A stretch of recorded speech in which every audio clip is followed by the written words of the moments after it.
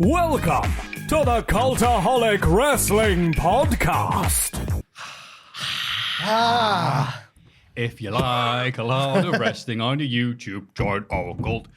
Hello and welcome to the throbbing, thrilling, get off us edition of the Cultaholic Wrestling Podcast. Starring myself, Maffew, Ross, with glasses and without, depending on how he's feeling, and Jack, who's just here. Yeah. Well, I wear contact lenses sometimes. Fantastic. I need glasses to read words now. I'm over 30. It's happened. Oh, How's your joints in your back? My joints in my back are fantastic. Holding up a lot of weight all the time. Strong as a house. The other day, Owen was saying that his back's sore. I was like, your back's sore?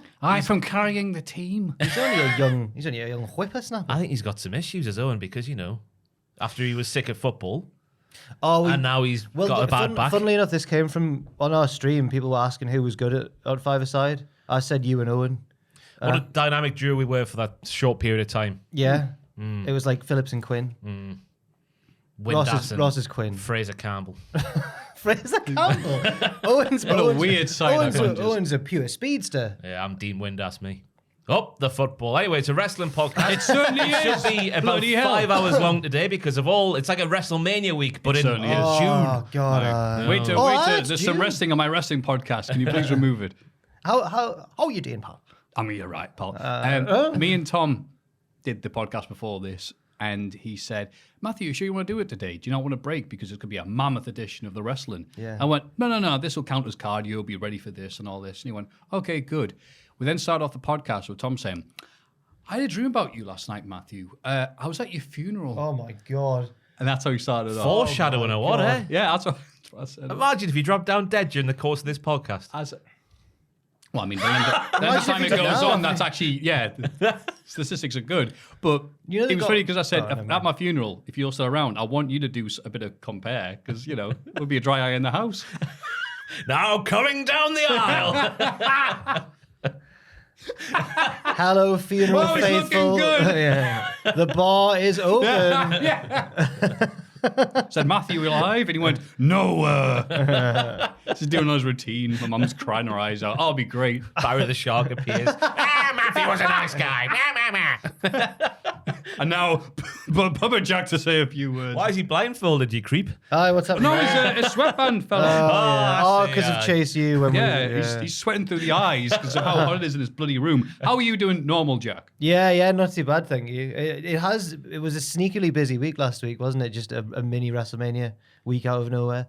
I'm giving like a footballer's post-match interview answer here. Yeah, obviously good to see the team all doing well. Just carry on next week and see how it goes. It was a week or two halves, as they say. Yeah. And Ross, how you doing? All goods in this particular hood. I've got nothing to report. Been another boring week. Let's chat wrestling. There we go. Good. Soccer.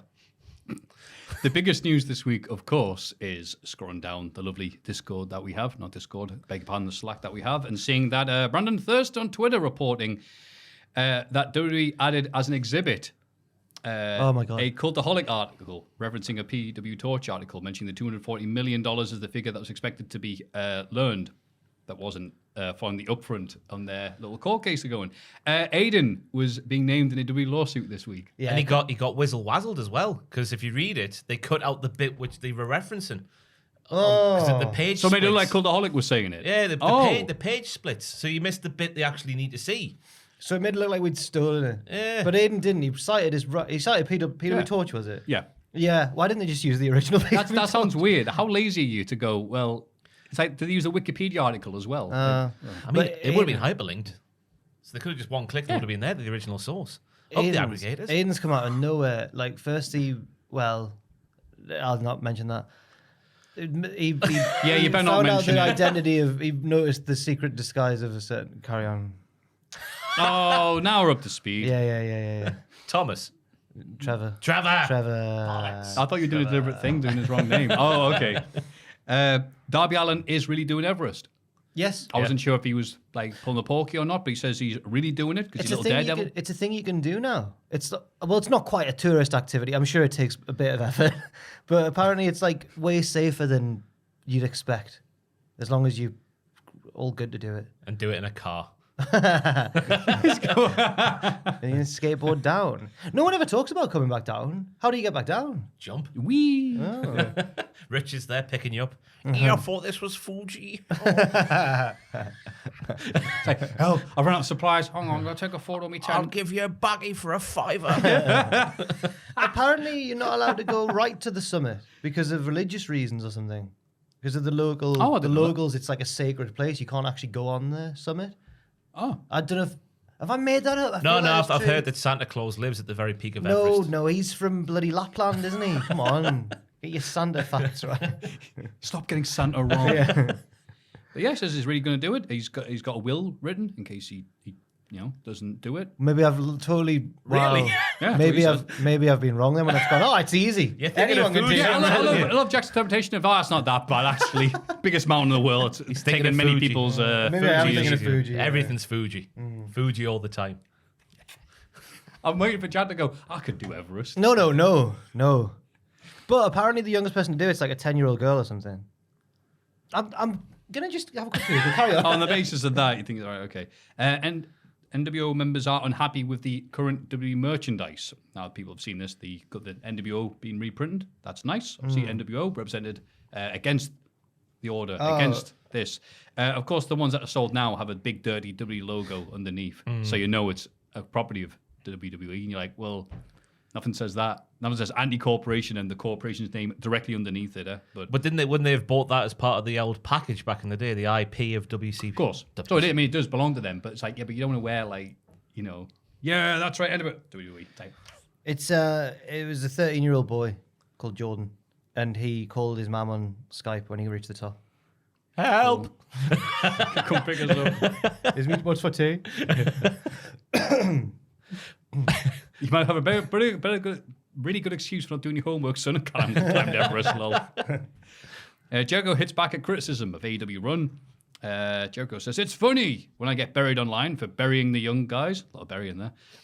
It's like you really don't understand what I'm doing and don't really watch the show because it's been the exact opposite of that.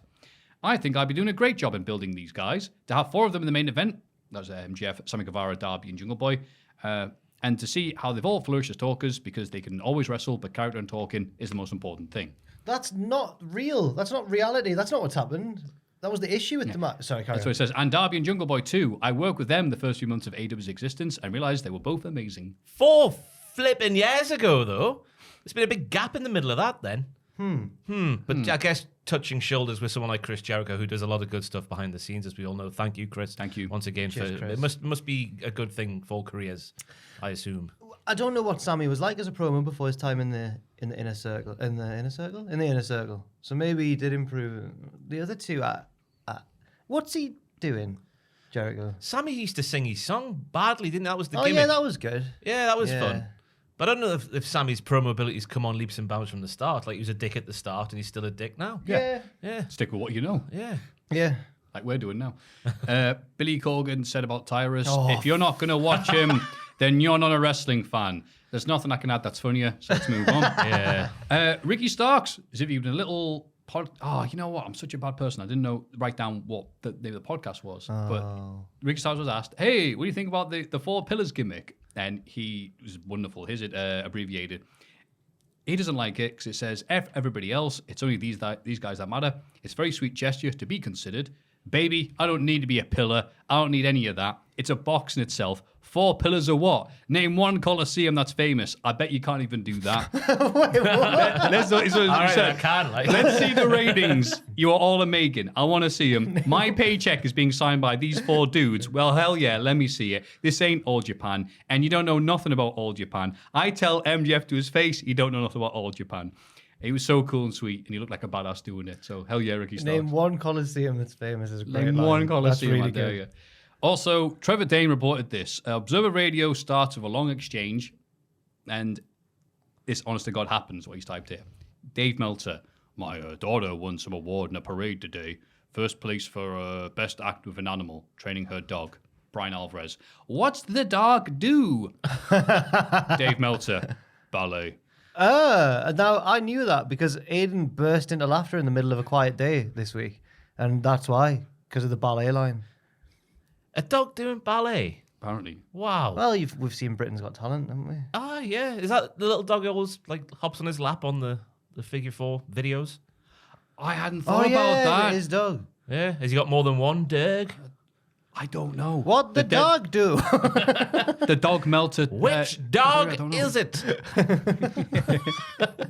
No, this is my dog. This is the dog that does cabaret. I hate Bix and Span. Oh. It's all been, I know. That was all the big news this week. Also, some about CM Punk actually returning. We'll get onto that later on in the big week in wrestling, which is going to be a big week in wrestling. If you don't believe us, you should stay tuned. Is there and any... listen. Wait, sorry. Oh. Is there any news about MJF? Because he was barely on Dynamite after winning. The retaining. He said he'd hurt his elbow a bit, but he says, it wasn't that bad. Oh, well, fair enough. But, you know, he's in promo. I thought he'd have a big, whatever. like, celebration on the show, and it was odd, like he normally does after he retains the belt. So, Little promo package, wasn't it, this week? Yeah. Just like, I'm proper mint me. I think they're like, well, we don't need to do much with you until, you know, next big build's going to be in a few months' time. So, yeah, don't think it was that. They've got the Forbidden Door, Maffew. He'll be taking on the IWGP Heavyweight Champion of the World, surely. Oh. Surely. I don't know if he will. Will Who's he? the bloody... Oh, it's Sonata, isn't it? I can't see that. But then again, he did call New Japan like an indie fed or something, didn't he? Just in his... What's he like? Little tinker. Oh. Next segment.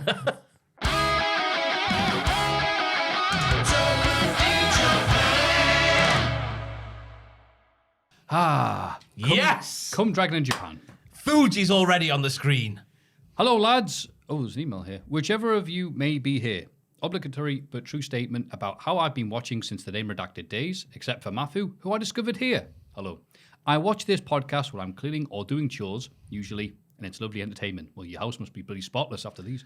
Ross will be happy to know I never skip ads. What a lad. I mean, we're all glad because we all like to have a job. Thank you for making my life a lot lighter. I know this makes you awkward. It's good if I just end it there. It makes you awkward, but it feels weird not to say it. I don't know if this is a mailbag or just an insert for Tubman in Japan, so I'll leave it up to you. I've noticed you guys are struggling a wee bit with some of the Japanese stuff, so I've looked at Richard's post in advance for anything you might not understand and try to break it down for you. I'm not being a weeb. I actually live in Japan. I'm South African and moved a few years ago. Fun fact, I moved here because Jack and Sam convinced me that the best wrestling is in Japan. What? I can't take responsibility for having such a big influence on someone's life choices. And That's I was excited. terrifying. I was excited to see it. Then the pandemic hit. I'll go according to the day on Richard's post. Wait, are you all right? Are they having a nice time? Is their life good in Japan? I feel Well, there must be. terrible. Look how happy they sound here. Feel They're so bored awful. they're watching adverts. I would never, by the way, say to someone, "Oh yeah, you should go to Japan because the wrestling's good there." I would never want someone to make such a big life decision. You're because directly to be blamed. No. Solely responsible for this person being in Japan. I can't speak for Sam, but I would never do such a thing. Would Sam? That's up in the air. First order of business. The name of the place is Ha as in hug. Ha as in hug. Okay. K as in cord. Da. Hakoda. What? This has made it harder. Ha as in hug. How's that? It must be a rough translation. Hag. Hakoda. Well, we're not the right. Hakoda. We haven't got the right accent for that comparison. Hakoda. As in how one of the English accents say dad. And Tay is in... Oh, now you were pronouncing Tay Mello before I realised it was wrong. Yeah. Okay. Because it's Thai. Yeah. Oh, there we go. Oh my god. Hakote. What's going on? We've made it going on? even worse. Yeah. Somehow Hakodate. this segment's got even worse. Hakodate. Hakodate. Day 51, slide 2. Yes. This is an entrance to it. I feel like I'm in court. This is an entrance to a shrine. See, we would be saying that was like the beams in PE or something like that, wouldn't we? If we were sat here just saying reckless things without any knowledge whatsoever. But no, it's the gate you pass through to go to the shrine. That's why it can sometimes look like it's in a random place. Lovely. Oh, thank Slide 6. Joel's counting. Fuji. Not Fuji. Oh, everything's Fuji. The new segment of the show, Is It Fuji? Slide 8. The name of the boot. The name of the boot is Blue Happiness. When the boot comes in. Blue Happiness sounds like a stand-up comedian just for your dad. Blue happiness. Ooh. He needed the money. You want to say Blue Happiness tonight? Day 52. Oh. Slide 3. Oh, he's got steak and rice. Lovely. Ooh. Oh, yum, yum. Pig's bum. To clear up for Ross, there's 2 machine-like vehicles that clean the streets most days, but they also just don't get dirty. We also have those street sweeping devices here. We but have street sweepers. We've got a lot more louds, it would appear, than Yes. Japan does. So I think the street sweepers probably aren't as frequently deployed as well. yeah. Slide 6. Bloody Got a lovely pavement, that, though. It is, isn't it? Ooh. Ramen. Oh, shot glasses of lager. Hang on. Is he with some traveling companions now, or are they just tiny little shot glasses, They're aren't all they, I for think? him. All right, okay. I'm trying to compare it to the thing in the background Yeah. there. Look at the size of the plug. Well, those pints are just far away. Yeah. And don't worry, our pal is here to help. It says, I don't know, it's beer. Actually, one of them might be a stout. I don't know. God. It's just like a sort of pale ale on the left and then work your way down from there. not Not quite stout. as stout, yeah. It's not stout, it's just small. Day 53. Day 53. In the Big Brother house. Field. Dear 50. It's the foot of Fuji. Look, it's not quite a big I mountain. realize we're not just going through this. We're cruelly ignoring the messages that have been left. I should go back to the first one, Joe, because there was a retort from the illustrious Cum Dragon. I got a DM about Cum Dragon. I'm not a cum dragon He's not anymore. a nonce, Thanks, is he? Ross, says cum dragon. No, not that kind of DM. Just someone. Sentences you'll only hear in this podcast. Cum No, wait, dragon is not a nonce. Just while I can jump in, I'd like to talk about the DM from, I don't know how to pronounce your name. It's either Thranthony or THR Anthony. Thank you, Instagram user Thranthony, who messaged me a screenshot of an exchange he himself had with Cum Dragon, who put, "No way, you changed your name after getting nominated into the Cultaholic Hall of Fame." And Cum Dragon put, "I hadn't caught up to that part, but I've been won over." But he hasn't changed his name on the screenshot. I thought that was the joke I because know. his name isn't Cum Dragon. It was Ross. Curmudgeon, And yeah. people didn't listen to last Blind. week's podcast. There's not a guy called Cum Dragon. It was a guy's name's Curmudgeon. I didn't realize. So that was a joke. I changed your name. So I replied to Thranthony and said, I didn't realize he was a viewer. And then Thranthony said, "Cum Dragon made my day" is not a quote I expected to ever say. But there you go. He's not a Cum Dragon anymore, says... Oh, well, No. thanks, Ross. But, 4 likes. Gormley Kevin says, would there be enough sockets in that restaurant for a man to use his laptop? He's talking about that. Oh, It's crazy doesn't that. die. if only there was a pending And then bet. next day. Sorry about that, Jack Richard. Hope you're well. Oh, sorry about Jack. Oh, everyone's now Someone- pretending that I'm the main Oh. culprit. Yeah. I saw people tweeting like, "Can't believe Jack is so mean every week about Richard Tubman's trip to Japan." It's okay, don't worry, I'm getting it as well. Children, Hakotate, cool place. Not pictured as me sharpening me slip right hook for when I find all the brown bears around Hokkaido. And he's put emoji for punch and the emoji for a bear's face. I hope And he then doesn't actually fight bears. Elliot's Richard's Lamb's more- put more like sharpening that right hook for Maffew when you get back. Hey. Richard strikes me more as he'd be like an outboxer. He wouldn't be sharp with the hooks. He'd be more keep you at distance, wear you down. He's tall. Tubman in Japan. That's my boxing analysis out of the way. Field. Next. Kevin Gormley, great to see a man not afraid to go to Fuji, an Italian next. restaurant. Oh, come on. More Fuji with Street. Next. Audio listeners getting a vivid picture. That could be a Pokemon. Well, it could be a Pokeball. Oh, slide 4, pause. Not sure, did some research. Appears to be the monument for a seaside park in Shikabe town. I reckon that actually looks more like one of the gym badges. Oh, it's a nice hat. I think the monument itself is called Fish of the North Star. Maybe. That's not That's right. not true. That's not. Even that's- I've heard of that's Fist a of the good North pun. Star, yeah. It's located in a geyser park. I'm never sure Oh, how to like pronounce that. Geyser park. Yeah. A water park. That's all I've got. I live on the other side of the country. Cheers. We've got How do something you for say slide that 7. word? I've only ever seen it written. Gazer. Gazer. Geezer. Well, it's Pride Month, so it's a geyser.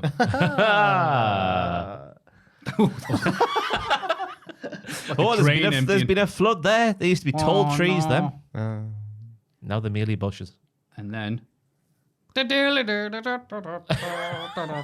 It's like he's mocking now, isn't I it? know, So- yeah, what? Japan has a slightly weird obsession with Italian restaurants. I promise this isn't a slight at Jack, although I now feel obligated to say that his attempt at an Italian restaurant absolutely did not count. I feel like everyone's been too harsh. I understand some people maybe not accepting it as a real Italian restaurant, but I think As a real Italian I restaurant. know some might. Oh, not we gone think- for free, Ross. some We're might breaking the law. not- Some might not think it was, but I think the response has been too harsh. Really, Why would you think that? there was one or two that were like good effort, but, and I accepted those critiques. Good effort, but they were nice about it. It was nice that you spent more One money person- on that display, one that effigy, person than put- actually going to it. One person said like, "That is pathetic. Do it properly, you coward." I was like, "All right, Jesus, I would Joel.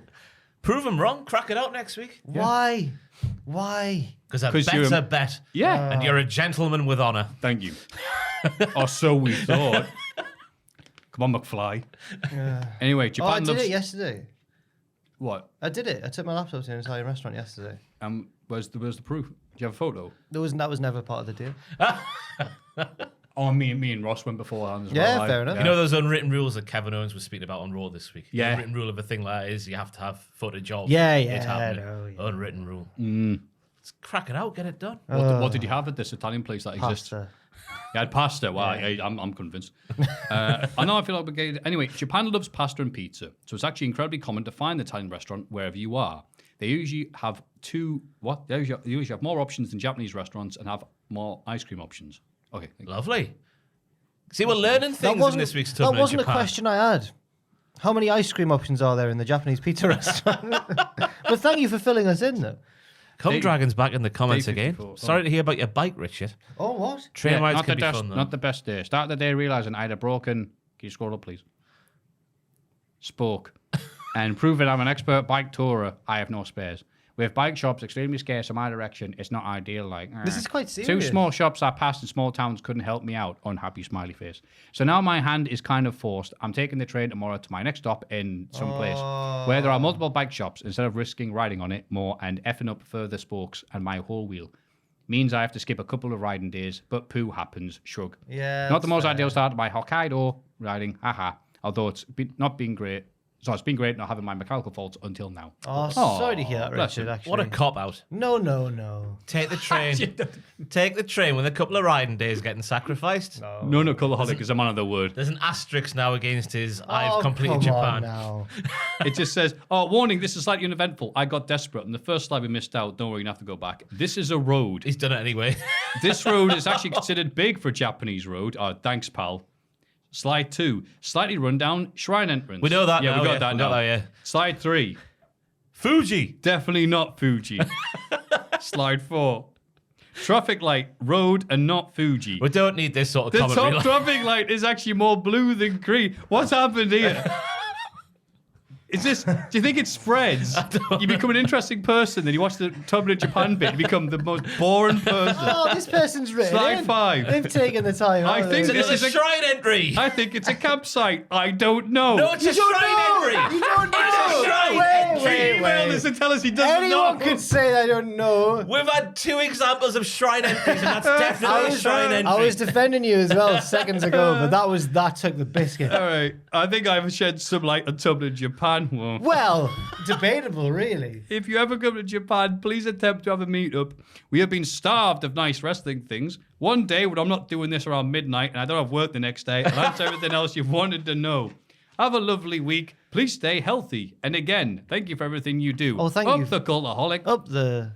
Yeah. Lots of love. Former Blackburn Rover striker, Benny McCarthy, a.k.a. Carmel. Thank you very much, pal. Thank you very much. Very And much, Carmel. just sincerely to say, I hope you are having a nice time living in Japan and that it wasn't a deep regret caused by me and Sam.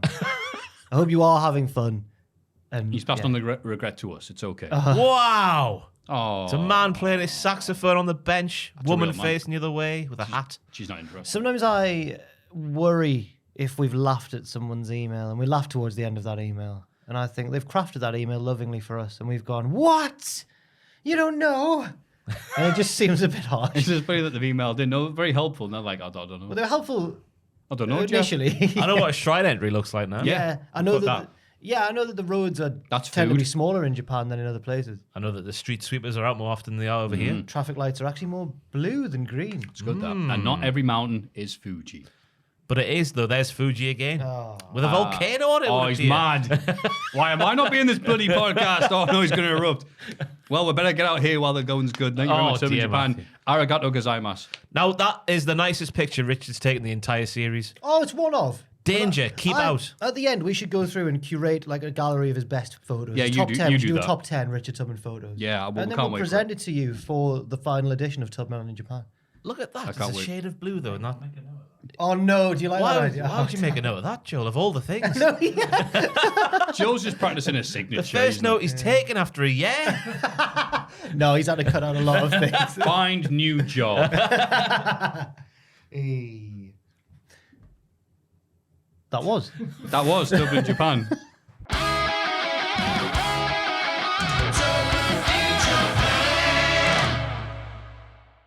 Everybody get excited for the Cultaholic Hall of Fame! Everyone's second favourite bit of the podcast after that bit. The Hall of Fame. And in condescending honour from last week, the other versions of To Have Your Cake and Eat It, we can all be cunning linguists, 14%. The story of Jimmy Butler, Yeah. 20%. Oh, I've got a quick. I mistakenly said last week, and I'd like to apologise for this error. I said that Jimmy Butler had already qualified for the final. They were 3-0 up. It's best of 7, so it's first to 4 wins gets Right. through to the final. Like the They were- baseball. They were 3-0 up.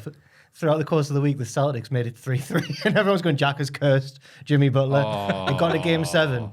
They won it. He's in the final. He's in the Okay. final now. But I almost ruined it. Sorry, Karen. Well, thank you for not ruining it. Instagram user and Dublin, Japan loyalist, Come Dragon. Come 66%. Dragon! Yay! Come. Definitely not a curmudgeon. No? Exactly the opposite. And again, just if you missed that last bit, and who can blame you? People have been atting Come Dragon user and going, oh, you've changed your name.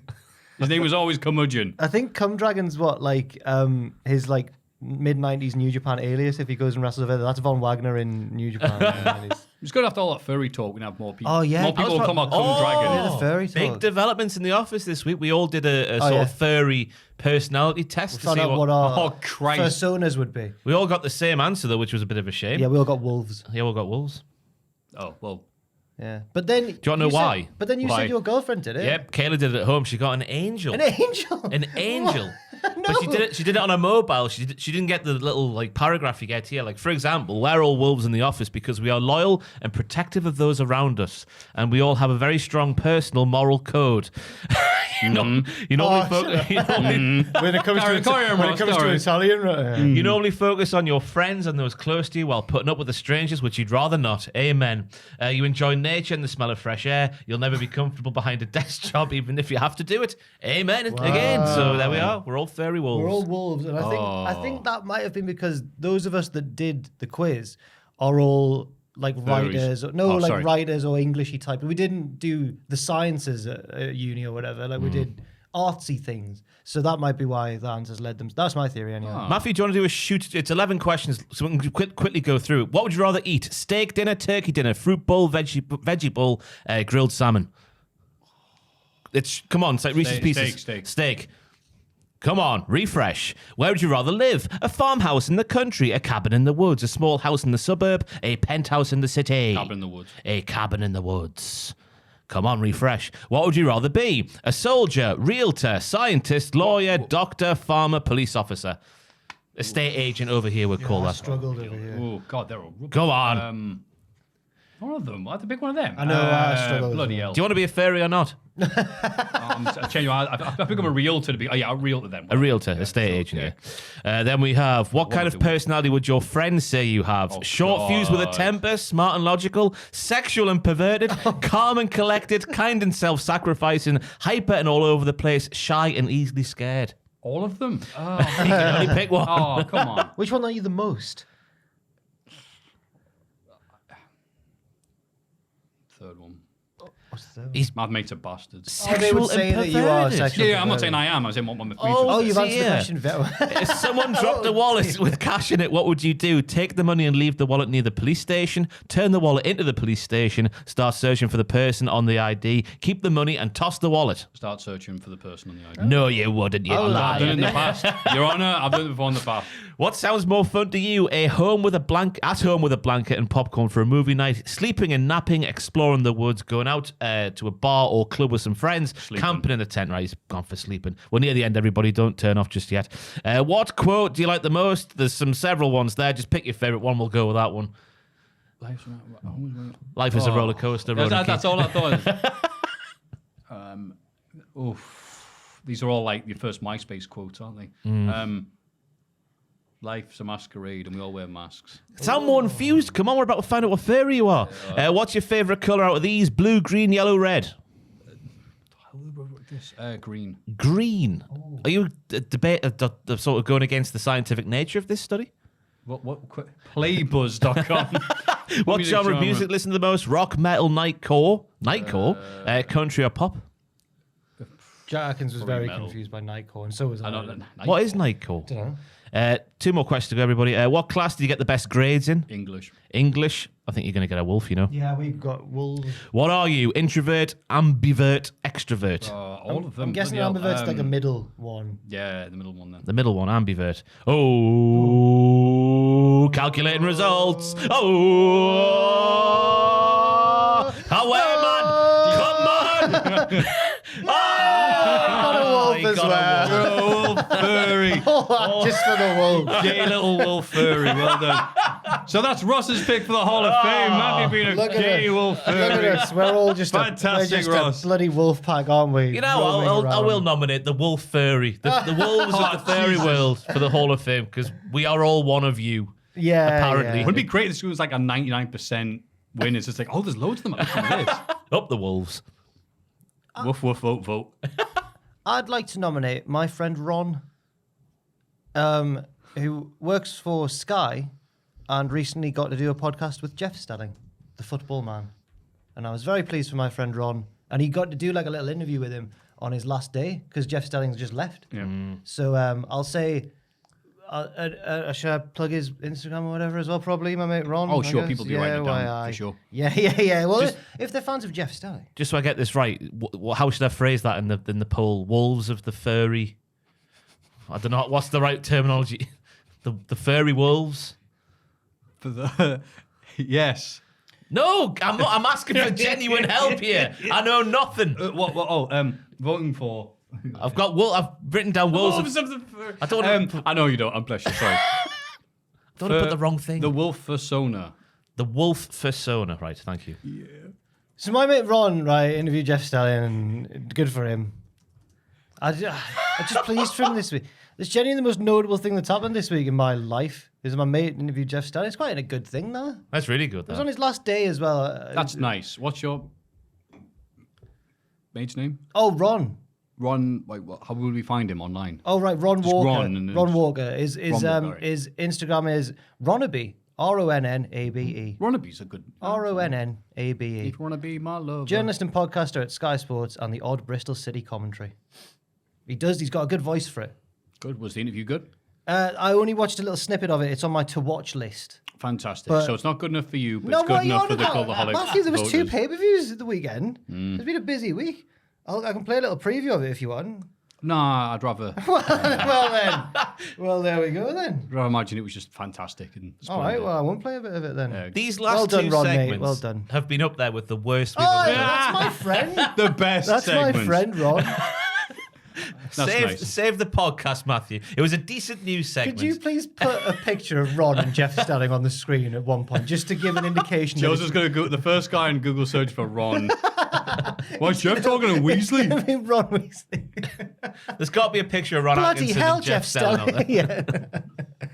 Well, I thought mine was going to be scraping the barrel, but this got brought up. What are It's- you on about? These haven't been. No, these- this is a segue to Oh, me. right, sorry. I thought these were, but no. These are going to be top tier compared to the thing I'm thinking about because Okay. I was getting impassioned about something last week. Didn't think about it because I had to put the wrestling mask on because life is a masquerade, according to my persona.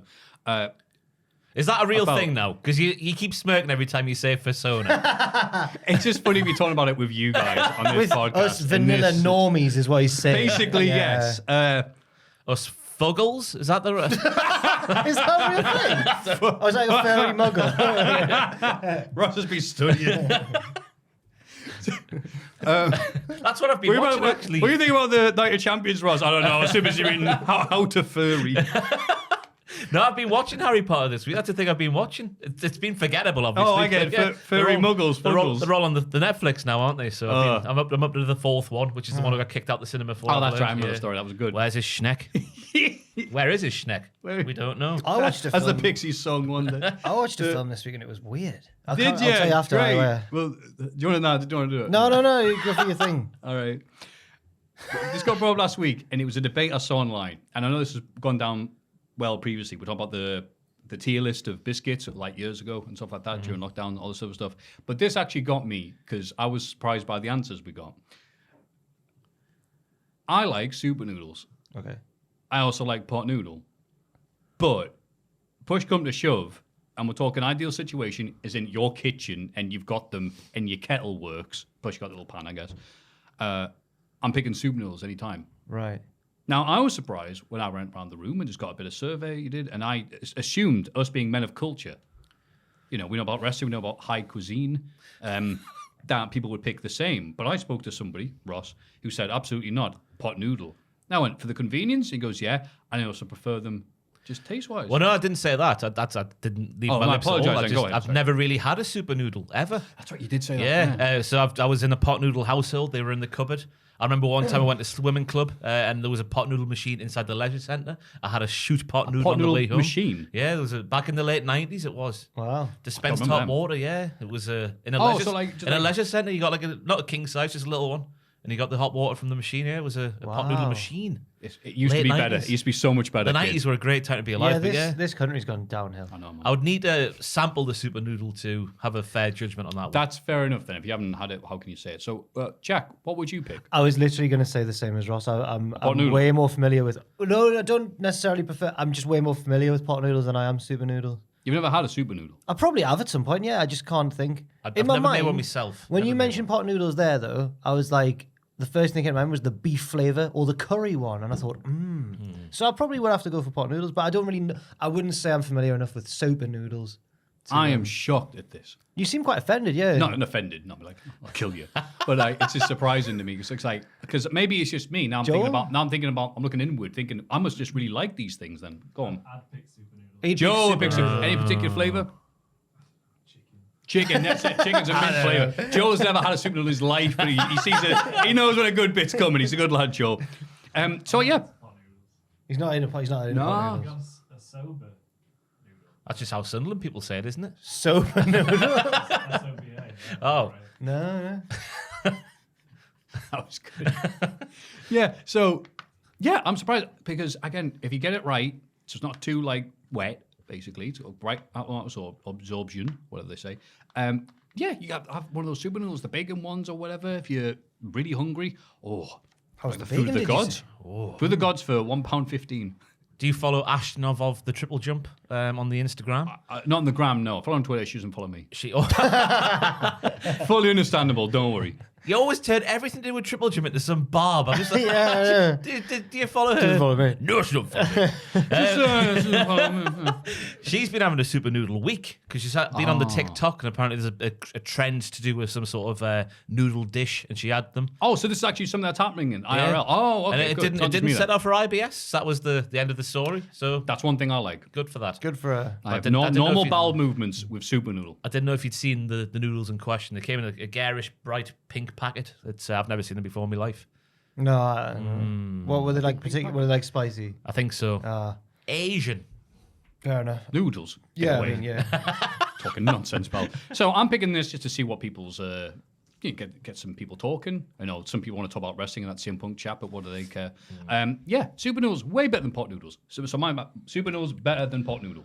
That's what you're nominating for the Hall of Fame. Absolutely. That definitive statement. Yes, That's pretty super. right here, right now. Super noodle. You potty. Yeah. I saw Anth Chase Pizza fame the other day. Was he chasing after you? I went to stay gold, but I left quite early. I was like, I've got work tomorrow. There's a pay-per-view. And he went, don't call what you do work. I was like, all right. Fair enough. You tried DJing and giving food orders. And Yeah, I that's know. work. Yeah. Bless him. There was no Love you, pizzas. The pressure of meeting deadlines in this job. No. The pressure of changing one pop punk track to another, though. Keeping the crowd alive. Yeah. All American Rejects, Good Charlotte. Can't get them mixed up. That's right. Speaking of rejects, this was the Hall of Fame pick this week. Furries. Pick it up, Maffew. Go Come on, on. furries. Ooh. Jax, what are you going to put My down? mate Ron. Jack's mate Ron. He's a lovely it? lad as well. He's a really nice lad. Yeah, He's just a nice lad. I wish I saw more of him, but since uni, we've probably met up like a handful of times. That was the last time you saw him. Whenever he was last up in Newcastle, he used to cover Watford quite extensively. So whenever Watford were last in the Premier League playing Newcastle. Go on, Ross. What? What year was that? Would have been, I don't know, the 1920, our last season, they were in the Premier League, weren't they? Oh, that shit. Okay. Oh, I might have seen him last. Well, within Watford's last stint in the Premier League is when I last saw him, when they played Newcastle away and he was up here. Because they had Hutchin as the manager. That's right. I was hoping for what Jack just said. I can't remember.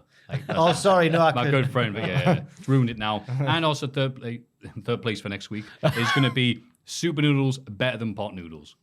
Oh, great. Political the greater statement. than Yeah, that's symbol. it. The big Okay. arrow pointing towards. Oh, you want the Super arrow? Oh my goodness, I better get Noodles. No, I this think right. people get confused by that. Just put better than. The What open do you bracket always mean? points towards the better one. Right. Yeah. Wait, say it again. Like the open, if you're doing the greater than symbol or the lesser than symbol, the one that's bigger value is always the one that the opening is pointed towards. The opening. Oh, yeah. That's what I Greater thought you than, said. But it's just the way of lesser opening than. point. Not the arrow. That is literally a point. So yeah, The opening is pointing at. the opening is facing is closest to the greater value. You're right, but what a way to get there. Like everything else in Well, the that podcast. was quite I guess, nitpicky, so. that, to be honest with you, Matthew. Yes. It's quite nasty. C plus. See me afterwards. Thank you very much for enduring with this segment. We can't wait to hear not only Bring your wolf costume. your votes, but also your thoughts about the magnificent state of affairs here at patreon.com/Cultaholic. Happy voting. We're not even ending segments right this week. What's going on? Well, I think we're all quite daunted by the week of Happy wrestling. voting. Happy voting. Miserable voting. You didn't even go down at the end of the sentence. You're happy voting. Happy voting. Happy voting. Happy voting. Happy. I hope you have a happy voting time. This week in the wrestling. It's this bloody week in the wrestling. The week Come of on, wrestling. let's start again. That's the wrong Hey! button. Yeah. Oh, sorry. Hey! Come on. Get it up, yeah. The week of wrestling. SmackDown. I am Jimmy's appendix. It's good. It's good. Fight Club. Fight Club. Sheamus loses a US title match to Austin Theory after getting distracted by Pretty Deadly attacking his mates on the outside. That did happen. Yes, it did. This feels like a lifetime ago, this episode of SmackDown. It does really like. Yeah. I put nice solid match here with Sheamus headbutting Theory and Drew McIntyre getting a name drop from Barrett, who misses. Michael Cole calls the Beats of the Bowery the human defibrillator. Which I thought was a nice thing. Yeah, Yeah, that's cool, yeah. Oh no, he's dying. The Brutes remove Theory's chair, but Sheamus sets up the bro kick and sees PD attacking the lads, so he gets rolled up by Theory. Very solid stuff here, but Theory was very movie and not very personality-y. Oh, right, okay. I thought it was a shame the match. You always knew the match had to finish in that way for Theory to get a win over Sheamus. Yeah. In this day and age, I thought I was the only sort of let down for it because it was a bit of a ding dong battle. Hello. Sheamus taking bumps on the hardest part of the ring, which is the ring apron. Just in case you haven't heard that before, there was a nice roll through blockbuster from Theory and a nice spinning power bomb from Sheamus on Sheamus. Theory's a stronger boy than you might think. Yes, it was a good match. Yeah, nothing to add. Good match. Yep, just nice solid match there. Yeah, And there was an Omega-esque V-trigger from Sheamus to Theory, who was trying another roll-through thing. Sheamus! Get it up, yeah. I'd love to hear John Mosson, if he was still with us, scream Sheamus' name like Shearer just scored a goal. That's how we want me to end the segments, isn't it? Happy voting. Backstage, the Usos aren't happy about not being at Night of Champions. Roman belittles Jimmy, saying that he beat them up when they were kids and he'll do the same now. Jimmy remains defiant, so Jay drags him away. The segment started off well with Roman being all guilty, going, I feel so guilty that you can't be at the Clash of the Champions. But you're invited to lick my ass a bit more next week if you want to come along, you little toe rags. It was a nice little bit to kick off the segment, and yeah, I whooped you then, I'll whoop you now. But he won't though, will he? Well, One-on-one, he will he? would, but... who knows? Because James is the real head of the table. He said so himself. And obviously Solo, I thought, was a nice crucial part of this as well, because he was just looking at his brothers, his biological brothers, weirdly, just going like, but I don't know if that's just his Who's he going to side with, you know? Yeah. His brothers or his tribal chief? My tribal chief. There's a chance that could just be his resting bitch face, as the kids like to say. He does have a good one. Has he got the strongest resting bitch face in wrestling? In WWE, let's say. Who's got a bitchy face? Low-key. Was he in WWE today? Maybe Solo does have the biggest one. Yeah. Yeah. Let us know in the comments below who has the best bitchy face. We'll forget about it, and then 10 minutes later, someone will say so and so's a bitch face. You're like, that's not very nice. Raquel Rodriguez and Shotzi win a tag match after another miscommunication between Bayley and Io Sky. Just to keep up the speed, because the titles have been vacated, rather than Shotzi and Raquel continuing the title reign together with Liv, which is fair enough. I put them the gangster leaders. So What? When the gangsters eliminators were feuding with each other, right. Perry Saturn left for WCW, and then Mustafa was just fired. So they combined New Jack and Cronus as the gangster leaders. Oh, right. What a team. And Surprisingly, they hated the name. And you're like, I can't blame you. Did they still use natural born killers? Yeah. Oh, okay. So Cronus is just Yeah. Okay, Have fair a good enough. time. So it's going to be sorted out on Raw, who is going to be the new champs. A lot of these women tag matches on the WWE happen. They all look like they're trying to wrestle as fast as humanly possible. You've not got much of a time of a window. You're like, wah, and it's nice, but you're like, calm down. The finish, Bayley tries a middle rope sunset flip, but Sky comes in off the top with a drop kick to cut off Shotzi, and also kind of backsplash Raquel. But then Raquel just goes down and sits down and gets the sunset flip It was meant to be like another example of Bayley and Io. They've miscommunicated, but it went a bit. Yeah, I think weird. on paper it made sense, but it did look like, did she try to hit Raquel and she just missed? Or she was supposed to hit the drop kick and then Raquel's like, oh no, you don't. And It then didn't quite work. It didn't quite work. Too many things going on at the same time. The commentary sold it as Yeah. like Bayley and Io miscommunicated. Oh no. Io was sort of left standing, wasn't she? Like not doing anything while a 3 count was happening for it to lose a match. That was the shame of it. It was good on paper, Yeah. but not in Like practice. these notes. Thank you. Yeah, the atmosphere in this matchup was a big thing for me as well because there wasn't any, which was a shame. Yeah. And I liked that early on Bayley's tactics was trying to stop Raquel by just grabbing her ankle while Io just kicked her. I thought that was some good stuff. And Shotzi as well. If she just did suicide dives for the rest of her career, I think she'd make a good living because she's good at them. Yes. Which is good because, as we said last week, sometimes she used to do scary dives, but now they're probably good. Now she actually collides with her opponent. Yeah, Well yeah. done. Yeah. We're all about self-improvement here. God, that sounded arseholish. That did. No, well done. she used to be. We've crazy never about it. we've never laced up boots in anger in our careers. No. With the true Geordies of wrestling. Actually, I've always wondered, have you ever done any? Because you've been in wrestling for so long. Have you ever done any bumps? Been in a match? I took one bump. It wasn't very nice, so I never did another one. Fair, yeah, fair enough. How did it go down? It was a big choke slam. Oh, he Ooh, choked in the ring on the floor. Who was Yeah, it? but it was just like... Can no, you it was- say who it was? No, because I can't remember their name. 911. I cancelled it. Yeah. Oh, damn it. I was going to say it. I'll change the name to 999. Chokeslam me. And I wasn't prepared for all the oxygen leaving my body. The pain in my back was all right. I could take that, but it was just like that feeling of like, It that wasn't nice. I got winded when Damo did his senton on me, and watching it back, it felt like he landed with his full weight on me. And watching it back, he did it properly. Like he just clipped me with his shoulders, and I still couldn't breathe. And I thought, how do they get up and continue to do this for another 5 minutes? Crazy. Magic. They're all good. Yeah, or training. Even the worst wrestlers can't believe how good they are. It's always bad when we have to slag them off. Speaking of which, Top Dollar's at ringside for this next match. Game Pro. Michael Cole did not slag him off. So I think that feud is over. Boo. Cameron Grimes easily beats Ashante the Adonis. He gets attacked by Baron Corbin after the match. It was nice to see Ashante the in a singles capacity. Yeah. Grimes is currently a smiling version of his past self and doesn't appear to be as dumb as he used to be. Smiling virgin. of his- He's Grimes a is smiling currently a virgin. smiling virgin. Grimes has a bunch of Frankensteiners and ends with the cave-in, and it looked rather nice. Oh, I thought. yes. So, yeah. You know what didn't look rather nice? What? Gimpro's new masks. I don't know. Gimbro. Yeah, that's Oh, what I I'm trust what you're saying now, right? Yeah, Gimpro. I think they were going for the Brody King, that sort of style of balaclava. I think Brody King pulls it off. Of all the balaclavaed men in the world. But they look ridiculous in there. I don't know what it was. Was it because the balaclavas were white? I don't know. Just it looked wrong. Do you think it look? I don't know. I mean, I'm from the I'm on my streets. depth. I'm from the hard streets of Morpeth, me. So I know my Morpeth Mad Dogs from my Morpeth, whatever they're called. I can't remember now. Move on.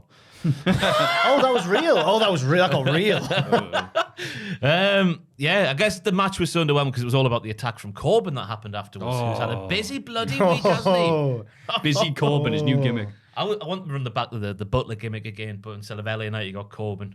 And that'd be Grimes nice, involved wouldn't as well, yeah. the butler gimmick. From NXT. LA Knight. LA Knight and Cameron Grimes' feud. I was thinking of when Chuck Taylor had to be the butler for the wedding or whatever.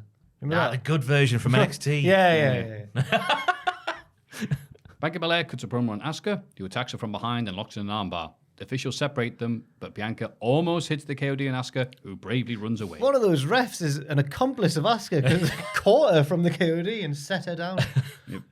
What's it going to take for them to change the titles? Because it was weird to see Bianca going, I know how good it feels to be your Raw Women's Champion, while surrounded by blue everywhere. They need to work out a way to do it that isn't just swapping them. Like I reckon if they hadn't done that Charlotte Becky one in recent memory, they would have done it by now, but they don't want to be accused of just doing that every time. Yeah.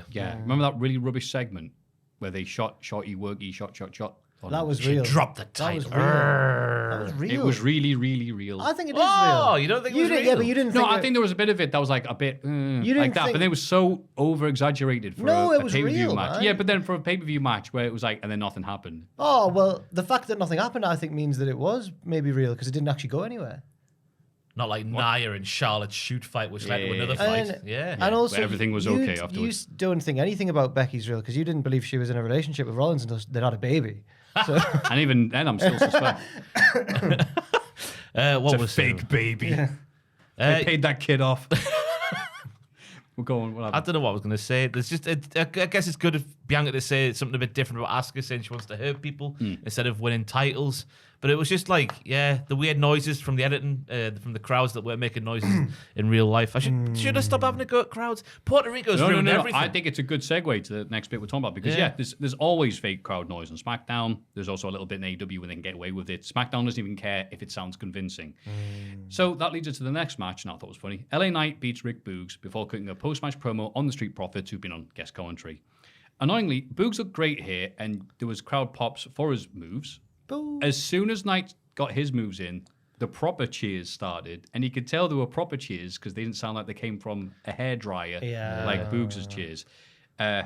Which is like, oh, so they're wanting him to be booed, but the crowd are like, no, we're going to be louder than the machine. oh, they want him to be booed. If you go back and watch the entrance, you hear like the organic, the guttural LA Knight pop, but then it's immediately drowned out by.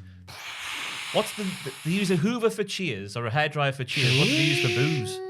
Just a herd of cows. Yeah, it is because it's not like you can't hear individual voices booing louder than others. It's just all. It was so obvious because then he got afterwards and goes, hey, I need the line from, I think it's New Jack City. I make change out your $5 asses line. And the crowd goes, yeah, and sings along quite clearly over. Isn't the act of booing quite a weird thing when you think about it? I've just thought there, like when a football team's had a nightmare first half and they get booed off, and it's just a bunch of grown hard men going, boo. It's actually really weird. Wow. Anyway. We did not like that. Yeah. Boo. Booing's such a weird thing. Yeah. Boo. It's a noise we associate with Oh, negativity. God. What's What's the American equivalent? We are not No, they boo. satisfied. They boo. Satisfied. They boo as well. They also jeer. They like to. You often hear like a voice when you're like, you suck, like a yeah. And a cabbage being thrown. Yeah. But I was asking the question, why do the Street Profits care about the goings-on between Rick Boogs and LA Knight? Because They're just instigators. yeah, the turn happened after their match last week, and it didn't really affect them whatsoever. So then I realised it's because it's Tez versus LA Knight to be qualified for Money in the Bank. They can't give us two good things, so they've got to upset all the population when LA Knight inevitably loses to Montez Well, Ford. I was saying, I think to Ross actually on the news that I hope that actually this means that LA Knight will get, even if he doesn't win this Money in the Bank qualifier, it means he'll get another featured match or segment at Wembley, not Wembley, the O2, the Millennium Dome. Remember when it was the Millennium Dome? Yeah. And everyone laughed at how silly it was. James Bond abseiled down the side of it in The World Is Not Enough. And then they he- showed Blackadder back and forth. That was the big thing. And then they had it on TV a while later. And we went, it's all right. Then he pushed the Queen out the plane, didn't he? The Olympics celebration. Well, thing. he What a skydived bastard. with the Queen. See you later, Liz. Terror. Karen Cross cuts a promo about how he's going to push AJ Styles out of the plane along with the Queen. No, hang on. Before losing to AJ Styles after Mae Yim chases Scarlett to the back. A stubborn man only sees on path before him or something. And when a man becomes consumed by one singular goal, he fails to see all of the other danger lying in wait. He should be asking himself, how should he be feeling? How he'll be feeling after Karrion Kross beats him, not after the thing he's got that's way more important than anything Karrion Kross has ever done in the WWE. I hate his promos. That sounds like the message you get after you do that Persona quiz. There's such a disconnect between his promos and his booking that I don't understand what we're meant to think of him. It's bad booking. Like, It is. They've got him against AJ Styles here, who is a day away from a title match. Yeah. So AJ Styles is not losing, like, no matter what day of the week it is. Why not have somebody else in there? Why Karrion Kross? Well, I think that's why he's in there. I think he's perfectly placed for what he's supposed to be. He's just a mini boss. You know he's not going to beat him. Well, that's fine, but they don't present him like he is. They present him like he's the biggest I heel think they're in the- doing all right. Like, well, No. Why is he so 'Cause you- confident? well, they Why is he can't like, go- I'm coming for you, I'm the here's Grim Karrion Reaper. Kross, and he's a loser. They got to have him go, like, big himself up. Why couldn't that have been Tozawa? If AJ Styles needs a tune Shower? yeah, why? If it needs to be a tune-up match, I don't know what brands, but someone equivalent to I was going Tozawa to say, yeah, on because he's on SmackDown. Raw, and they stick to this Well, brand whatever. split. Whoever's on SmackDown, who's on the Tozawa level. Who's on the Tozawa level? Someone on SmackDown. I don't know what the rosters are these days. But it's like, yeah, why? Nobody, not everyone gets promo time, but every week Karrion Kross gets promo time. We just sat there thinking, you're like in kayfabe, you're crap at wrestling, you, because you lose all the time. You're here giving it the Bertie big bollocks with your stupid cards. Get out of it. Because he looks cool. I'd have. It does look good. Yeah. I'd have maybe you could even have given it to like an NXT heel and called them up for just 1 week. Just gone. I'm here to challenge you, AJ. You sound like you said NXT heel. A tee. NXT heel. No, I think that would There's be... nothing funny I about think NXT. that would It's deadly take away. serious. I think that would take away from what they're doing, which is AJ Styles is good. He's going to beat a guy who's up here. He's never going to beat. He's down so-and-so. here. He's going to. No, because he's a big lad, so he's always going to be at that, represented at that level. Like, I don't know, Karma 95. No, Karma didn't beat anybody, but on Raw, it's like, that's right, this will be the week. But he That's doesn't new talk too. like he's Karma from '95 though. He talks like he's the Undertaker. But also, Karma was like a shoot fighter, whereas this is like the sports entertainment world where you got to withhold your punches somewhat. So that's why he used to fail.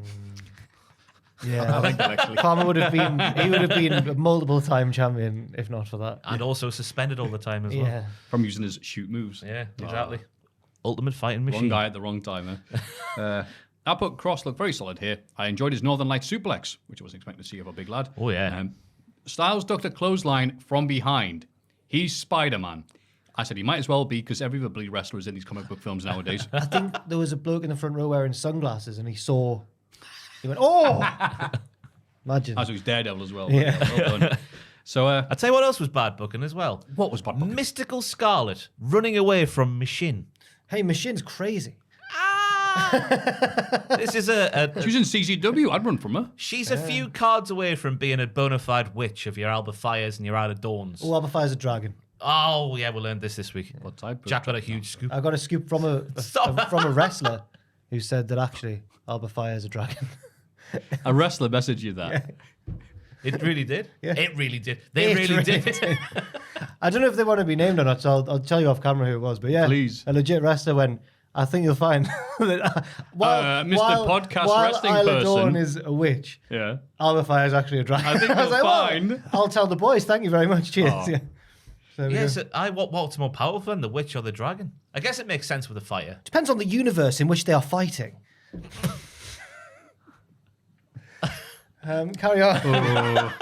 In Harry Potter, for example, it's got to be the dragon. I've not seen the dragon yet. I've seen the big snake. In Lord of the Rings, it's the dragon all day. There's no witches in. I don't know if there is. The Witch King.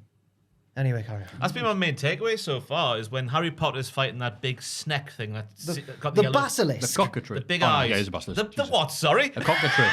No, that's a different animal, isn't it? When I was a kid and I read Harry Potter, I got basilisk and cockatrice mixed up. What's a cockatrice? I'll tell you what a cockatrice is. A cockatrice is a big chicken with the snake of a tail snake. Oh, right, Tail okay. snake. So I was surprised was when Chupacabra. we went to see the film and it was a big old lizard thing, whatever. And I went, oh, in my head, you know, when you like were reading Harry Potter when you were a kid, I'd see like Harry Potter fighting a big chicken. Anyway, the thing Oh, well. the thing that's in there when Ginny's dead on the floor and you spoilers, Voldemort come before on. he's Voldemort's there giving it the big one. Whoa. Hey, if you see me snack. Aye. What was I going to say? Yeah, Harry Potter morphs into a small Asian boy at the top of the skull thing. Which What? Is, Something I spotted on my Is it television. a stunt double? Yeah. But not even wearing glasses. It's That's fantastic. class. Oh, really? Did you see it on the... So good. Oh, okay. And Kayla, my girlfriend, who's watched the films like umpteen times apparently, she's like, I've never seen that before. And I was like, I've had years of training for this, dear. Suddenly. Oh my god. Oh god. That's good. Don't look into his eyes. It's magic. If you watch the film, don't look into that serpent's eyes. Because otherwise you'll what happens to you? You have a crisis. I think Everyone dies apart from the people that he looks at who don't die. They get petrified, isn't it? Oh, yeah. Yeah. Yeah. It's like when goats are running along and then freeze and then fall over. That's it, yeah. It's time for the KO show with Owens and Zayn. They called out Roman and so. They're real. Yeah, right. Oh, sorry, no, that was after Night of Champions. They became real WWE baby faces, making fun of the heels, but that wasn't yet. Sorry. Yeah, sorry. They call out Roman and Solo, but Paul Heyman interrupts and says the tribal chief works according to his own schedule. The Usos arrive instead, which Heyman doesn't seem happy about. Owens says that the Usos are the heart of the table, but Roman treats them like they're the appendix. Ooh. Jimmy refers to himself as the tribal chief. Jimmy. Oh, James. Which brings out Roman to stare him down. Owens hits Roman with a stunner, and everybody has a big brawl, which the Bloodline win. Roman wants to pose with all the tag belts, but Jimmy refuses to hand over them until Jay does it for him. Yes. Oh. Jay is such a little bitch. No. He is. No. He took the bait. Because, like, Kevin, like, oh, it was the... What happened? Oh, you're allowed to be out here with your bag. Hello. So I'll have you know. obviously, just to try and originally in the Bloodline, right? It was Jay who first joined Roman, and then it was Jimmy who he fought. Right? Yeah, it was Jimmy who he had that Hell in a Cell match with and all that, wasn't it? No, it was Jay, and then Jimmy came down for the save.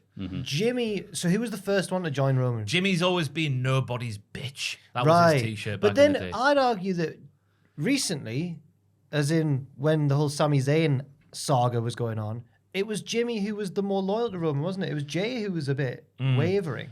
But it was bubbling under the surface for the longest time, Jack. Jimmy jumped. I remember when Jimmy attacked Sammy so soon after he left the Bloodline, and it was like he was doing Roman's bidding again, and he's just Roman's. Why is it Jimmy who's now the rebel again? Because Roman's pushed his buttons one too many times. I think he's pushed him in the Okay. face. He's belittled him backstage. So then, Oh, thank you for dedicating that match to me. Aye. So I well, appreciate that, why Jimmy, is that J- you lost. so Well, I'll why- dedicate my match to a great tag team that's in our family. Oh, thank you, Tribal Chief. Yeah, the Wild Samoans. He's like, oh. so why is Jay now less? Because he nearly left. Because he's a silly little angry child, is Jay. Oh. Jay's Jay. a silly little angry child, and Jimmy knows what he wants now. There's no going back for James. No, there's no going back for Jimmy. But Jay has been in this position at least twice over the past 3 or 4 years, and he's bottled it both times. Okay. So now Jimmy's doing what Jay should have done a long time ago, as we found out at the end of the pay-per-view. Okay. So Jay's just an angry little child, I think, who's just easily swayed. But he wants to do things, but he doesn't do things. Quite relatable, really. So now he needs Jimmy to tell him. Yeah. Okay. Jimmy's the guiding light. Yeah. Jay's Jimmy's the- the more impulsive. He's the id to Jimmy's ego. Yes. And Roman's the super ego. Yeah, I guess so. 'Cause Or super means Sammy's big. the super ego, probably. Oh, it doesn't matter. WWE Night of Champions, because screw Rampage. It was a good end. You didn't. Sorry. Oh, you didn't know. You better call somebody. The DOGG and K Quick getting Saudi. Getting Saudi. Oh. Thank you. I mean, Oh, wasn't- yeah. I wasn't too proud of it when I Getting wrote Saudi. It's getting Saudi in here. When Road Dogg yeah, thinks he's legitimately sounding like prime Lionel Richie, it's my favorite thing from those. it. It's so good.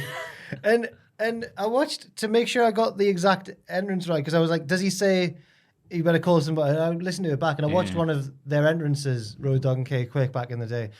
And R-Truth's like a magic man. He's never aged. And his moves are all the same. He's doing his weird lurch that he does. And yeah, he's great. So yeah, Road Dogg did all the aging for him. Because he aged 10 years teaming up with K Road Quick. Dogg. Road Dogg looked good. He looked all right. Ooh. No, he was looking trim and young.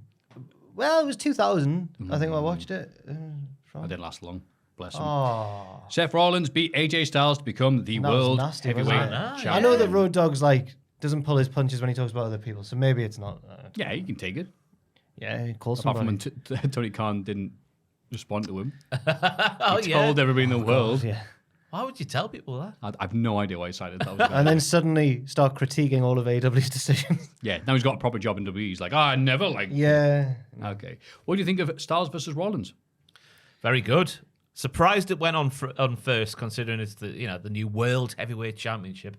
I think that underlined a little bit more. It is just a bit of a consolation prize. Of course. Because Roman I would said never. I said that in my What Happened That video, and there were so many comments saying, actually, Jack, I think you found it made perfect sense. And I was like, no, it didn't. That's people buying into the 3 main events thing, which I never like on a pay-per-view. You got one main event, and it goes on last. Yeah. I don't necessarily agree with like that. But I agree with what you said there. That if you've got 3 main events, none of them main events. But I like just watching as a fan the pacing of it. Yeah. Starting Yeah. off throwing out the gate with this. I mean, it made sense later on when looking at how over Roman was, and especially how over Sammy was. Then okay, that was probably the right choice to go on last. And it's also if you go back and watch SmackDown, like how much featured TV time did the World Heavyweight title match get? Styles is SmackDown, remember? He got a squash match, You didn't know he? what? Maybe the people in the comments were right. Yeah. I hate saying No. that. No, Jack never showed the weakness. You're all wrong. I liked the match, and I thought that it was one of those matches that feels quicker than it was. When you look at the run time, you're like, oh, it felt quicker than that. But I don't think it was AJ's best performance. But on the other hand, if that's a subpar AJ Styles performance and it was still good, it just shows how good AJ Styles is. Well, he was knackered from wrestling Karrion Kross. Well, yeah, he poisoned him, and he was still recovering from the effects. No, not Kip Those Sabian, cards, Karrion Kross. Those cards, in it. Talons, up the talons. I don't know. Talons.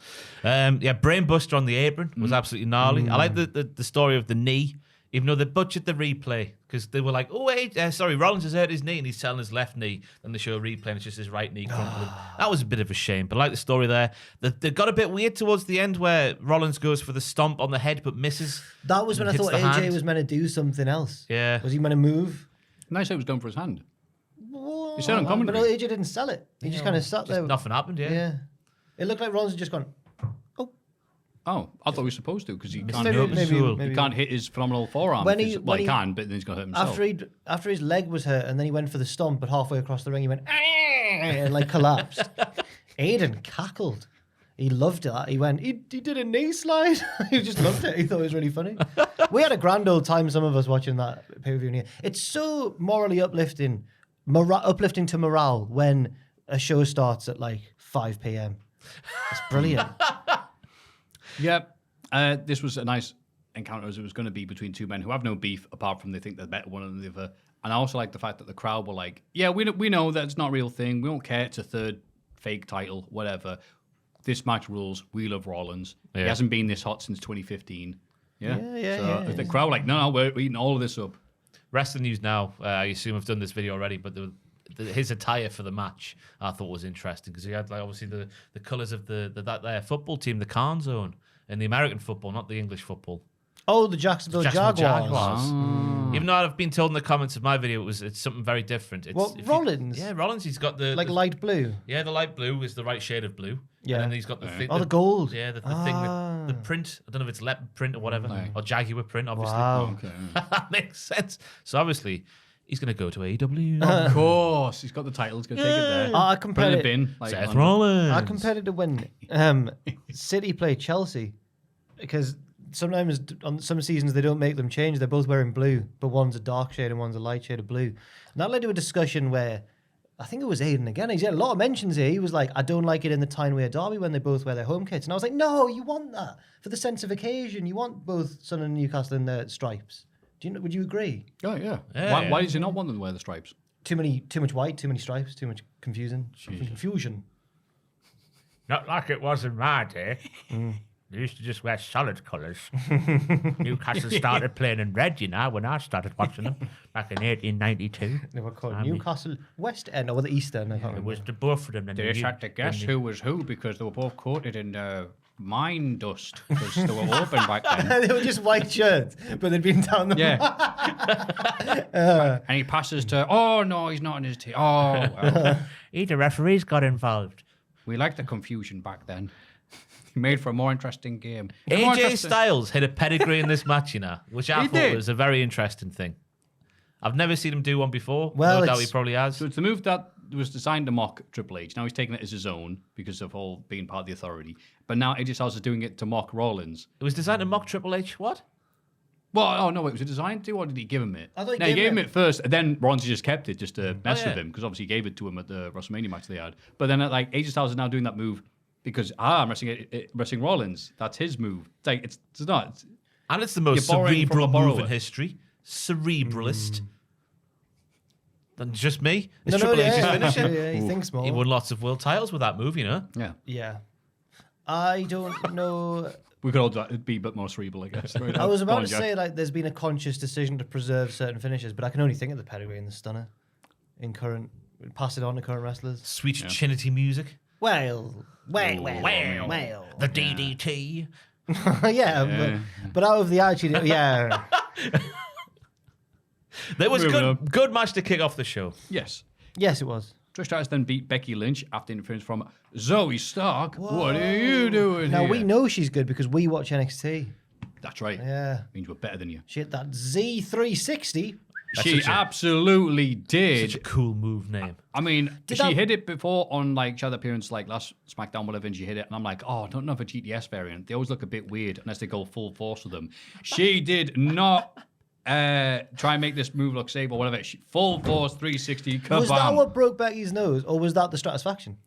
I don't know, but I couldn't tell. I think Becky should break her nose every single time she wrestles because it always results in good camera shots. Nothing but good things happen when she gets Exactly. a busted nose. But how can you say that as an avid NXT watcher, saying like that was your awakening for the Z360 when she nails it every time she hits it? I remember when she done Sol Rucker, her soul went flying out the shed. Flying out the shed. Fantastic. Off move. into the sea. Yeah. Surf forevermore. Cowabunga dudes. She loves surfing and training wrestling. And riding. And Gets ice better. skating according to Booker T that one time. Sometimes I even play ukulele. She's crazy. Like this match. What do Oh, you it was think, Ross? really good for, Trish being, not a full-time wrestler anymore, it's fair to say. Her pulling away at Becky's mouth was funny. It was all her simple offense all the way through the match was good. Like, because obviously for me, I struggle with Trish being a heel because she just sounds very nice. Like when she's cutting that heel promo on Raw that we'll get onto later, it just sounds like not your granny, but like your auntie maybe. Just like, oh hello there, I'm Auntie Margaret. Ooh, ooh. Yeah. The back and forth stuff was very good. I thought it was a bit of a sleeper of a match because obviously set up for the angle at the end there. They didn't go all balls ablaze, and if that's a right turn of phrase to use, I don't know. I like balls blazing. Yeah. I thought Trish was fantastic here. Just her whole performance. She was on the top rope, I think, choking Becky, and the ref goes 1, 2, 3, 4, and she got off, and Trish just goes, I know. Like she was so condescending. She had the thank you Trish attire. Yeah. Yeah. Like just being her character the full way through. Again, it wasn't like amazing action or anything else like that, but it fit the story that they were telling, and I really liked them. She's also older than I thought. I think she's like 47. Get What- away. One sec. She's 28, man. If I've She's made a- 28 if I've years made a old. huge mistake here. I'd like to apologise to Trish Stratus if I got that wrong. While you're looking at that, the only thing better than the match was they showed the finish. And 47. Well done.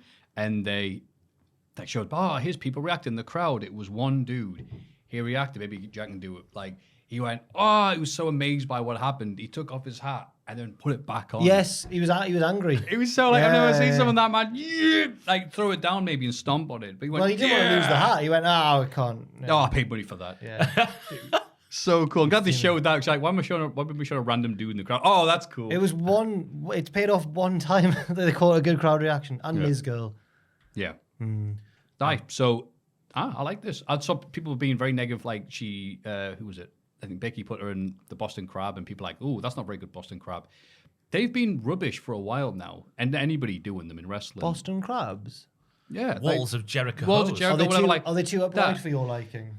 No. I mean, people will complain. I'm like, a lot of people put them in like this. I mean, wanting to be like, I don't know, Guerrero, Benoit, 96 was actually getting stretched. But I'm like, no, I've generally seen more rubbish ones than good ones in the last few years. So I thought people were being a bit too critical there. Do you prefer a line tamer the knee to the back of the I'm all right shoulder with blades? it. It's all fake. Matthew prefers the sharpshooter, let's be honest. Of course we do.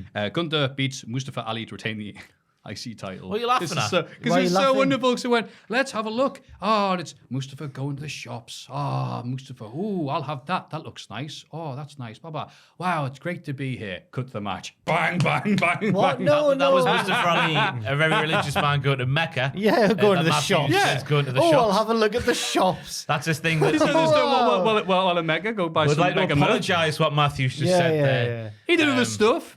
He didn't eat or drink on his way The there. point of the video wasn't that he went to the shop. That's maybe why he lost him Gunther Oh, so my bad. I thought it was a shame they couldn't show that promo package earlier to get more people on board. Because by the time the match rolled around, I was like, yeah, go on, Ali. Yeah, this match. Come on, Ali. This match was my sleeper hit of the weekend. Really? I think so. I really enjoyed it.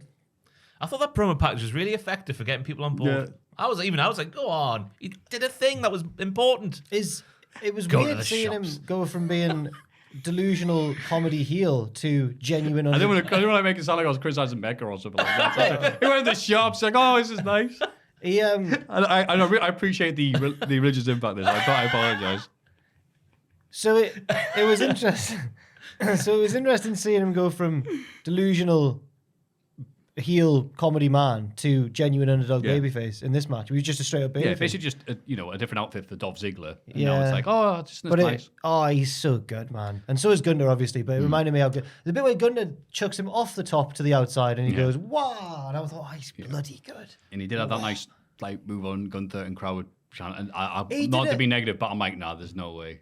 What? There's no way he was being Gunther. He did a didn't sit-out believe him. powerbomb on him. He And- carried him to the middle of the And ring. a Even with 450 that- straight away after that sit-out powerbomb. Even with that, I'm sorry, just being Mr. Cynical. Did you Even not with like the that and the match? promo package, I'm like, he's not winning. Did you not like it though? The No, it was good. It was Oh, good. right. But it was just watching like, yay, this is it. Yay, I'm like, guy. No, I like, never believed. Here we go. I never believed that he would win, but I didn't expect the match to be. I thought it would be like a squash, basically. No, it was very, very nice for what it was. Yeah. Trevor versus Brock, I was expecting before it happened, but it didn't happen like that. I was Oh, Ricochet. I thought you meant the other. Yeah, I thought you meant Trevor not the as well. fake Trevor, the real Trevor.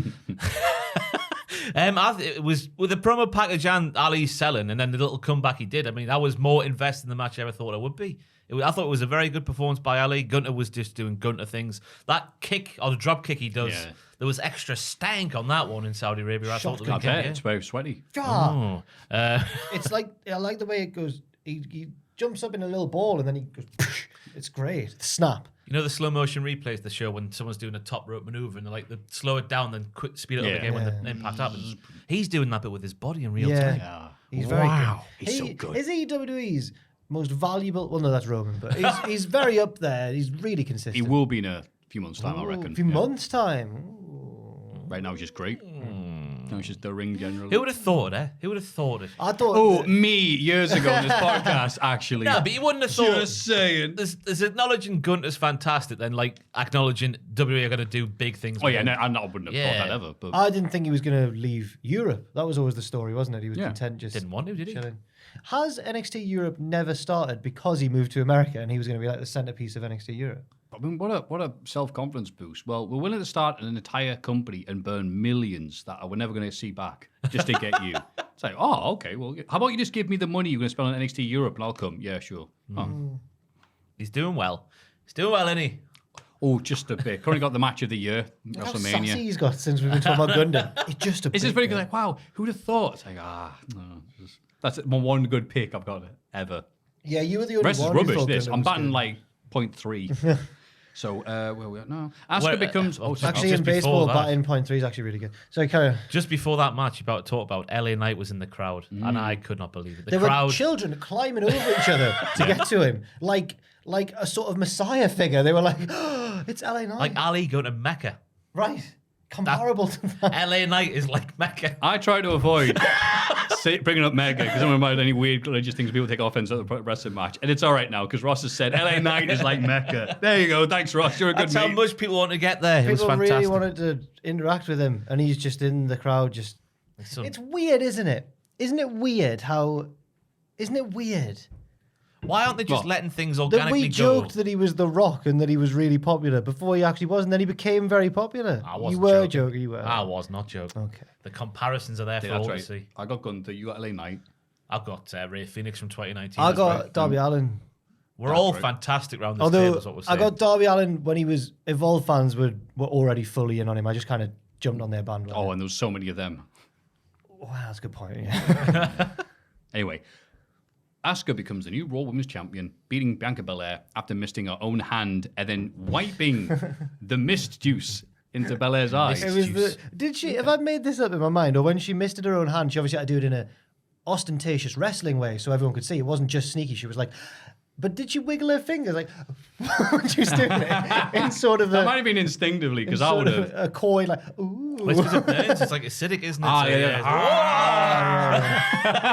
it's- I compare it like the honeycomb maze from Takeshi Castle's days. That monster in there who would like do the same thing and then Yes. go, ha ha. But his was more inky, viscous substance. Sometimes there was two of them, and then one of them would restrain the person, and they'd go, Throw them out the door into the lake. It was Yeah. so gnarly stuff.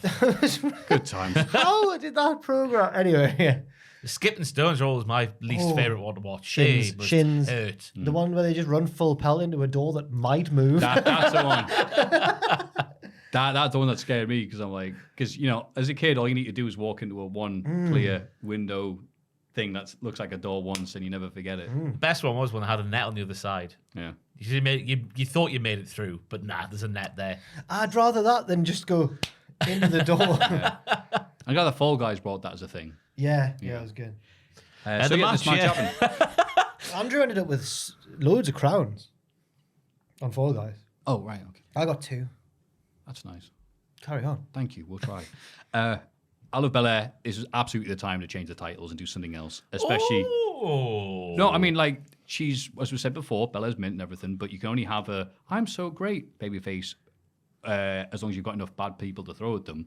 When you run out and the bad person's getting cheered, even here in Saudi Arabia, it's like, it's like probably time to do something different. It was pointed out that Asuka, because instinctively I was like, oh, this is how they get it over to Raw. And I think it was Fraser who went, or someone went, no, she's been drafted to SmackDown. I was like, the belt's still on a SmackDown. I've stopped paying attention to that because so have WWE. Yeah, fair enough. They have. Yeah, I thought of, like, for an ending of the 420 reign, 420 days, it felt weird that this to be the ending. It felt to be a bit more built up to. Because Asuka sort of come out of nowhere in the... I thought it was about the blue. Yeah.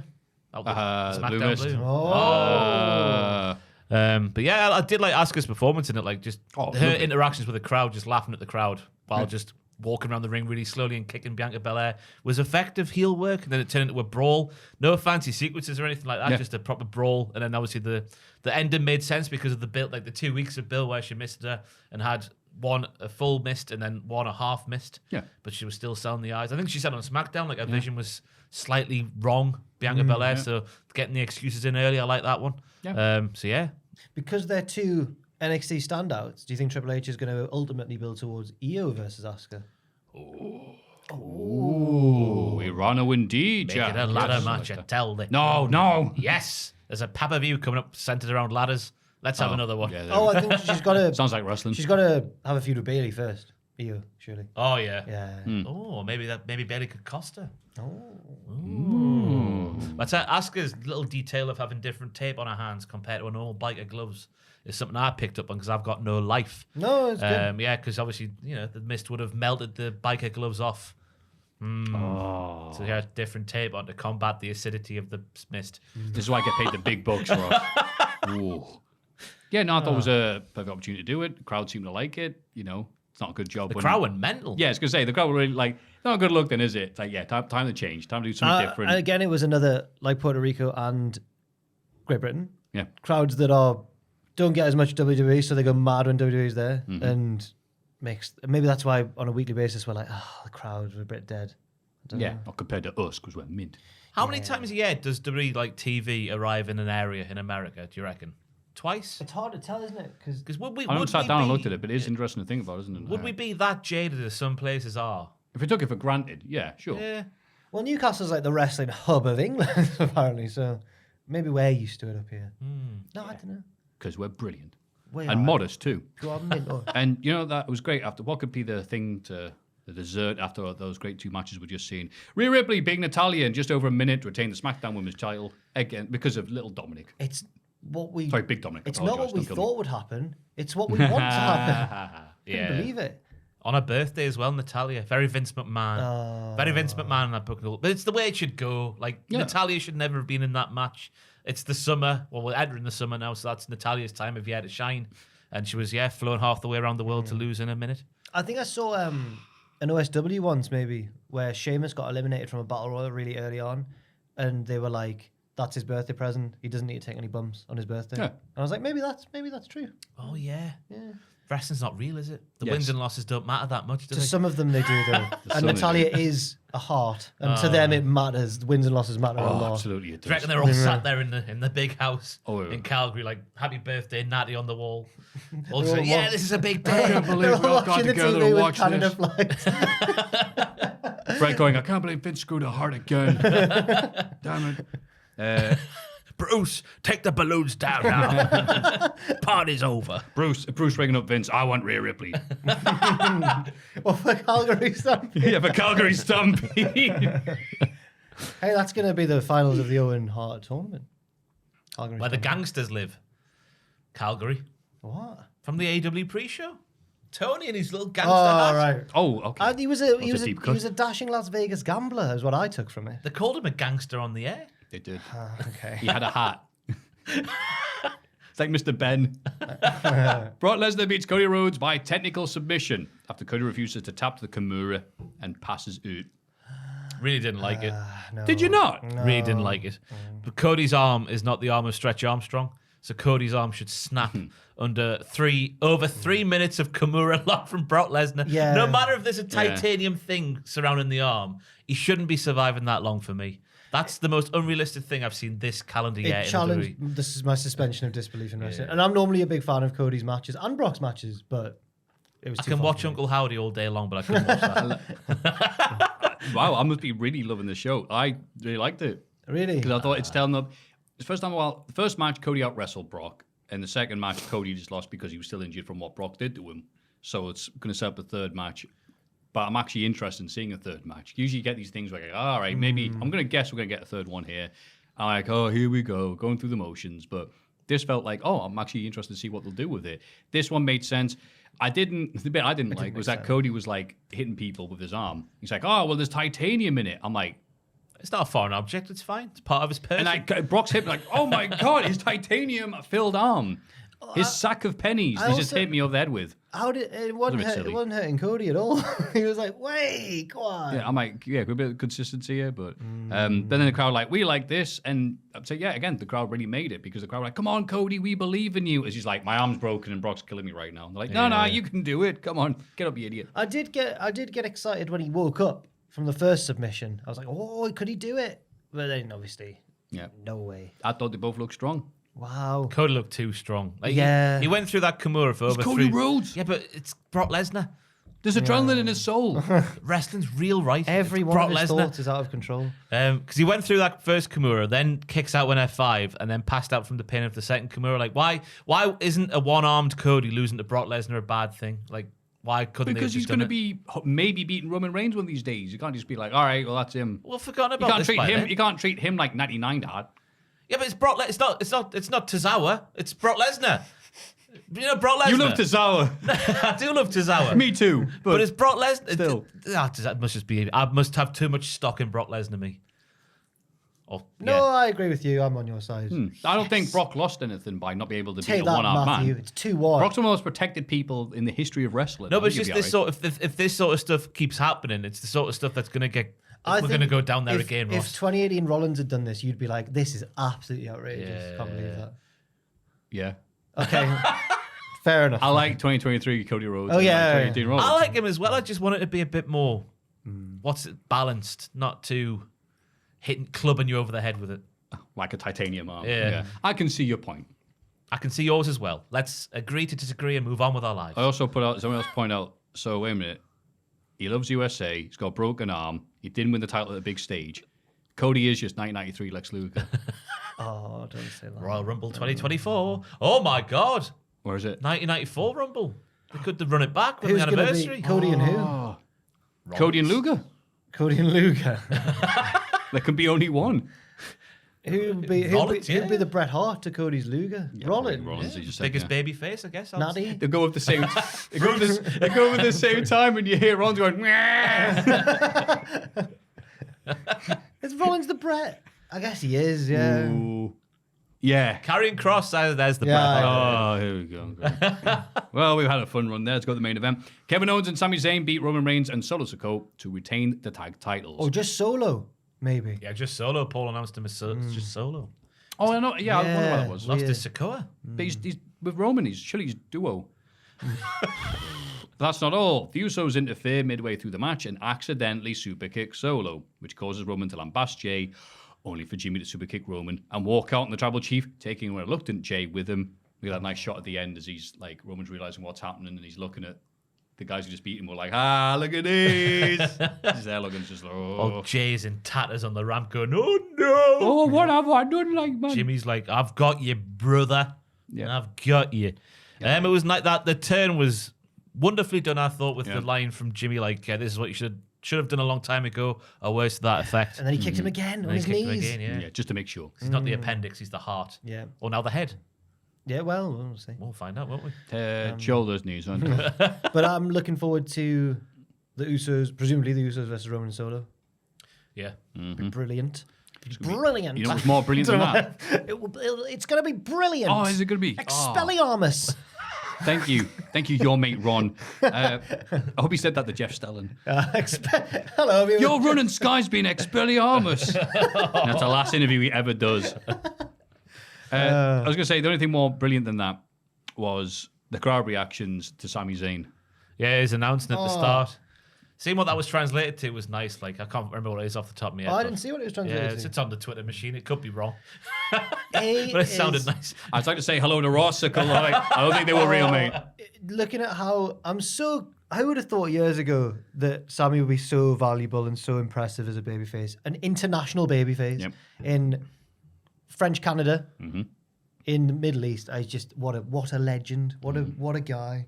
I love Sami Zayn. I'm so pleased this has happened to him. Nice video as well of his wife and his kid watching at home on the Mac. Oh, spine tingling.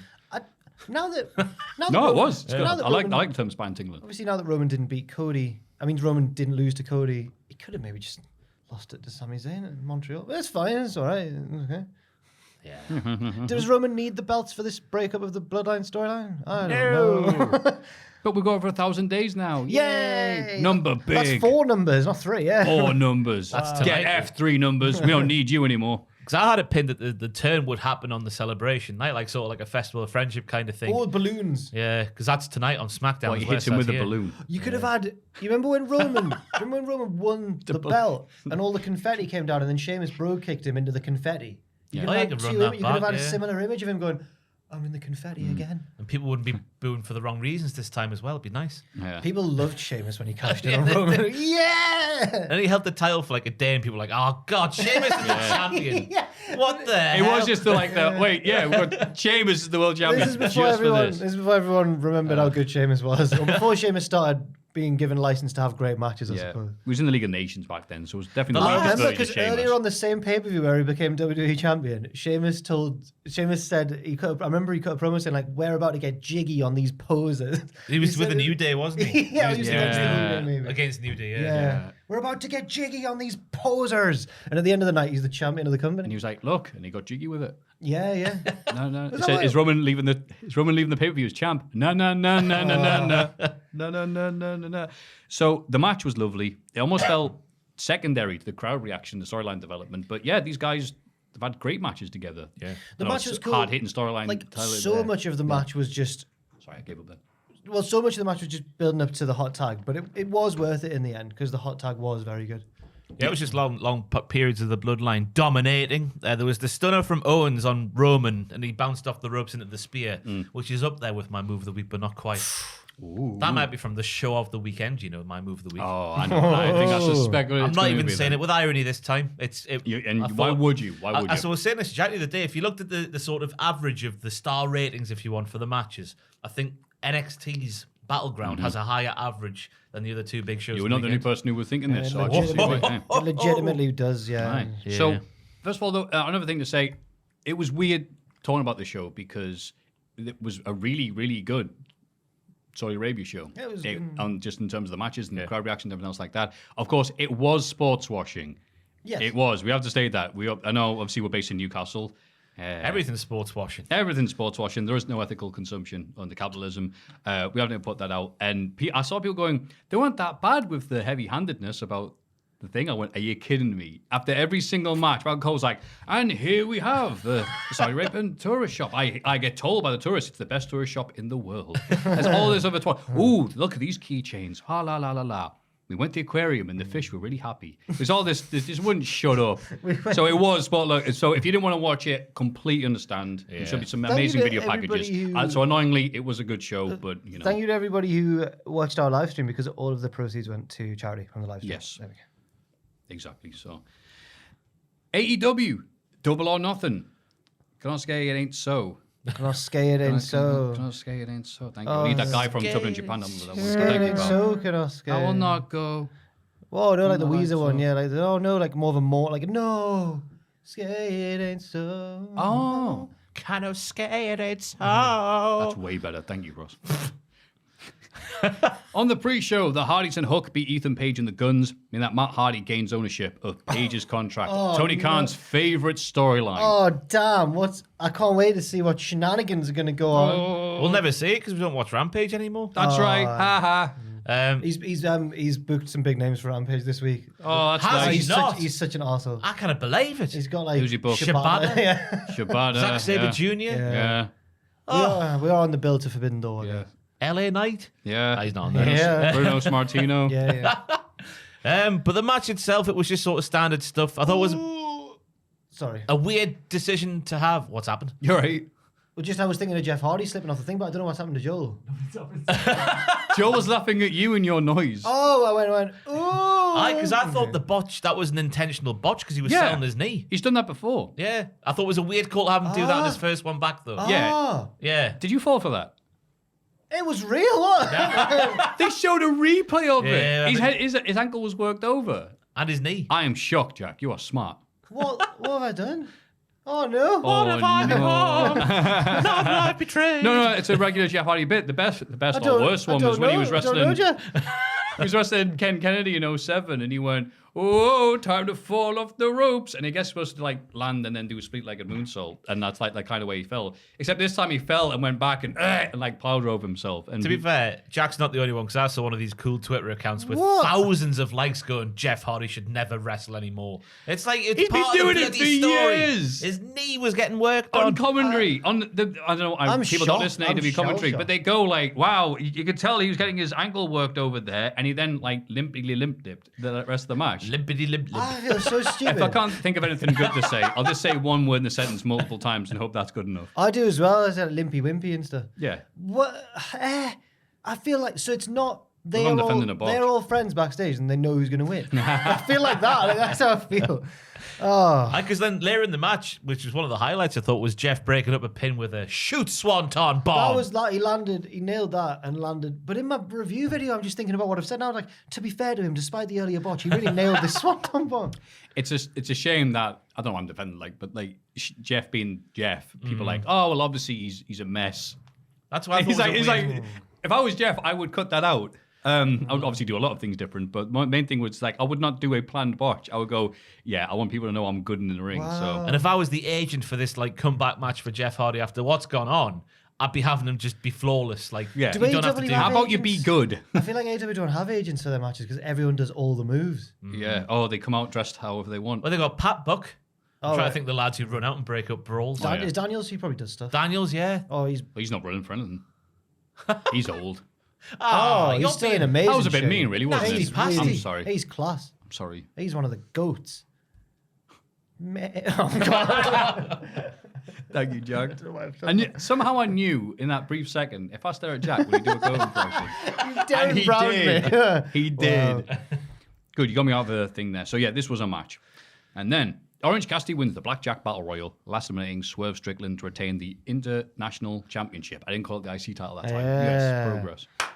Thank you. What do you think, Ross? I thought it was good. I thought the ending was especially brilliant between Swerve and Orange Cassidy. The stuff on the apron was tantalising. I liked that there was a lot of lads at the start who didn't go straight in the match because even though what Jim Ross was saying, I think if you had a brain, that and if it was real, it's what you would probably do. Would you just stand on the ramp and just go, "Oh, you fight.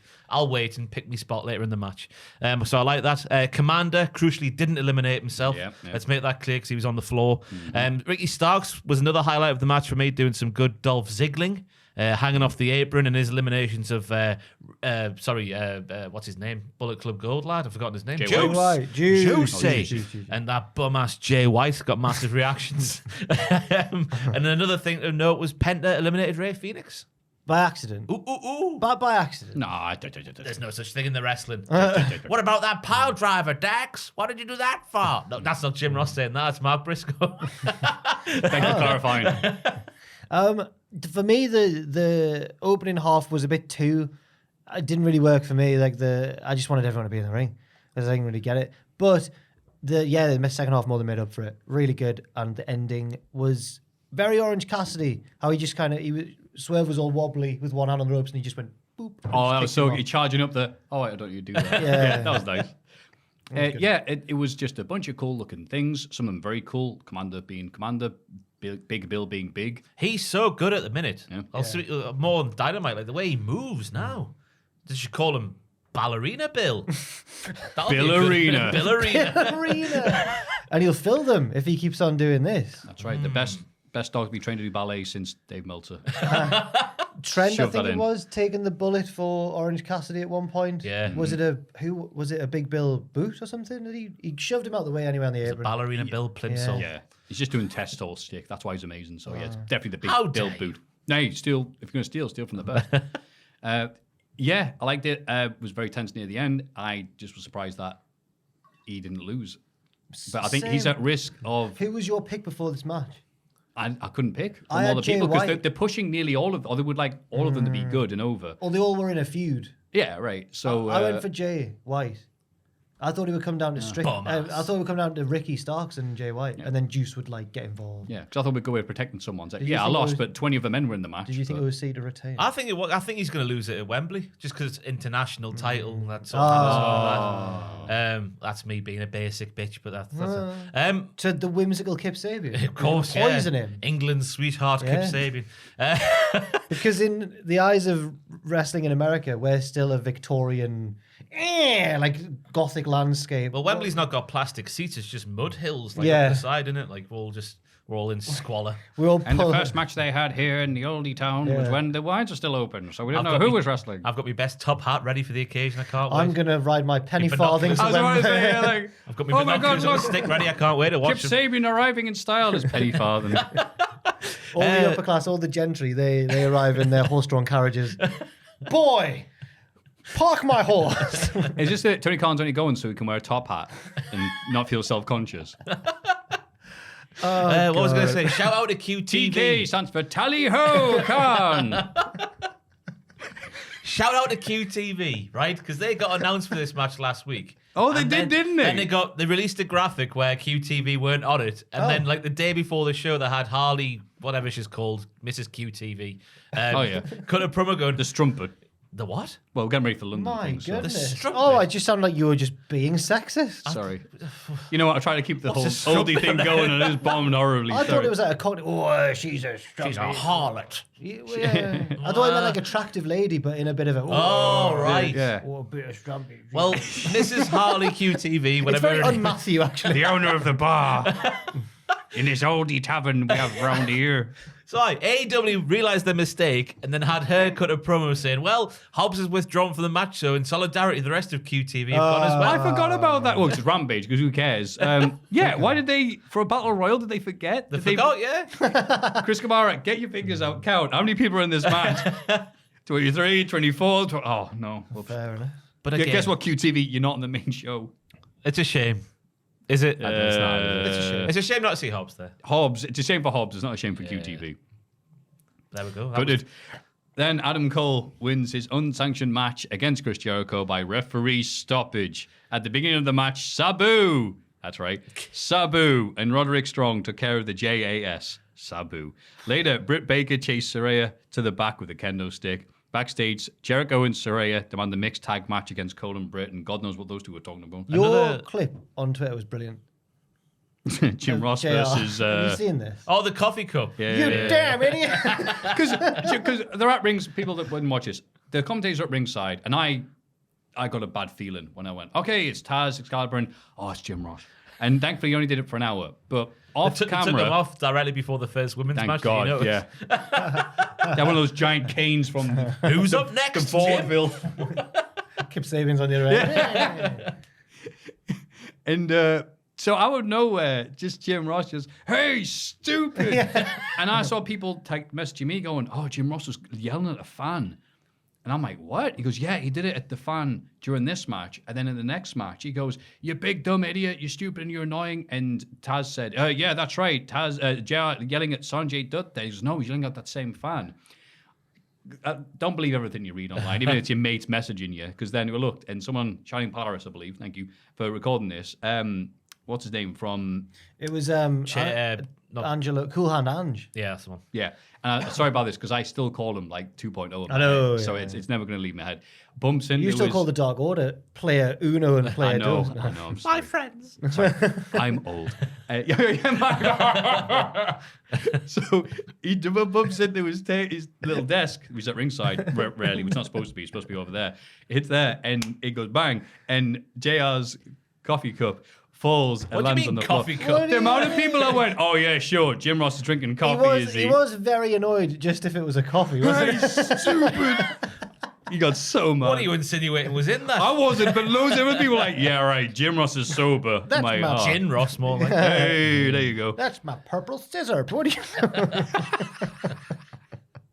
So that was just funny because it's like, wait, why is Jim Ross yelling at somebody? But no one saw it. But now I felt like we had to clarify. It that looked from the replay as if I don't know if this is true, but it would be so funny, and I'd love him if he did. It looks like he did it on purpose because he throws himself he flies from off screen into the announce table, and the cup just sadly bobbles off. Jack, a cultaholic, exclusively reveals No, that JS knocked over Jim Ross's coffee cup. Take that, JR, you bum. To be fair, there was a match later in the night where I forget what commentator said it, but there was another bit where people were going on the announce table, like I guess the mandate was ignored or something like that, or whatever it was. So maybe Taz said that when yeah. Moxie jumped off. That was It was the one, yeah. again. Oh. Don't talk about this bit, but Tony Schiavone was like, "Oh, it's the first time I've been here at ringside ever." And Schiavone went, "No, it isn't." So he goes, quick. What? He goes, "No." So when was it? It was a Fighter Fest 2019. He goes, "Oh, I wasn't here then, yeah." And he goes, "Oh, don't worry, you've missed out on your ankles getting banged every time anyone's been next to you." So I don't think they'll be doing They this weren't again. having a good time. They were not. Was it because? Was it during the Anakin Arena? At one point, someone shouted like, "Right here on our announce table!" Like they couldn't I guess. believe. Oh, Yeah. maybe because they had the band and then they couldn't put up whatever. I don't know how they did that, but it's funny because AEW, it's nice because it's a bit more relaxed. So they'll say stuff like, "Yeah, thanks for ignoring the mandate." Yeah. Anyway, and it was a lot more interesting than sadly this match. That's going to be Collision, by the way. Which- That's why I'm excited for Collision. It's good. It's at ringside. All shoots all the time. No, just like Oh, people just doing and saying absolutely. what they want. I can't wait. Yeah. You think these podcasts are long? Wait until AEW presents Shoot Week every week. This match again. Adam Cole versus Jericho should have been all right. They had the good feud set up. It was okay. The action wasn't bad. It went on way too long. The stipulation completely buggered them because this second match on the pay-per-view is unsanctioned. You're like, okay, we're really stretched the limits and believability of these unsanctioned matches. And then the match ends with some punches being thrown at defenseless Jericho, and the ref going, well, that's too much, an unsanctioned match. It should never have a match where the crowd boos when the babyface wins. It was unequivocally. designed to make us think Adam Cole's a massive hero, and it totally backfired. It did not work. It's a shame because I really like Adam Cole. Yeah. But yeah. If they just had like a hardcore brawl or whatever, it would have been fine. Have a mixed tag on this show and Right. and then give the unsanctioned match more of a spotlight on Dynamite the next week. It's That another probably would've Jericho feud that's gone the wrong way around. Like, surely you'd use, as Jack said, the mixed tag to get two. Why was the mixed tag the blow off? Or will Yeah. it continue? I don't know. It'll continue until Jericho wins. Until Jericho buries his opponent. And that's the 5-1. feud winner. He's won, yeah. It's the last one that scored that's most important. And again, Sabu showing up was one of those. Wait. Let's just pause. What? Sabu's here, and he took them all out with all of the JAS with a chair and then a lovely little splash through the He table. fell off the I was scared, but he was all right.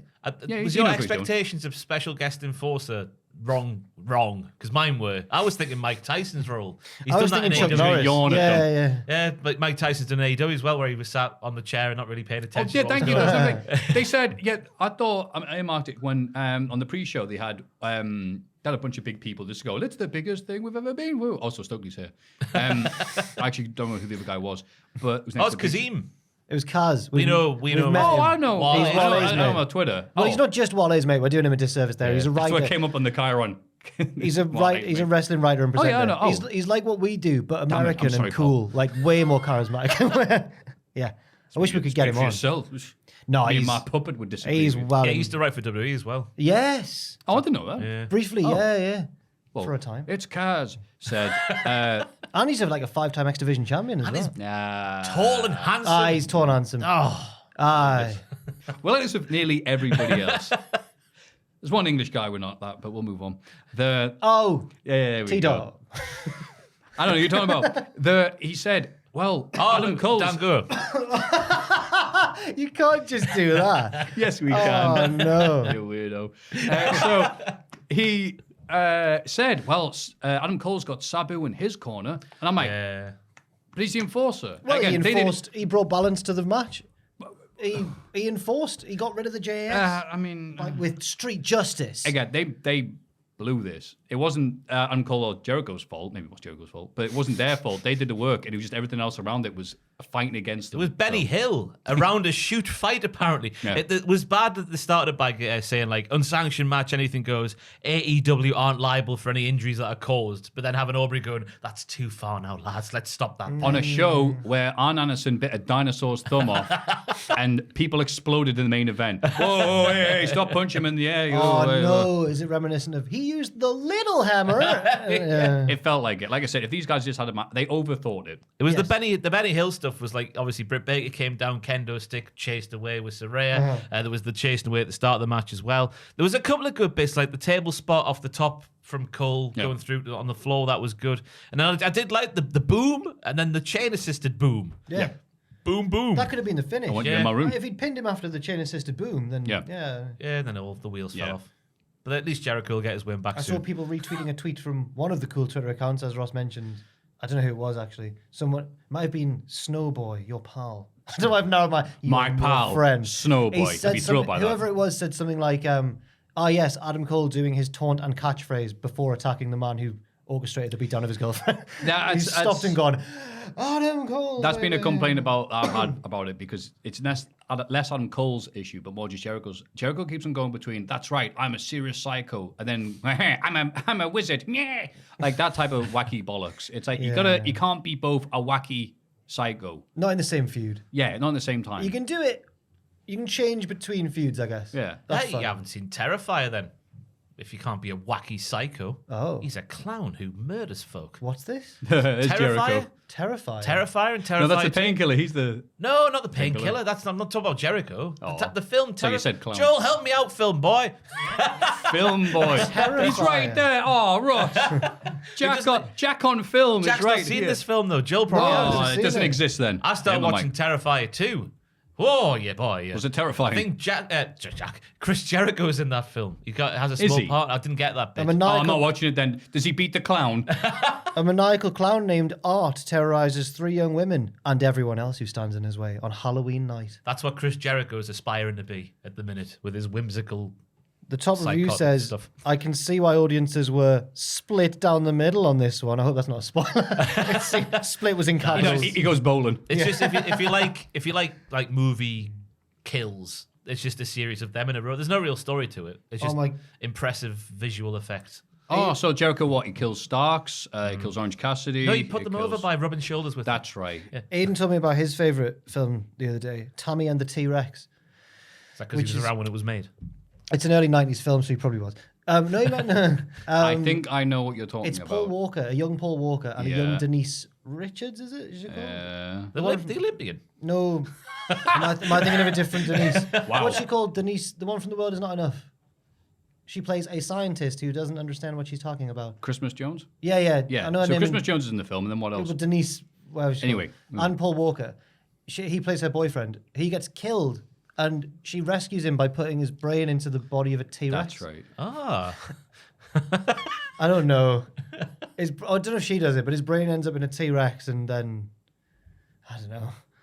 And hilarity ensues. Then he knows how it feels to be Jordan Pickford. Oh, that's England's hero. That's England's number one. Come on now. Shocking. Boo. That's FTR. evidence savior, Jordan Pickford, by the way. Right. FTR retained the titles against Jarrett and Jay after a shenanigan-filled match. Ah, that's always fun. Yeah, This was with good. Mark Briscoe as special guest referee, which I guess, according to Kaz, means he's in FTR's corner.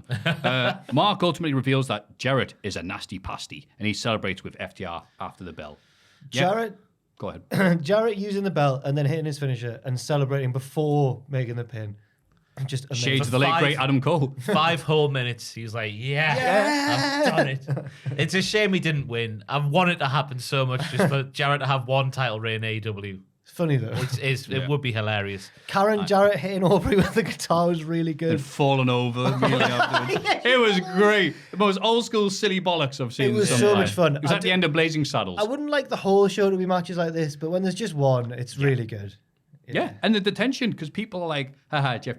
No, don't actually win the titles, which is funny by itself, but when it's FTR, who apparently can never lose or have any title defense, or people will get mad online, that's right. is hilarious, because people are like, no, God, no, not Jeff Jarrett. Then he's just soaked all in on exactly what he's doing, like doing the strut. It's like, he's not going to lose the tag titles to a strut. He's good. Sanjay's, Oh, it was beautiful. Sanjay's good at what he does as well. Just being annoying. Satnam got ejected as well, I think, with Sanjay, so he didn't have tall. as much to do. Yeah, he's going to be tall.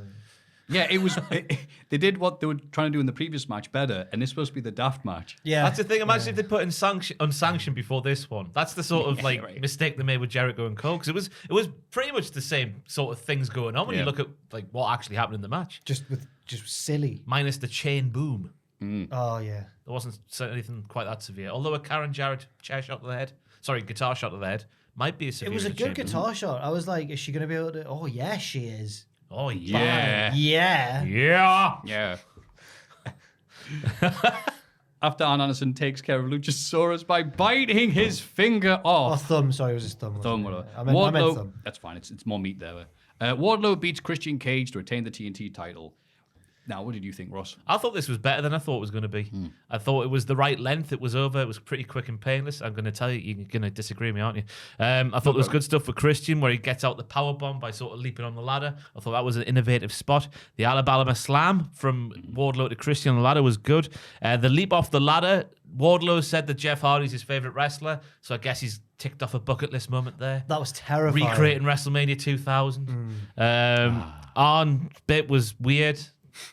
I saw a picture on Twitter where someone had put a face into a cherry pie and just like pulled the guts of the cherry pie out a bit, and it looked like Arn. It was astonishing. They made eye holes in a pie in a mouth. It was really Looked good. like a Slipknot mask or something, but it also looked like Arn. Yeah. And yeah, there's the bit where Wardlow does the Jeff Hardy bit, and then you see Christian, who realizes he's all alone. Him doing that little Vince McMahon from whatever WrestleMania it was. Oh yeah, he 19. did. That was a good spot. I thought it was all right. Christian's really good. Yeah. And Wardlow did his best. I felt bad for them when Wardlow did the jump onto the ladder and it went just wee. Yeah. But it kind of worked because it stopped Christian from climbing the ladder, I suppose. That was the point of it. Yeah, it did work that way. Yeah. didn't- It felt like when it you made see sense. those dogs, they think they're still puppies and they jump up at their own. And everyone's like, "Oh God!" Yeah. Yeah, Wardlow's not a cruiserweight. No, but he thinks he is. But it was, I enjoyed it for what it was as well. I didn't get the on bit. Well, we meant to be like, he's so sick, he'll do anything to help his mate. He'll bite Luchasaurus' Bite thumb. Luchasaurus' Was thumb there meant to off. be like loose skin? Was he bit part of the? Was he meant to have bitten part of the I think he thumb? meant to have bitten it off, wasn't he? The amount I of blood thought that was it Why- produced. I think his thumb was there still. They should have just shot him. Just shoot Luchasaurus. RJ City asked him that on the pre-show. He went, "Are you packing heat?" And he went, "Ask your mum." Ask your mother. And RJ City went, "My new stepdad." Oh, no. They should have made the blood green as well. Oh, I hadn't thought about that. Is it green and Danny and the T-Rex? What was that film? Tammy, I don't know. It's green in Mortal Kombat when you fight one of the lizard characters. That is true, so, actually. yeah. Well done. I like that. Or I grey thought, when it's one of the robots. or if it's in the censored version, sweat. Cyrax. Oh, really? Oh, Yeah, okay. but it just looks like jizz. I liked the first half of this match because it was like, Christian, the old wily veteran's going to outsmart that pesky Roadrunner with his ladder-based offense, going to be smarter. And I actually liked it because it's like Wardlow's like, I'm stronger than you, but I'm not as smart. Blah, blah, blah. And I was like, oh, this is actually a nice little story they're telling. And then it all went to silly bollocks, with the thumb and everything. I'm like, oh, okay, you missed the landing somewhat. And then Wardlow is just, hey, it's a ladder match, time for me to do a dive. And it was very impressive and nice, but you're like, is that helping you? Nah, but we don't think like that. Put him through a table. Yeah, okay. And he did win in the end, I guess. So, and Arn Anderson helped by going, climb. Like, cheers. So it was really good for the first half and a bit of a mess in the second half. But Yeah, I didn't mind the silly bollocks because it's not a feud that was that severe. No, Christian is just being Christian, hasn't he? Just saying things other people wouldn't say. That's as far as it's really gone, isn't it? If we can now get the Christian Jarrett power trip, that would be amazing. Oh. Yeah. Anyway, so now we move on to the next thing. Now we move on I should look and find out where I am. Tony Storm and the Outcasts attack Jamie Hayter before a title defense. She still agrees to go ahead with the match, which Tony wins the Help Exposed Turnbuckle to become the new AEW Women's World Champion.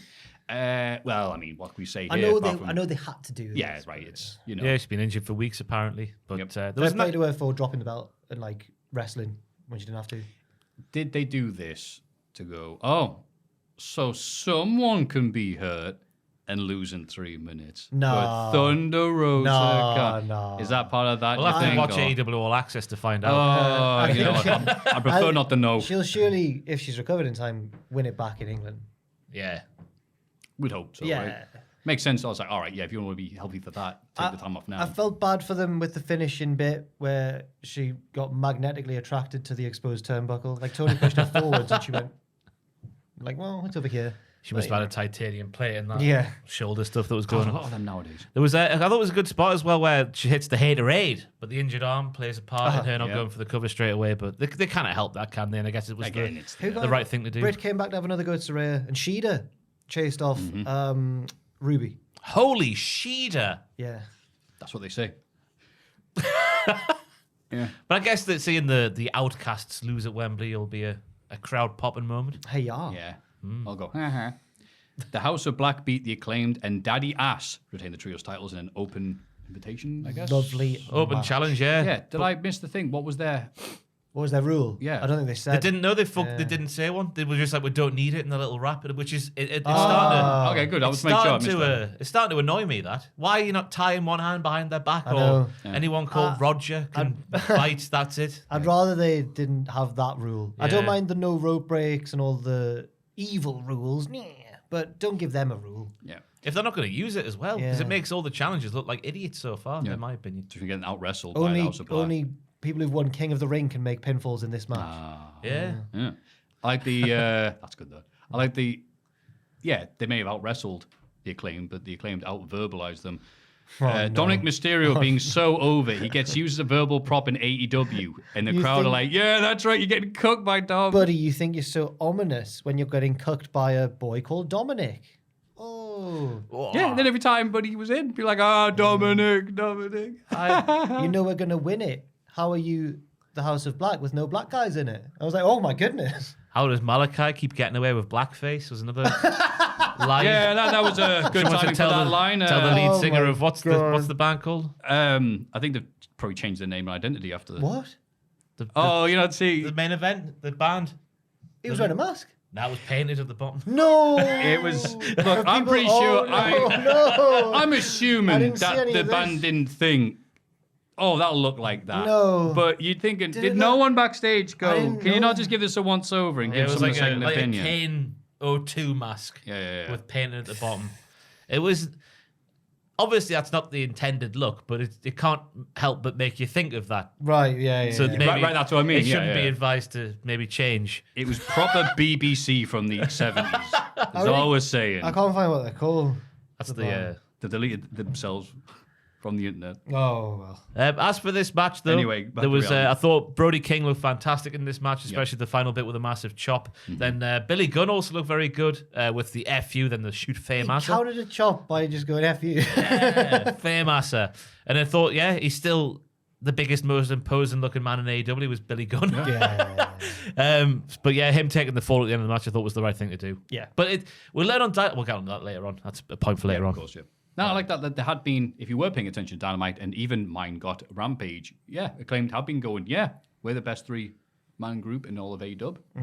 We should have a shot. So when this happened, it was like, oh, okay, mild shock. Now, this should be good. It was decent. Wasn't like, okay, this is the best thing ever, but I liked it. Just a crowd-pleasing thing. And the crowd really, really liked Dominic Mysterio. Yeah. And if we referenced the little Twitter exchange afterwards, what did Rhea do? We did it on news the other day. Dom picked her up. One of them said, Rhea said, like, oh, We're over in two companies, yeah, Dom. but he said, yeah, they used their TV time to get you more over or something. Yeah. Yeah, and she's right. Yeah, she is. Well, yeah. yes. They shouldn't do that, should they? Yeah. No, it's But funny. she then tweeted something. She went, thanks, dickhead. Jade Cargill beats Taya Valkyrie, whatever, Taya. No, you got it, you got it, you got it. I got it right. Yeah. Oh, bollocks. To retain the TBS title. I'm pretty sorry for getting it right. Valkyria in NXT. I land. feel so silly predicting that Taya would win this. But was I right in a way? No, I wasn't. I wasn't right. Oh, don't worry. But she's immediately challenged by returning Chris Statlander. What are you doing here? Who beats her to win the belt and give Jade her first loss? Bloody hell. I was liking the entrances. All the pretty girls walk like this. That's what they do. We've made it uncool now. There we go. You suck now. That was nice, and they made it feel like a big deal. And I'm all right with Taya's matches, but I just didn't believe she was going to win. Because they try to emphasize Jade has 0 losses. Taya has 1 against Jade. If I'd known she was on 59-0, then I don't think I would have. Yeah. It was easily like Jade's most competitive match to date, like in terms of. I think Ty Conti got a fair bit of offense in their pay-per-view match that they had. Yes, it was a sprint though. It was like a few minutes long. Yeah, but in this one, obviously, Taya was hitting the road to Valhalla over on SmackDown there. Near fall. Near fall for that, near yeah. fall, Jay was doing springboards in this match, just mapping out new. I don't think I've seen her do that before. She probably has, but it felt new to me. And then just there, the gimmick after we've been WrestleMania 9, I guess. She's In a way. No. Yeah, I saw yeah. people, and I was like, are you okay? Oh. On TV, Jade has been beating up a jobber, bar, pin, and then another 1, 2, beat them, another. And obviously, then she's been doing that. Like, I demand more competition. I demand more matches. So then Chris Statlander comes out, and she went, yeah, bring it. Next week on Dynamite. That's when we do it. Yeah. Yeah, she should have, but she went, no. Silly. She Drunk on power. She was hooked by her own leotard. And hoisted by her own. Well, No, so close. I was going to say, Hook Hoisted by her own won the FTW title off Ricky Starks in this way because Starks had just defended it and That's then right. went, "Oh, my neck! I'll have another one." And I was like, Yeah. I thought it was so people going, oh, well, how can Chris come back and be a big babyface after she's challenged this? But it's like, Jade went, yeah, bring it. Yeah. Like, that's what she's been doing. If Also- you were watching TV and pay attention to stuff, then it would make a bit more sense. But I guess if you weren't, you're like, why would I cheer Chris Statlander? So, Well, I something have for been people paying to pay attention, Maffew, to everything AEW do. And I thought it would have been nicer if Jade just lost a normal match for this long streak that she's been going on for 2 years now, 3 years now. But that's different strokes for different folks. Absolutely. I'm just glad I think we both agree, though. I'm glad the title's off her because it was... I'm not. There's no division there. Who's Chris Statlander fighting now? Well, as we find out, always the answer whenever you win a title in the women's division in AEW, Nyla I think Rose. she's still got unfinished business with Mel from the Nightmare Family.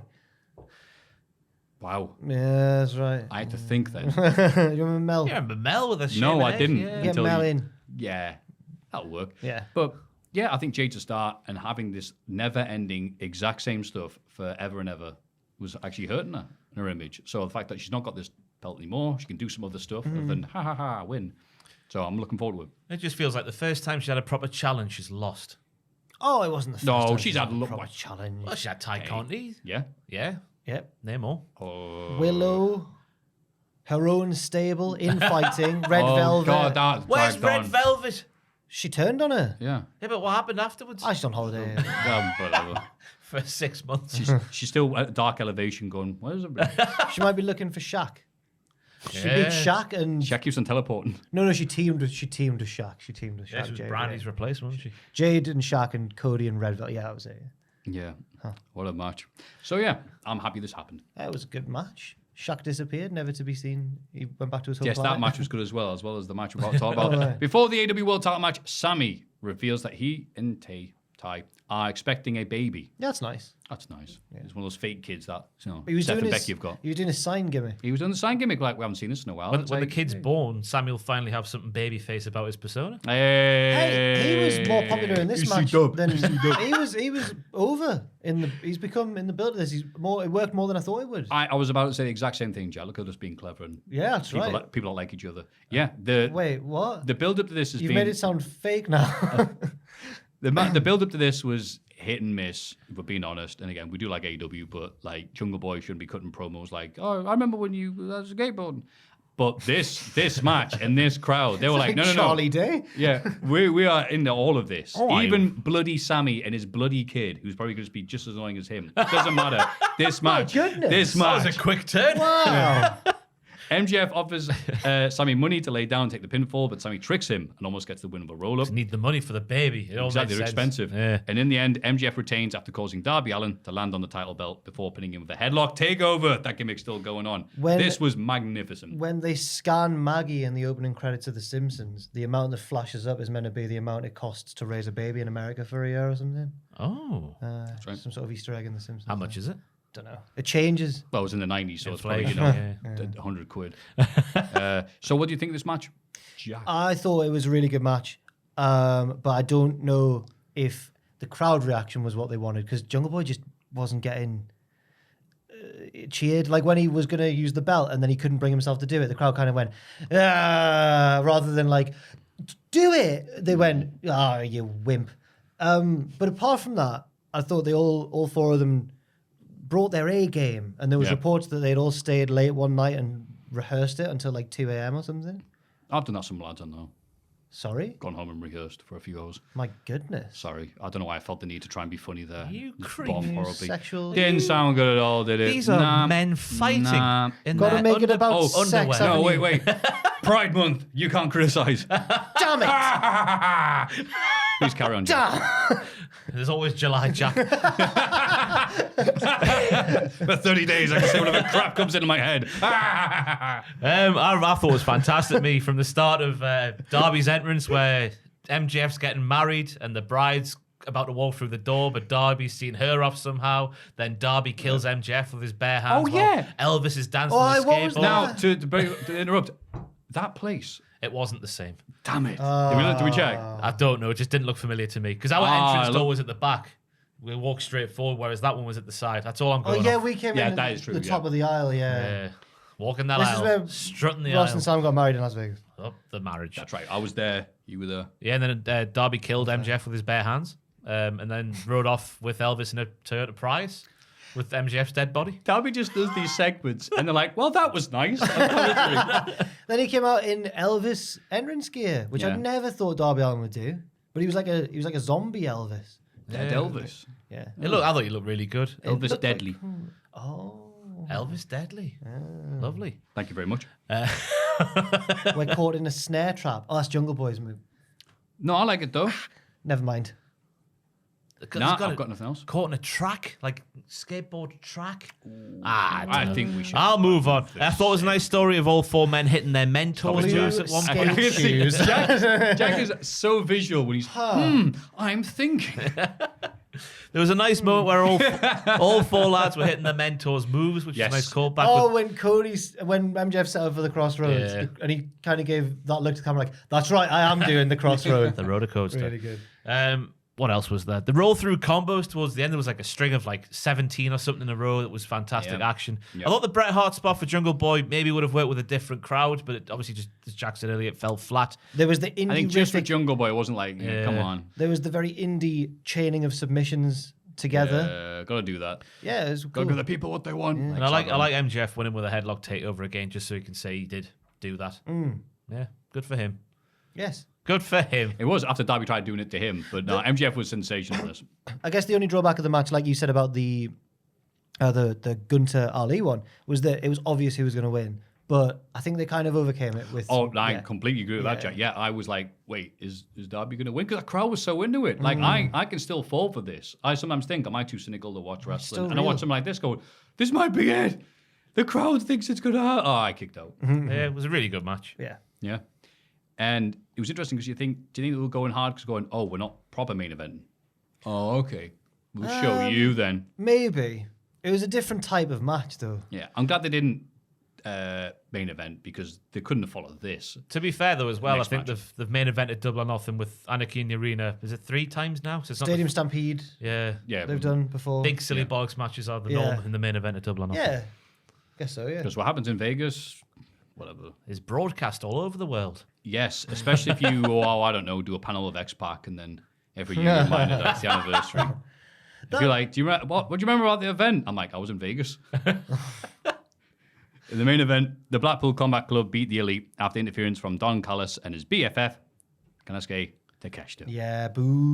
Boo, boo, boo, boo, boo. That was a fantastic shock. A shock to the system. rather like an electrified boot. Yes. From a bootleg That was trainer. fantastic. That's what I watch wrestling for, moments like that. Absolutely. There was no setup to this, whatever. Matt Jackson slinked backstage. After taking a pile driver in the back of what I thought was Trent's mom's van. Yeah. Might have been Trent's uncle's pickup truck. Who Oh, there you knows? go. They're both allowed to have these. Can both have vehicles, yeah. But he slinked backstage, filled his boot with explosives, and then kicked a man in the head. It was fantastic. Yeah. I don't care what you say. That was more realistic than Cody Rhodes surviving a Kimura for 3 minutes. Up the explosive boots. I don't know, got the win for Brock. Kicked out this move. There was I thought there were two callbacks to previous AEW history. Go There's on. the eye patch reveal, which Yep. Moxley did to Jericho, which I think Hangman did to Brian in the ring. He went like, "Look, my eyes fine." Yeah. Right. And also the poker chip, Omega and Moxley, Yeah. which they did in the very first show at the That's very right. end of Double or Nothing. I forgot 2019. about that. But this time, Moxley had laced it with barbed wire. didn't he? Yeah. Of course he did. Saucy Everything's boy. covered in barbed wire in Moxie's life. Yeah. His bookcases, his cornflakes, toilets. yeah. God. Rick Knox is a big fan of John Moxley, we learned. The Knox and Mox connection. He was bleeding in this matchup Yeah, here. what? At one point, yeah.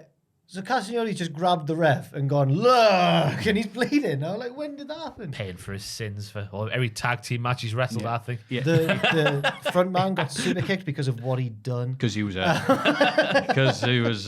you know, Oh God! yeah.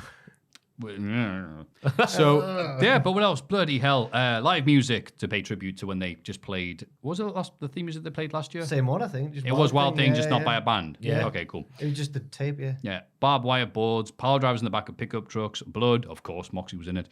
Leaf blowers, which don't look like fearsome weapons, it's got to be Get said. rid of the confetti from Chris Statlander. Yes. I wish it had been. Oh, I wish it had had less of a colourful aesthetic. The leaf blower. It looked like something from Toy Story. it did look rather toyish. A giant. When they're brawling up and down the steps and the crowd go, yeah, there was a giant. Cody Rhodes is my favorite mid-carder side that someone held up. Legendary Twitter exchanges. Exploding super kicks, thumbtacks. And then it's like, well, they're finally going to end it. They're finally, oh, here comes Don Callis. Oh, he's a worm. But he's got the bloody screwdriver, blah, blah, blah, blah. Oh, no, they're taking him off him. And then, here comes Takeshita to do the sexy reveal. And then Wheeler Yuta getting the pinfall with that roll-through crucifix. That's not the move for it, is it? But yeah, he did. It's kind of a roll for crucifix thing, but it's a thing that no one can kick out of right now. Yeah. Yeah. It was anarchic. I don't think it was quite as good as the original one, just because that was the first time we'd seen this sort of thing. But I still think it did multiple jobs well. I thought it was fantastic, mate. Oh. Especially the moment where Kenny Omega turned into Captain America. Oh, my with God. his trash can lid. Hiya!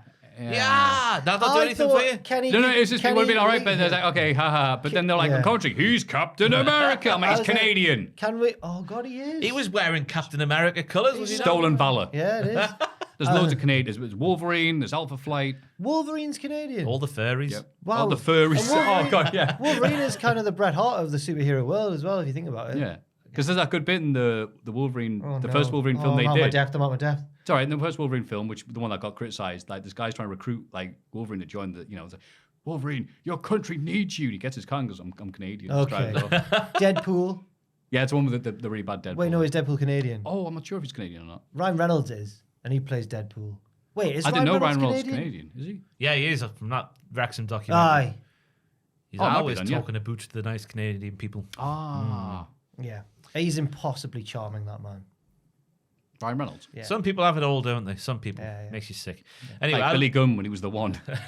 He's more charming than the one Billy Gunn. Oh, I don't know. Like, Okay. let's not argue. This isn't a noodle debate. Deadpool is Canadian. Deadpool's Yeah. Canadian as well. Wow. They got the best Captain superhero America. as well. Disgusting. another part of this match I like was the little bits with Kenny and Hangman, because they're not friends, but they're family, so they begrudgingly fight together.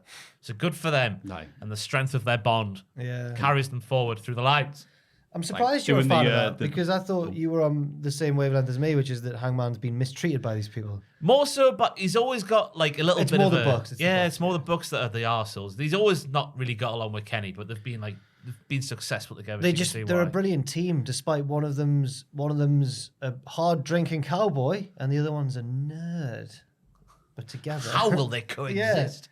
No, but I like those little callbacks to, years gone by. So It's funny, just like, look, you got issues, you got trust issues, you're an alcoholic, stuff like that. And obviously, I'm a nerd. It's like Zoe Starks in Io Sky. You're Japanese, I am not Japanese. That was a weird tag I love that team. we still bring that bloody Well, when awful she was promo like, up. here we are, the bloody sushi place. I don't even like it, but she does. What's wrong? Hey, waiter, take that back in and make sure it's God. He's outdated as that bloody band's mask. Yeah. So, yeah. Wow. Should we take a little break there? Yeah. you want, aye, It'd be yeah. interesting to see what Takeshi did as a heel, although it was a very good start on Dynamite. Oh, and Callis, rather kinkily, choked out Omega with a strap at the end. Do a goat noise. No, I was gonna say, no, never mind. What were you going to say? I was gonna say, but it was a callback to what Maffew said earlier. I was gonna go Happy Pride front match, That would be great. but I That'd just be don't know great. if that's allowed. No, you shouldn't. Oh god. Now I've gotten very offended. Really good match. Good pay-per-view. Yes. If that wasn't enough, NXT Battleground, which has been subtitled Show of the Weekend. Well, let's see if that's true. Well, it is. I mean, Oh, okay. before Well, I I'd guess we can watched skip it then. before I'd watched it, Ross went, "Have you seen it?" I went, "No, not yet." And he went, "It's unironically the show of the weekend," which raised my expectations, and even then, it surpassed them. Yeah. Wesley retains the North American title against Joe Gacy and Tyler Bate. Now, what would you have to say?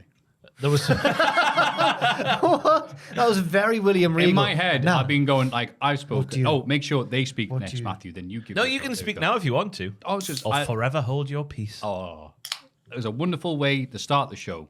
Everything hitting and looking lovely. As soon as I can figure out a gimmick for Tyler that isn't, all right, I'm from Dudley and eat jam, he'll be money. It What do you have will to be say, money. There's the lovely moves involving all three. There was like a massive sunset bomb that Wes did to Joe, who then did a German to Tyler in return. Booker T on commentary couldn't believe that Tyler does a thing that Tyler does in all of his matches, the double aeroplane spin thing. Oh, It's just like, hell no! Oh! It's like, I've at least seen Tyler do that maybe 10 times now. No water, all plain. Yeah. Gacy's powerbomb on Wes throwing him into Tyler, and then that unprettier rock bottom sick combo that he's got. It's a shame about Joe Gacy's gimmick. Wesley with the double cardiac kick from the Cardiac Kid. That's an interesting nickname for sure. And then the stretch move where all three lads were like countering the next fella's stuff, so that makes sense then, I guess. Yep. And then Wesley doing the Montez forward at the end of that stretch. A really good black and gold style of NXT match. Yep. That people will deny happened because you can't like NXT now. oh, an agenda.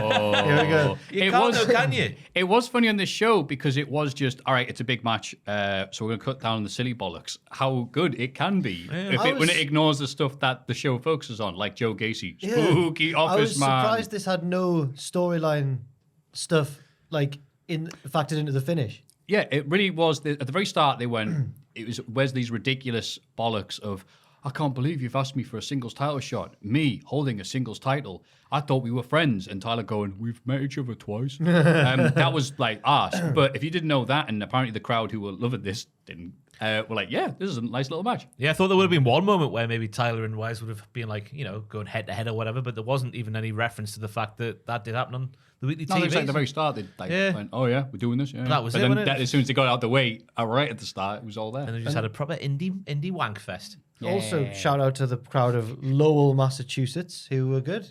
Who knew there was so much history in Lowell? I know, yeah. The Rock becoming something in Lowell. What else was there? There was stuff at the start, wasn't there? Balor, Joe, the live event title switch that happened in Lowell. So much history in Lowell. Yeah. Was it the Yang twins? They got Lowell. That's Little John, wasn't it? Nah, is it Yin Tang? Yeah, I swear it's them. He's only like a guest appearance. The in Yin that. Yang Twins with the Whisper song. It was scary. Scary song. Yeah. No, I'm Dar. What? Beats Dragon Lee. Oh, every September there's the Ting. Lowell Kinetic Sculpture Race. Little John, the East Side Boys. Oh, it is. I'm getting mixed up with a different song. I beg your pardon. Yeah, you are. Did you know that in Sweden, every spring, when the cows are let back out the barns for the springtime because the winter's finished, there's a big ceremony where everyone gathers around to watch the cows running freely out the barns? That's quite pastoral. That's Yeah, quite I wish old world. that would happen here. Yeah. Yin Yang Twin, yeah. Did you know that sometimes the seagulls chase the trawler because they think they will throw sardines. Did you know that people in Sunderland like to pin down the seagulls? Oh, no. No. So what do you think of this? Noam Dar beating Dragon Lee to retain? That Cannonau quote actually does make sense. Everyone's always like, what a random quote. It's so wacky. No, it makes sense. It was just funny that was literally the only thing he said at the press conference. But I've seen people portray it since as like, he just came out with random nonsense. It's not. I mean, the seagulls people were stupider back then. The seagulls are the journalists. He's the trawler. And the fish are newsworthy quotes that he would throw into the sea for them. And he literally just gave them one. He did. Doing so. He did. Anyway, what did you think of this match, Jack? I'm not a particular fan of the rounds system, but it reminded me that as well as being a silly, dafty man who likes football and Oasis, he's actually a good wrestler, Noam, as well. So it was good. I enjoyed the action. And you know what? Actually, they did use the round system well at one point when he hit him after the bell and then called for VAR. That was good. I liked how it moved up through the gears, like from round to round. Like in the first round, it was submissions and mat stuff. Then it was sort of a normal NXT sort of thing with Hurricane Ranas and stuff. And then they were saving the big stuff, like the leaping Hurricane Rana off the apron, like after the first fall happened, that sort of stuff.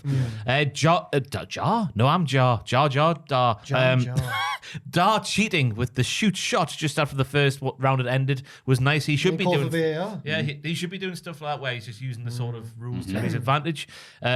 Having the heel just out-wrestle global superstar Dragon Lee was an interesting choice for the first fall, I thought.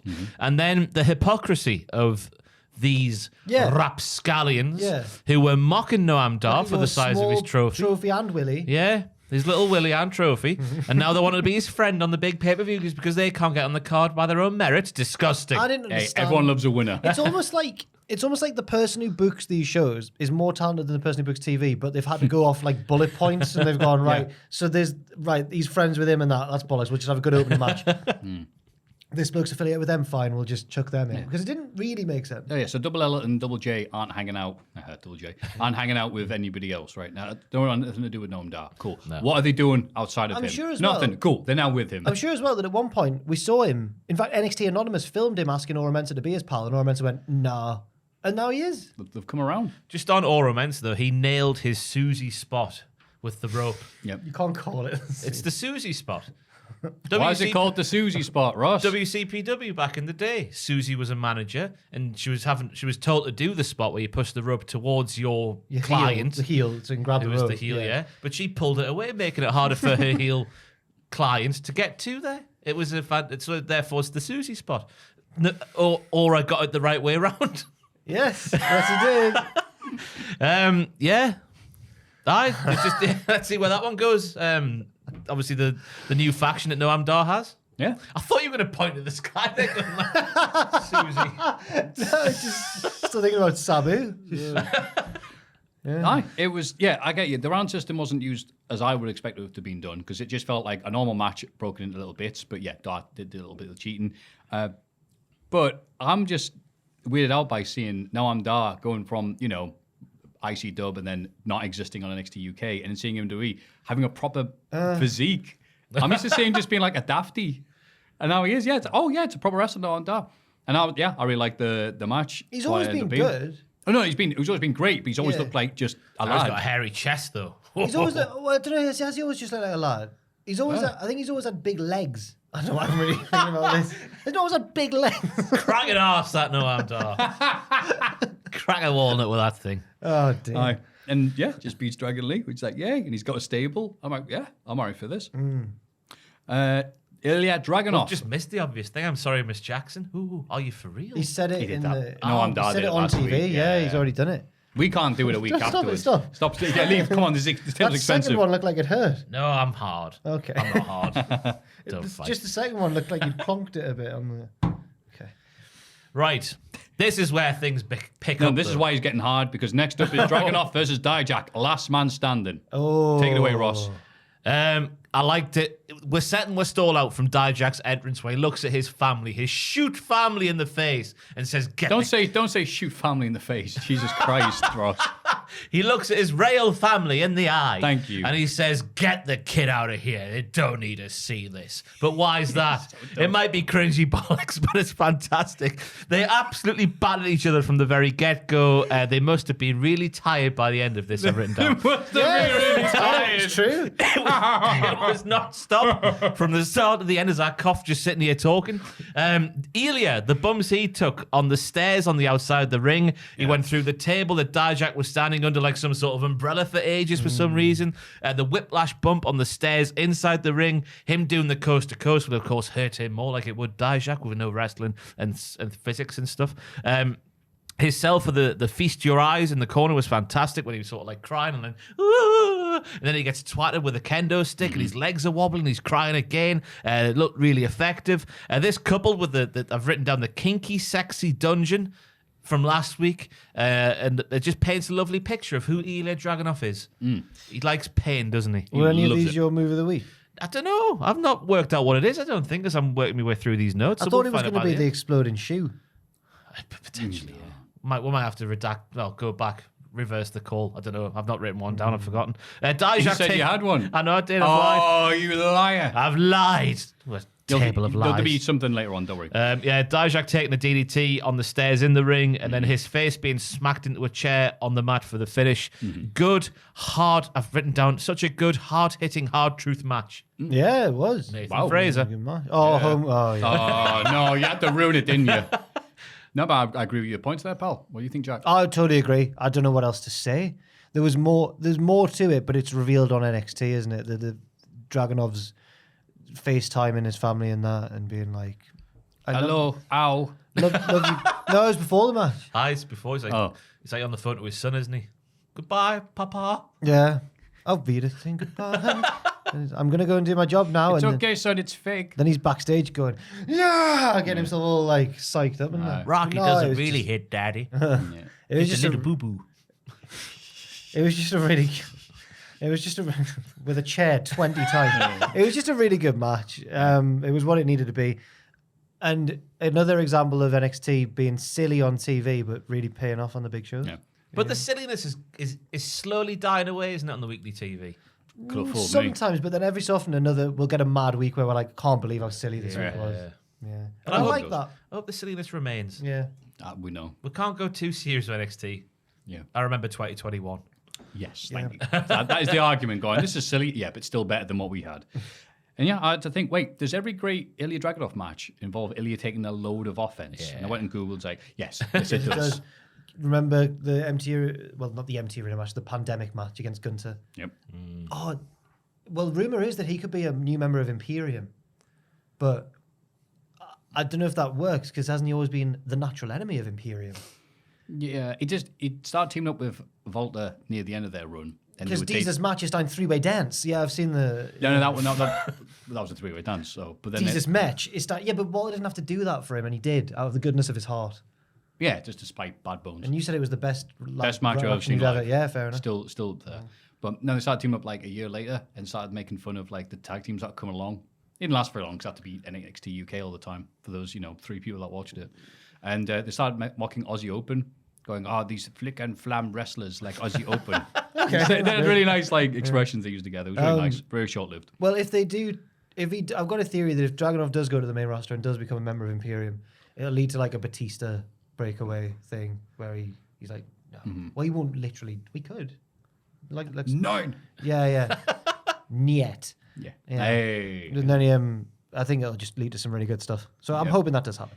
Yeah. Speaking of good stuff, Delightful Hudson has brought Charlie Dempsey and Drew Gulak to chase you to help improve the students' grappling skills. Now my faith in Duke started to wane for the first time here.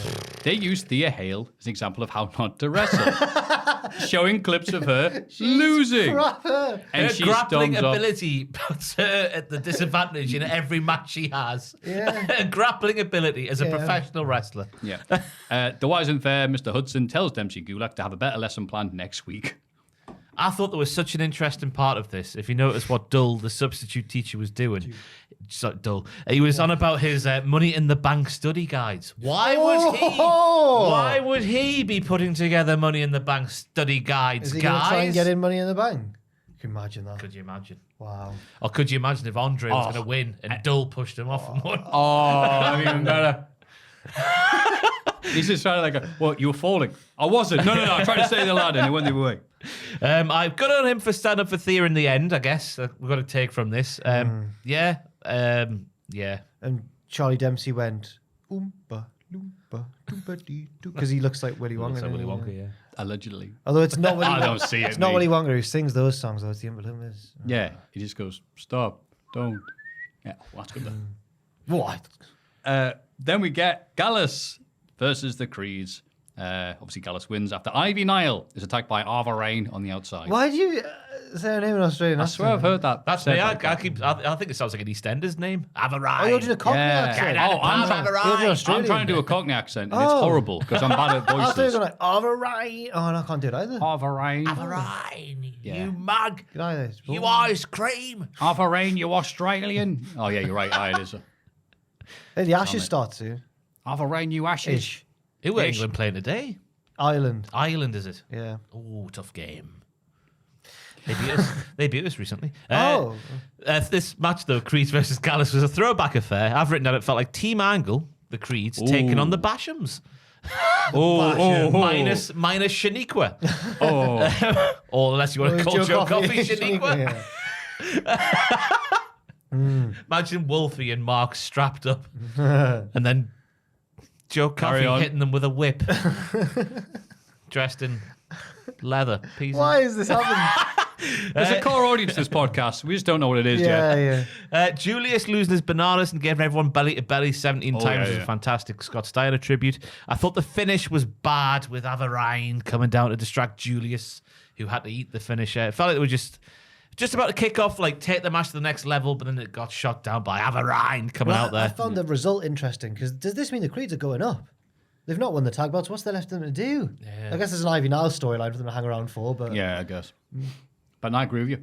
The Creeds looked amazing. get them up to that main roster Booker's now. found a nice thing to say on commentary. He says, Joe Coffey is good to the last drop. What is that? Oh, Because he drinks beer. yeah. I thought, yeah, Booker. because he was coffee as well. Like I thought. Oh, yeah. But Booker clearly likes it. He's like Jim Cornette with these witticisms, isn't he? Oh, he's, yes. I mean, like, good Jim Cornette. Oh, not- no. Uh-huh. I hope the coffee puns continue from Booker T. Yeah. Because only just imagine Booker T saying, "Not Joe Coffee." He's just like, "I like my coffee strong and black." Don't know why I said that, but there we go. Up next, Tiffany Stratton beats Lyra surname to win the vacant NXT Valkyria. Valkyria to win the vacant NXT Women's Championship. It's the coronation we've all been waiting for this year. Yeah. Yay. It was a Yeah, big actually- old dick swinging contest, this matchup, though. Anything you can do, I can do better. Yeah. And I thought this worked to Lyra's disadvantage because Tiffany is very good. She's supposed to be heel, supposed to be the rich kid who thinks she's better. The crowd realized she's really good and started cheering her anyway. It's like, uh-oh. So if they're wanting her to stay heel, then it was not a success. But in terms of just a match, They always love putting up, whether it's a face or a heel, they always love putting up the shoot video of them crying Right. when they're with the belt, and it's either Triple H or Michaels, and they're like, "Oh, thank you so much. yeah. I love this belt." I love you. I was going I to love say, your belt. it'll be easy to have a heel if I have a couple more promos, but we'll talk about that later. Yeah. Because goodness me, that's a new level of Cora Jade, that one. Anyway, the match itself, I thought, I was initially thinking it was a bit of a shame that Lyra's knee was like worked into the finish because it'd be like an asterisk next to Tiffany's name. But I was with like, Richard cycling across Japan. just like, yeah, having, taken a Shouldn't have train said ride for 2 days. Oh, his bike's broke though. I shouldn't have said that. I regret. Is it really broken though? Yeah. There was no picture. But then Took I a photo of everything else, but it's broken by. But then I thought, her having that killer instinct to take down the knee added to her goodness. Yeah. Stuff looked rough at times in the match. I thought it looked a bit rough at times, like not as polished as some NXT matches are. But I thought that's a nice thing to see. I'm alright with that. In the wrestling, yeah, it's a fight at the end of the day, isn't it? Exactly, mate. And it was a nice escape from Tiffy for the finish, and she also nailed her finish, which was nice to see on a big pay-per-view like this one. Prettiest moonsault ever. It is. It's good. That's the thing. It's like, boo, you suck. Great moonsault, though. Great hang time. Boo, you wouldn't clean. You suck. But my fear great. now is that she's champion now. They'll strip away her like persona, like they did with Bron Breakker when he became champion. Oh no. So hopefully she doesn't become like, I need to get go away on. from the salon to go fishing. I love Doing entire, it's all done up with the high heels, just fishing. There's nothing I love more than an orienteering weekend away. I'm going biking around Japan. I love geocaching. Oh no, I had a thought and then I got distracted by the thought of Tiffany Stratton, woman of nature. No, Well, thank you for telling us, Jack. not like that. Oh, dearie me.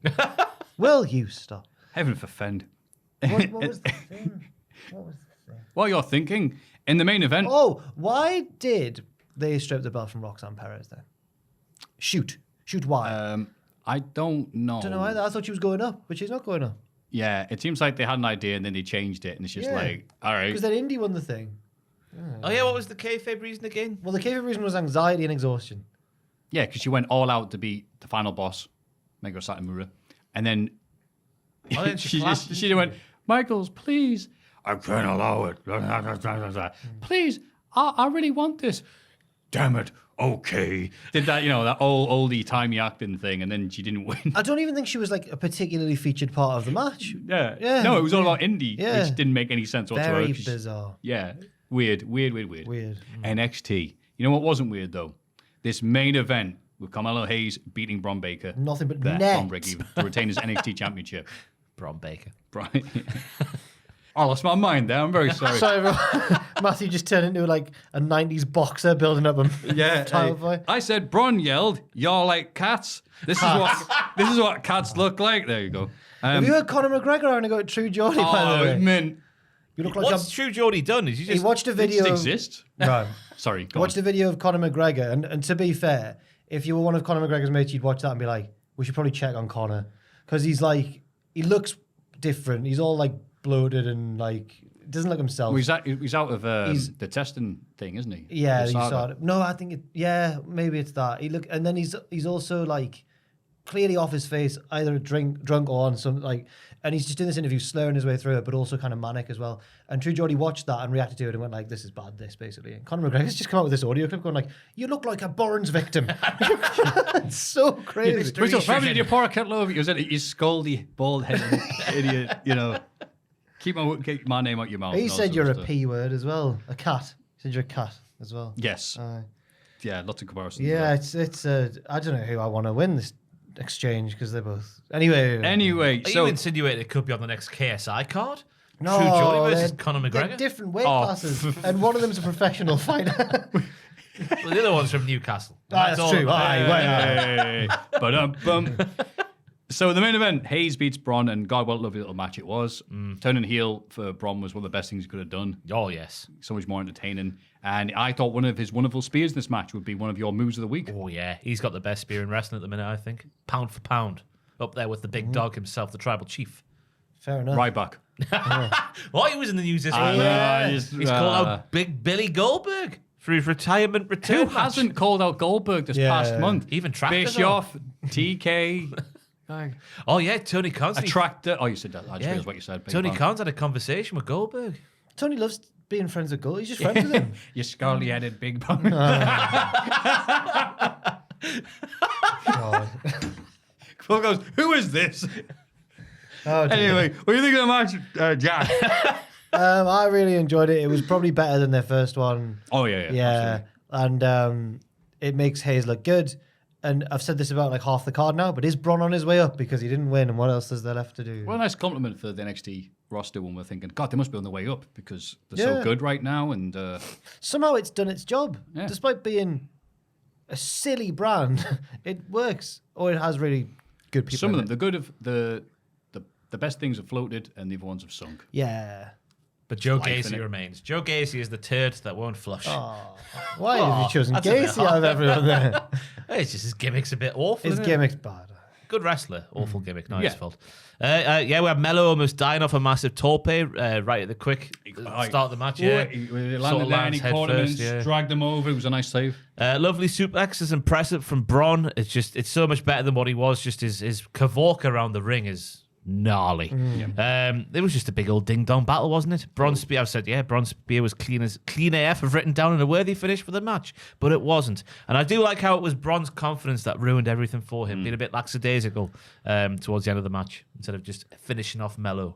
who did look strong, who is the dog's bollocks. I often think I wouldn't like to take the nothing but net, but then I remember I'd rather take one from Carmelo Hayes than I would Cena when he used to do it. I think. Because he's like twice his size. Cena used to do that, didn't he? Like the Cena hurt The Rock. Oh, did he? Oh, right. Yeah, I remember Rock saying, I was injured after he gave me that move during that match. I thought he tore his abs. Is that a different thing? That's WrestleMania 29, isn't it? Or was this 28 when he... They blend together. 29 is when he tore his abs on there. How can you tear your abs? Well, anyway, let's It's a muscle, isn't it? I know, but it's almost like his abs were bigger than they naturally should have. Yeah, doesn't matter. He's all natural at 50. How does he do it? Dwayne? Oh, no. You big butt. He just called you a Burns victim. No. So, as you said, show of the weekend, it's a hard thing to argue. Consistent-wise, it was a hell of a weekend for wrestling. The higher Hell. average score, yeah. Man. Long. You know who the winners were? Us. The fans. Wrestling. Not the content creators, though, but the fans. Yeah. You get to sit back and enjoy it. Yeah, and I wonder if people did watch NXT just despite AEW and went, wait, this is actually really good. Shout out to your boy in the AEW arena as well. I've made that sound like it's an actual place. Wherever Double or Nothing was, who was watching NXT while Double or Nothing was going on. The Ilya, specifically the Ilya versus Dijak match. Oh, that was it, because it was, I think it was an Adam Cole match or something. Yeah. That was the real unsanctioned bout of the weekend. Yeah. Wow. Yeah. That's class. I think it was like in the... must be the more expensive seats. He was in like the box area, sort of higher up on his little ledge there. He put his phone Was down. in the box? Was it Tony Khan? Who's this? I wish it had been like the last day of the Premier League season. He's got like a transistor radio pressed to his listening to scores elsewhere. In his prawn sandwiches. Monday Night Raw, Cody Shields Road. Seth Rollins Cody opened... Shields Road. Because he mentioned Newcastle. Oh, I didn't get... Oh. I nearly went for... I should have That's gone. good. I should have gone Cody Walker Roads maybe or something like that. I don't know. Let's name wrestlers from northeast places. Yeah. Gunter comes from Choppington. Yes. Well, you clearly had that and that bullet loaded for a while. Hank comes from Walker. What about Michaels and Jannetty, the Rogers? Oh, mate. Oh no. Okay. Benwell, it's the big show. Well, it's the big show. Seamus thinks he's from the northeast, but he's actually from Newcastle under Too Many Limes. Ah. Oh, goodness me. Yeah. That's a real place. Ben Potter went there recently. I was like, is it real? We've had a No, it's really was on that Yeah. TV show, Hi. Sunday Night Heating. But no, Newcastle and Lime's a real... Disgusting. Newcastle and Lime's a real place. Near Stoke. What are we talking about? Oh, yeah. Raw. Seth Rollins opens the show, but is interrupted by AJ Styles. They shake hands, but are interrupted by the Judgment Day. There's a lot of interrupting on this show. Yeah. Who warned Seth that one of them will win the belt from him. Maybe even Dominic, the star of AEW. Yes. Which makes Seth and AJ laugh, but that's very dangerous, though. Yeah. Adam Pearce sets up a tag match later on after consulting someone on the phone. Yeah. Who is Presumably Goldberg. Adam Pearce is in charge. He answers to no one. Apart from one man. Oh, no. And apparently the inclusion of AJ Styles on this week's episode was apparently a Vince change from remotely. So he wasn't there at the show, but he's made these changes from afar. And one of them, the most recent change was get AJ Styles on the show and team him with Seth. Mm-hmm. Apparently Styles had gone home and then had to fly back. Or like fly. Really? Yeah. Or he was on his way home and he had to change course or something, yeah. Oh, damn, Vinny, I just wanted to quiet out of my games room. That's Terry Funk there. Oh, Vince, you egg-sucking dog. Styles from SmackDown is a weird one because the kayfabe reason was he had to come all the way to Raw to say congratulations and you don't deserve it, but you earned it. I was good like, Seth What Rollins. does that mean? Well, is that You no? don't deserve- No, So he wasn't just gifted it. that's what I mean. They're Right. like, you deserve it. Because no, you don't. He's You like one of earned these- it. And like, that's way better. These working boys in the Mack trucks. Yeah, getting run over. They don't want them. over. The highlight of this obviously was not just Seth Rollins up the show via the crowd, but him going over the guardrail and go around the ring, go up the camera and go, I split my drawers. And he get in the ring as he's doing the ring, he's there going, yep, there it is. And then gets his leg up and everyone can see crotch. I thought they were speaking like Power Rangers at some point though. Just before they would like set up the match, they're like, yeah, I can't remember what they said, but I haven't written it down. And Finn Balor was like coming out going, and I was like, yeah, You are right, Finn. I agree with They're you. speaking like Power Ranger. Yeah, I can't remember what they said. Like Maybe it was cheesy? just cheesy, like, yeah, you're You are strong. upstanding citizen. I'm glad we could have a great match together. Yeah. I always liked it as a kid when they were obviously had the suits on and it's other people doing it, so they have to like overdub them going, I'm gonna go over there now, and obviously they're moving the entire body, but whenever they like go like that, there's a Yeah. like wait, we have to go over and beat Dominic. I remember one of them was like injured on the floor, and the other one goes, "Are you okay?" But they do a 360 spin, and they go, "Are you okay?" Yeah. My main memory of Power Rangers is that an explosion happening over the crest of a hill, and they all fall down the hill, Yeah. going, "Ah!" That's all I really remember. I think I was slightly too young for the Power Ranger. No, Can you be too young for Power Rangers? surely not for the classic Power Rangers. Although no, you're the same age. Yeah, pretty I much had as me, Power yeah. Rangers when I was a kid. I can't really remember. I haven't watched it since then. Why would you? I'm too scared to go back, Maffew, because I watched Thomas the Tank Engine on Netflix the other week, and it's all CGI and crap now. Oh, the I thought modern you meant you went- one. I thought you meant you went and watched some classic. Well, Thomas. I thought it was the classic because you see Thomas the Tank Engine, you think obviously it says 2022 or whatever. You think, oh, there must be a new series. So I went up to the first one. It's all bloody. Kids programs look unnerving these days. They all look the same. Yeah, they've all got dish faces. Do you know what I mean? Well, they're all fit. No. No. I don't fancy characters from kids' TV. They all got round dish faces. Yeah, they do. What, the trains? No, they well, supposed yeah, I to? guess they do. Yeah, yeah, okay. Apart from Toby. Yeah, you big square square head. No, you don't like all of them, but Clarabelle can get it. Oh, not one of the carriages. The cows? No one. No, Annie and Clarabelle. Annie Thomas's, and Clarabelle, of course. sorry. Thomas's carriages. Are those too obvious to say Thomas? Okay. Or Percy. That was one, right? Percy was like cute and naive though. Yeah. Gordon was the Gordon was the Gordon daddy. was the dad. He was. He was Capital He was D. the big engine. A capital G with a capital D. Henry was all right. Henry was the red one, right? Green. James was Oh, the red one. He was James Scouse. was red, yeah. More Scouse. They were all Scouse because it was Ringo Starr, but Yeah. James was more Scouse than the others. Oh, you can imagine Ringo Starr say, James is more scouse than the others. Yeah, he did. He put on more of Oh. a Scouse for James. I swear down. Why have I got more Geordie? I swear down. He put on more Scouse for James. like. Anyway, this obviously leads up to Ricochet defeating The Miz to qualify for It wasn't Money the in Miz Bank. in the ring, Matthew. I was going to say, who was this? It was Ricochet 2.0. Yes, it was. I don't know what the Miz was doing It here. was but Mitsuhara Misawa. Miz Awa. Oh, my I God, didn't Jack, mean that's that. a good No, I line. didn't mean it. Wow. yeah, the springboard crossbodies. He was doing Yep. stuff in the corner, flying all around this stuff. Ricochet was doing all of his normal stuff, but then Miz, I was comparing him to like the second coming of Grand Metalik, the master of the ropes, Absolutely. genius of the skies. I So don't he know. decided for right. some reason to really go above He and loves beyond. Power Rangers as well. He He looks decided. like one. The green one. He decided. Miz decided to really go above and beyond in this man. He did. He did a Frankensteiner for some reason. I put it here. Miz landed a crossbody. Ricochet kicked out. So Miz went, I springboarded out of frustration. And then he landed a code breaker in the corner and transitioned that into a DDT, but still lost. Thanks for trying. Hey, Someone said something as he's walking out. Oh, it's time for another 2-star Miz Classic, is it? it's funny that it kind of reminds you that a lot of wrestlers hold back, especially the heels, hold back because they want to be heels. Fair enough. Randy Orton, think Yeah, what he you could couldn't. do. Right. You couldn't boot Miz every night if he was doing that. Yeah, no. MJF can do a Sasuke special, you know. I've seen that on YouTube. Wait, Careful. is that now. the?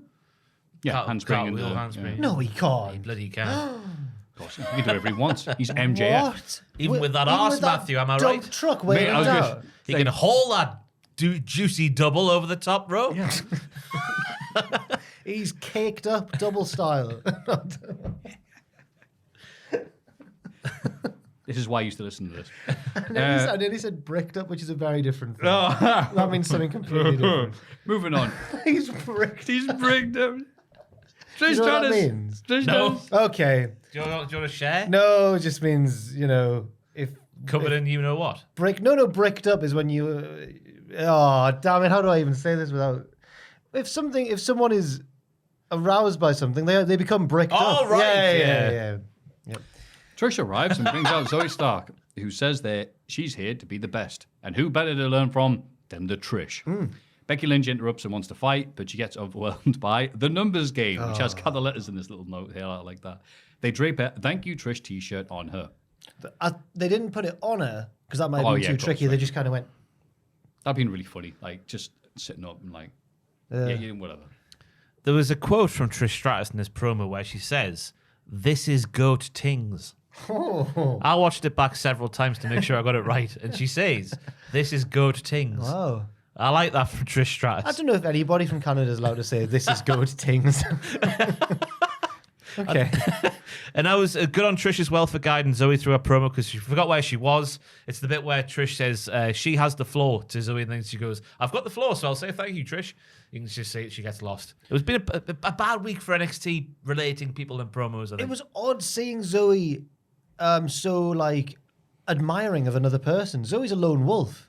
Well, she's not anymore. She's a sidekick. Well, she's not a sidekick. Trish isn't weird She just doesn't like weirdos. like Nikki Crosses. Yeah. You're weird. I'm class. I'm Exactly, yeah. Zoe Stark. Okay. And as this podcast has proved, there's too many wolves in wrestling. Yes, there is. Exactly. aye. Yeah. In this show, squash Big Body Javi. Hey! And Kevin Ventura Cortez, who later Kevin tweets, Ventura? "We almost had them." I liked seeing that. K. too. Oh, V. C. Kevin. Yeah. Slip off the apron. Oh, leave him alone. He's brand new to this game, Matthew. Yeah, he's an American he's only football a standout dad. or something. Stand out the apron. So, and it was nice when they went, Corey Graves even had to say, well, he's so excited he fell off. Yeah. No, that was Veer, man. When Veer was getting in the ring, he slipped Oh, over. Veer fell. That's what I'm talking about. Oh, I thought you were I talking thought about you meant KVC. No. Oh, no, Veer's not new to this game. He's been Yeah. coming for ages. I'm like, Veer. I don't know this about Veer. I think it was an NFL standout or Me whatever. neither. I just read it on the internet. Oh, okay. KVC was Be an at the odd- left when they're coming at him. Yeah. It was odd that KVC was who they chose because there's so many NXT people, but you know maybe they see something in him and they thought we'll just give him a quick. Maybe he's local to the area. They see Matt Hardy. Oh, He was dressed like Matt Hardy. Had He the hair was of dressed Matt a Hardy. lot like 99 with Michael Hayes as their manager / dad. Yeah, cargo pants. His shirt yeah. was loose fitting, whereas Matt's was tight back in the day. Oh, what so he had the tight. big baggy pants Yeah. on. Yeah. Oh, Just looked like Matt Hardy if you closed your eyes a bit and thought of Matt Hardy. A nice little bit there was Veer just before he hits his leg drop finish. I think gave it a suck it, which I didn't expect to see. Veer telling folk to suck it. yeah, they're a whimsical tag team in this shit. They're nuts. Yeah, crazy. Owens and Zayn got a promo, but are interrupted by Imperium. Owens and Zayn are confused because they interrupted without being mentioned by name, which breaks the rules of wrestling. They mock Imperium until Chad Gable, Otis, and Maxine Dupri arrive for a tag match, which Imperium win, and Chad Gable gets a butt soused his longest shoosh of all time. Thank you. Yeah, it wasn't great. It was.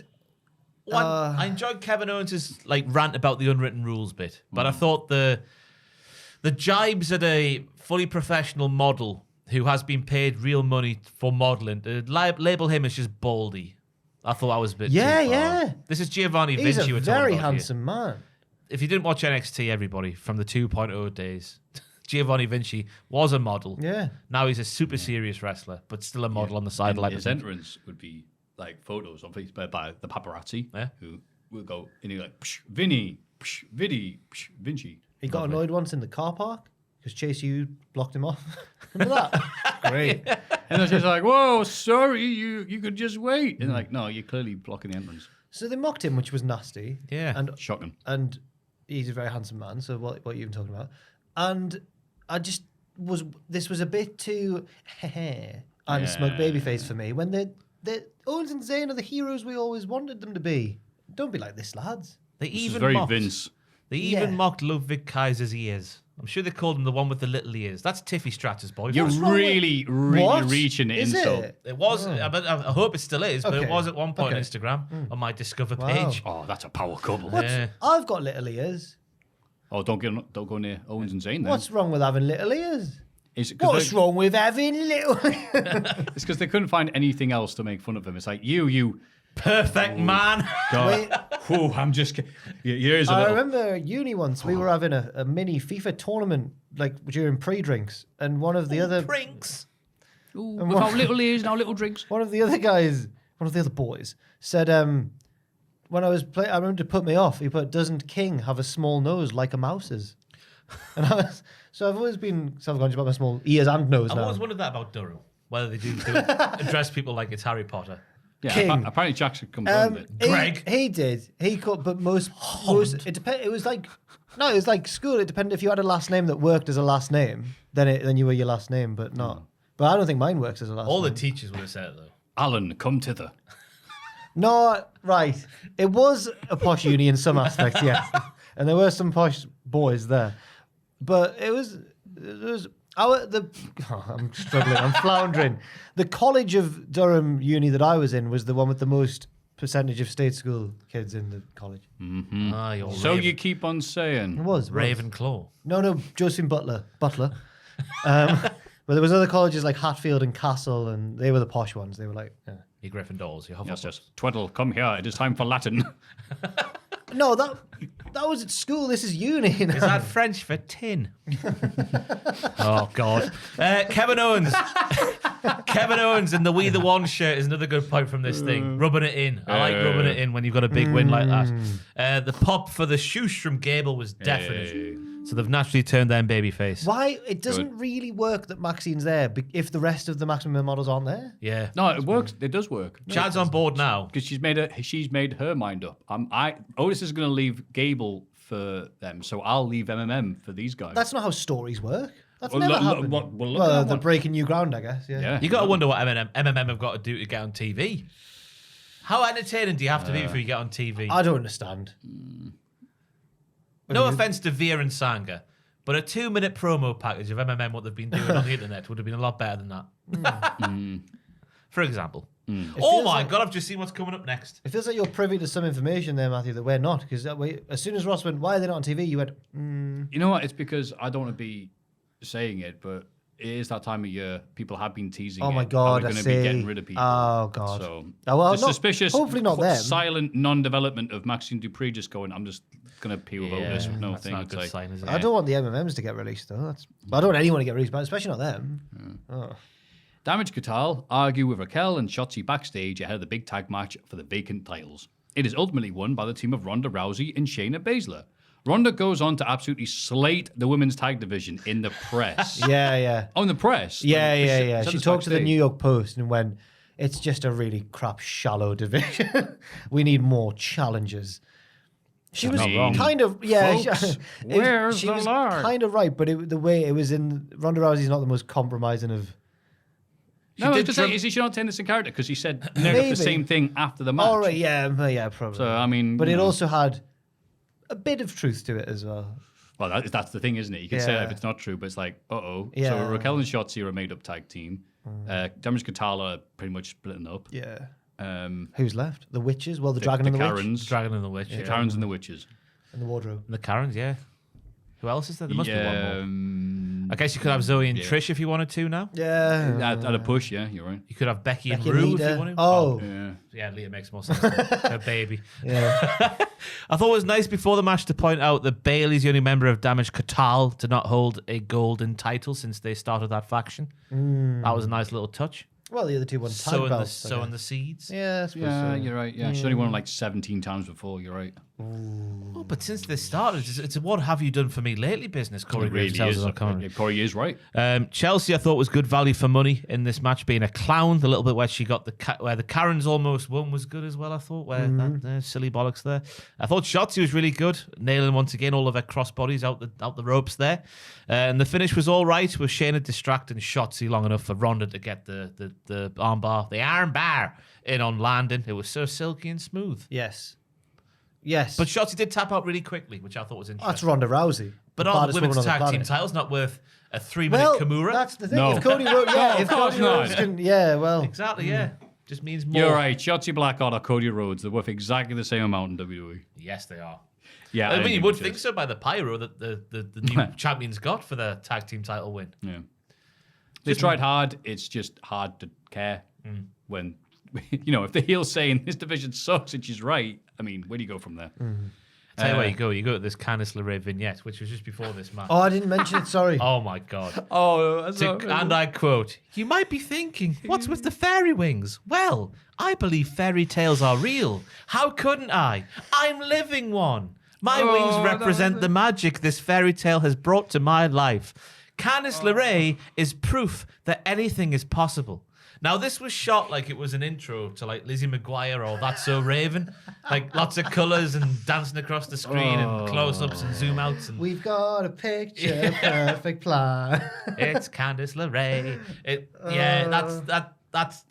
That's a career ender, that one. Like, No, if you... But on the indies, that was Candice LeRae. She was all like the purest baby face around. She was the pixie, and then she turned heel and became the poison. Yeah, but why like WWE keeps on doing this? I don't it's know. like, okay, you're a female superstar. Okay, so you're a babyface, yeah. So always smiling to the point where it must hurt. Yeah. Everything's happy and I'm living my dream. I'm What, Michelle losing in McCool, 2 minutes? And I'm loving life. Remember that? No. Yeah. Oh, yeah. it made me think Almost a superhero. It made me think that whoever's been writing the NXT promo packages where it's like music Similar. related to gimmick. NXT is like Similar direction. Yeah. She was just like, being on Raw is much like fairy wings. I have fairy wings because I believe in fairy tales. Fairy wigs, fairy wigs, fairy wigs, It was very... fairy wigs. It was very like Roxanne Perez. I'm used to playing on the 2K video game, but now I'm going to make my dreams come true in the real wrestling ring. Hello, chat. What happened to her? Oh, no. Hey, chat. Oh, where's she gone? Yeah. Where's she been? She's got internet issues. Oh, I Someone felt in so the chat said bad. something inappropriate. She got banned for 2 weeks. She had that voice to speech thing or whatever. Oh, it didn't work. I felt bad for Candice here, though. That's a wrong in that one. Not a wrong, and that's a one. No, it is. That's It a is. bad one. It's a hospital pass for her. Oh. Don't Google me, has a match with Dolph Ziggler, which ends up in a double count out, even though I thought the referee DQ'd him, so the referee, but whatever. JD continues to beat Dolph down on the outside. Oh, was there a double All right. DQ? Well, no, people said to say it was count out, but I'm like, pretty sure the ref DQ'd because he wouldn't stop the beat. Whatever, it doesn't really matter. Oh, does right. it? I think it was counting out, and then it went to that. It didn't really work for me. I didn't think JD looked evil or menacing or hard at all. He threw him into this announce table and then into the steps, and then a couple of blows later, and that was it. Yeah. Ooh. Didn't quite work, did it? Not for me, Jeff. Nah. No. He keeps on doing this thing where it's just like, that's right. Like, who's that supposed to work on? Like, oh, wow, he's so sinister. Yeah, he is. Oh, he attacked Dolph Ziggler. Oh, lock the doors. Are you saying he needs to confront the tribal chief? Yeah. I'm spooky. I'll get you, Roman. You're born victim. Cody Mr. Rhodes, Estrogen over here. Cody Rhodes is here to explain why he didn't tap out the Brock. Because of John bloody Cena. Because that's not the sort of man he wants to be. Because there used to be a man who used a once popular superstar. Like, he's dead. Yeah. You know, he's in the #2 film in the whole country. What's and- number one? Oh, was it 1 or 2? I forget. Like, Batista's in Guardians of the Galaxy 3, and Oh, Cena's Guardians in of the F&F 33 or whatever. No. Barbie is happening as well. I learned wrestlers something are in about that. that today. don't know. Which one?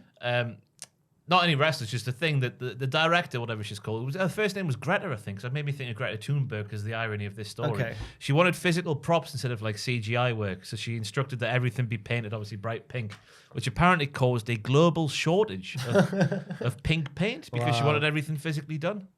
Well, Nice. Yeah.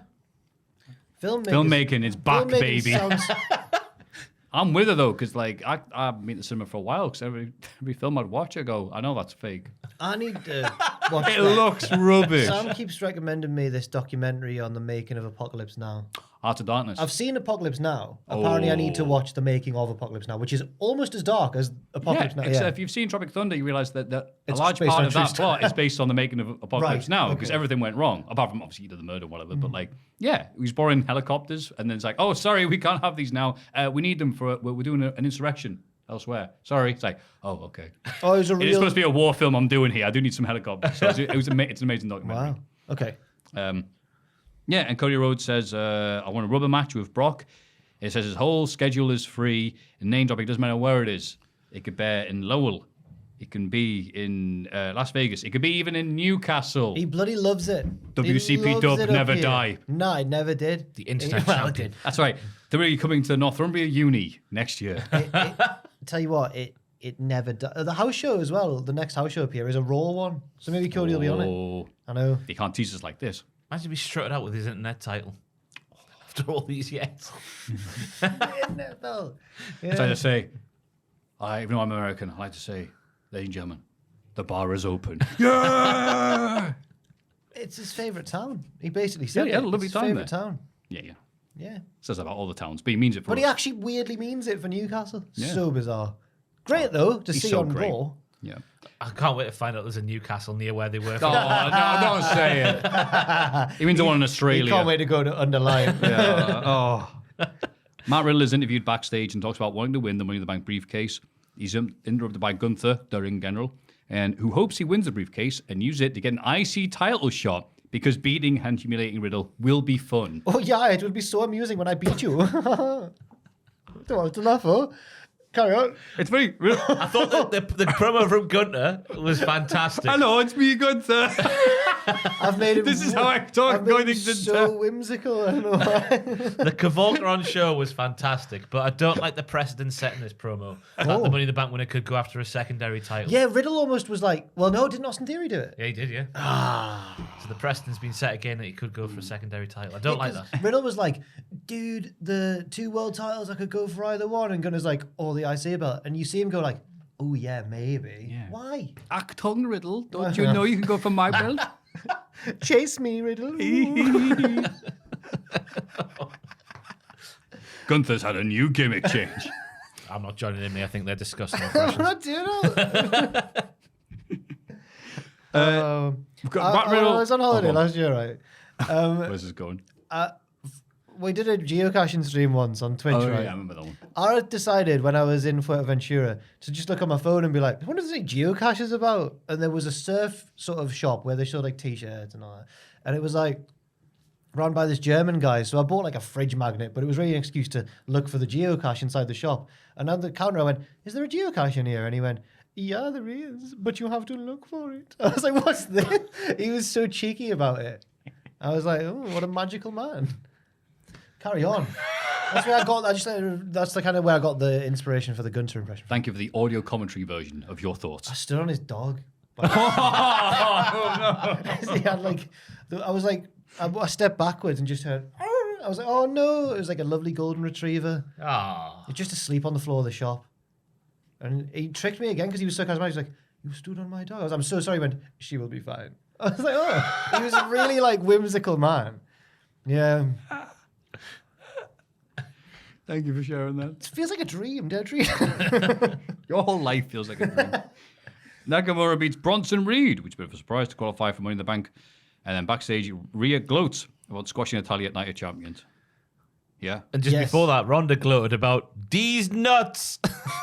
Yeah, like, I had to rewind and go, did you just D's nuts? These nuts. It's Clink. everyone's favorite meme from 10 years ago. You might say she's a bit behind the times. Ooh. Corey Graves said he was a Money in the Bank briefcase winner via marriage, which is what I like to hear. That's funny. Poohousery from Corey Graves. Once again, Bronson looks really good until, why have I written that down? Until Nakamura diddled him on the apron. Nakamura's counter out of the clothesline with an arm bar was delightful. Bronson's deadlift power slam. It looks like it kills. Like he just grabs him by the groin and goes, "Ah!" Yep. and then plonks them down. But it was weird to see Nakamura winning like he did as well. I thought Bronson was on a bit of a Hey, I'm surprised this match happened as well. Nakamura is a great guy and I love him. In the words of Tubes from Sonic. Oh, there we go. Nakamura's a great guy and I love him. But I have one question only. Why wasn't Bronson Reed? I thought he'd be perfect for the Money in the Bank Yeah. ladder match. I've been pointing out how boingy he is recently. It would have been great for that stipulation. Money in the Boing. Yeah. Yeah, exactly. Yeah. Oh, well. They've done it again on SmackDown as well. LA Knight and Montez as well. Two more perfect lads. One will have to go. It's heartbreaking. It is. Speaking of heartbreaking, I didn't see it, but I certainly read the reports of the last ever episode of Soccer AM. Bringing up Tubes there. It sounded like... That's why I brought it It sounded up. like a riotous occasion. If this what- was how what it was happened? every week, it would be fantastic. Jack Whitehall was on, professional wrestling's favourite superstar, Jack Oh, Whitehall. there you go. And he cut a joke. He might listen to this. Don't say that. Oh, sure he will. He's a wrestling fan. Oh, yeah. He was on about he cracked a Rolf Harris joke live on the air. There was people swearing, thinking they weren't on screen. There was like it was fantastic. It sounds Starcraft amazing, to be television. honest with you. But Yeah. like, And then Jimmy Bullard's at the end there going like, I called Jimmy Bullard there, did I? Yeah. Jimmy Bullard was at the end going, "You're the dog's bollocks fetish," just on Sky. The suits and the Were they gantry just going drunk? mad. I don't know, just don't think they're dead. Yeah. just watching Ron burn is just cracking jokes. Bullard wasn't even an OG soccer. I know he's like the current. Yeah. He's been on like 6 years or something. Really? I can't believe It's it. feel like unreal that. thinking a Wow. bit like that. It didn't feel that long. Did Lovejoy Like make life. an appearance? Nah, Helen didn't either. Wow. Wow. just- Forget it then. Just Tubes came back. It sounds like Raw X when they gave all the awards to people who weren't there. Fixtures, man. Sheephead. Sheephead Rocket. wasn't there. They do. What? No, Rocket's not there. Ooh, Well, Rocket. I've got my thermostat. Thermostat, you bloody idiot. Your thermos flask. It keeps hot things hot and cold things What's it cold. called? The fixtures- What's in it? I don't know. I don't know. I did this joke every week I can't for remember. like 10 years. remember, Oh, yeah. what have we got in your thermos flask? I got, did you use fart? Got what? No, I thought, did you use fart? No, I went like that. Oh, all right, you leave phone in the noise. We got your thermos flask. It goes, I got 2 choc ices and the coffee. Wow. What's happening? We can see why I overthought Soccer that. ended. I got so distracted by what I thought was you farting. I went, what am I even talking about? Anyway, I was just checking my phone was there. that's why I said that joke every week so I didn't mess it up. Make it look so easy. I was trying to think who else was there. was horrible. That was it, I think, yeah. Yeah. Oh, Shame to wow. see it end, though. I didn't watch it for years. But If shame to that's like yeah. anything else, I say, oh, it's a shame. I remember watching it 15 years part ago. of your childhood, wasn't it? Yeah, Saturday morning. Appointment television, it was. Oh, absolutely. Oh, big time. And the main event, Rollins and AJ beat the Judgment Day in a, why not match.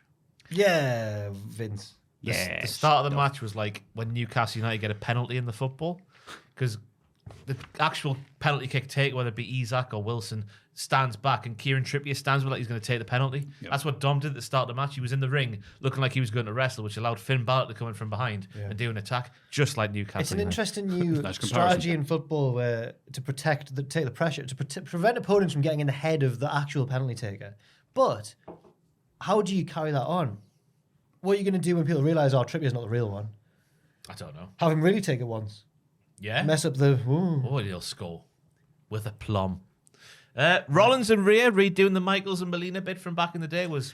I think that was an odd choice. Yeah. Because Rhea's really hard as balls. She's not going to be like, ooh, my boyfriend, is she? She's not like that. And so instead she kind of went like, yeah. She confronted the kid in the front row as well. She gave him like a big old stare down. He was giving it the big one, this little lad. Must have been about 7 or 8 years old. And she just comes slowly like prancing over to him and just stands over him looking at him like that.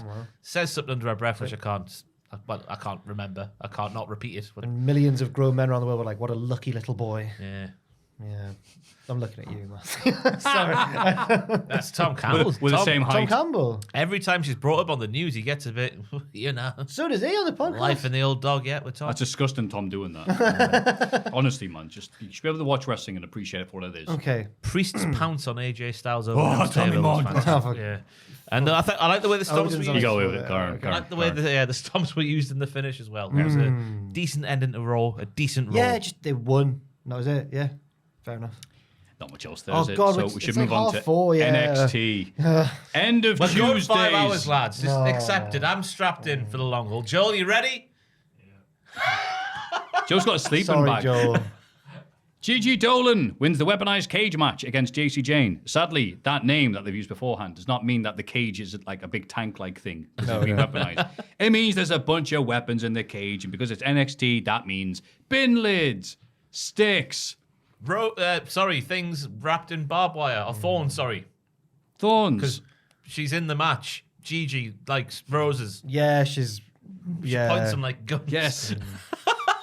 JC Jane attacking Gigi during her entrance was a nice start of the match. I wasn't a fan of the camera inside the cage because it literally made one of the corners unusable. Yes, it did. That was odd. What am I doing here? Neck breaker on the pile of chairs from JC was gnarly AF. The finish was all right with like the rock bottom thing through the table off the ropes, but I thought it was still lacking a bit of like, Yeah. you know what I mean? Like, Okay. I think in Yeah. hindsight, it was an even better decision than we thought not to have this on the Oh, same show as absolutely. Dijak Yeah, and yes. Dragunov. So I think it did all right. It did okay. Right. This was a good box ticker. Yeah. You know, you got the required amount of violence. You got the spots that you think were going to happen. The right person won. Yeah. the emotion wasn't there. Yeah, there you what go. JC's put Gigi and her family through. Yeah, because it didn't feel like it. because of the big delays they've had getting the feud going to everything else. But I did like Vic at the very end going, Gigi can now use her past to fuel her future. Well, that's a good line. And then Booker was he's almost as concerned for JC Jane as he is for Roxanne when she loses. He was beside himself. He was just like... He loves JC Jane because when she was going to Pillmanize Gigi, he was like, do it. So maybe he's a big fan of JC. He's a weird one. He's a weird. Backstage, Wesley is confronted by the Diad, but Tyler Bate steps in to defend him, and it is proper like Wesley is this side of the screen, and the Diad are that side of the screen, and Tyler Bate thankfully comes in this side of the screen. The exact moment. Battle lines have been drawn. Man. Yeah, But and I they're like, like, "Oh, we'll get you later, lad." Woo. I like the fact that Wesley was on the brink of becoming like arsehole annoying Wesley. He was like, woo! And his injury prevents him from doing that. Fantastic. Oh no, I've injured my annoying bone. But he is the longest reigning North American champion now with 10 defenses, we learn. Wow. Um, I thought like Adam Cole or someone would have been. Yeah. Or Ricochet feels like someone would have held it Oh, longer. redacted. Didn't we love him? Oh, God. Yeah. We see Tony D getting his mugshot taken. Backstage, Gallus laughs about him being arrested. Stax arrives and accuses Gallus of being behind Tony's arrest and says snitches get stitches and attacks them. Gallus beat him down. No, obviously they beat him. I think you'll find out snitches give stitches. So, There's three of us, and we're bigger than you. yeah. Again, we've seen the mobster jobsters have been trying to kill people. In the case of, I guess, Two Dimes actually killing someone. Are Gallus bad because they reported it? No, And if listen. so, is this kind of a meta thing for wrestlers who report bad news to dirt sheets rather than actually committing the act? Now. Looking into this too Last much. week I suggested that we didn't know yet what crime Tony had committed. And Yeah. I was reassured by you that we'll find out next week. But we didn't. Yeah, well, They've just well, not aren't I a bothered to big write dummy? No, they're the big dummies, not you. They should have done what you said, but they've not bothered to... Anyway, this was the least annoying I found Gallus ever. At the start of the promo, Mark Coffey or Wolfgang goes like, hey, Creeds were pretty tough though, weren't they? And Joe Coffey, I thought was going to go, no. But instead he went, yeah, they were. And I thought, wow. With his hair like a troll doll. What's that about now? You look so suave. Now he's let it He go. just hadn't slicked it back this week. Oh, he looks like a ruffian. I was out with the hair. I thought he was so sweaty, he looked like he'd been swimming with his clothes on. We're at the pub. I'm like, doing what? Dipping his head in the kegs, obviously. Drinking them all from the inside out. Barkeep, I'm too hard for one pint. Give me the entire keg. Keg, please, barman. Yum, yum, yum, yum, yum. Joe, you're soaking. No, I'm not. I'm living life like a man at a man's pub. I'm reporting crimes to the police like a real man. They weren't even annoying this week. They were fine. They didn't even do anything. Wolfie's fantastic though, because I had to listen to his promo, like, his line in the promo twice, where he's like, "What are ye gonna do now, your big brothers behind barrows?" But he said it. I've made that sound like Mrs. McGonagall, whatever she's called. He is the most softly spoken of the three. Yeah, Captain McGonagall of Harry Potter. Captain McGonagall. She's our promotion. Mark Coffey with a good Robert De Niro impression busted it out. He did, hey, That's the De Niro. yeah. I've seen Meet the Parents.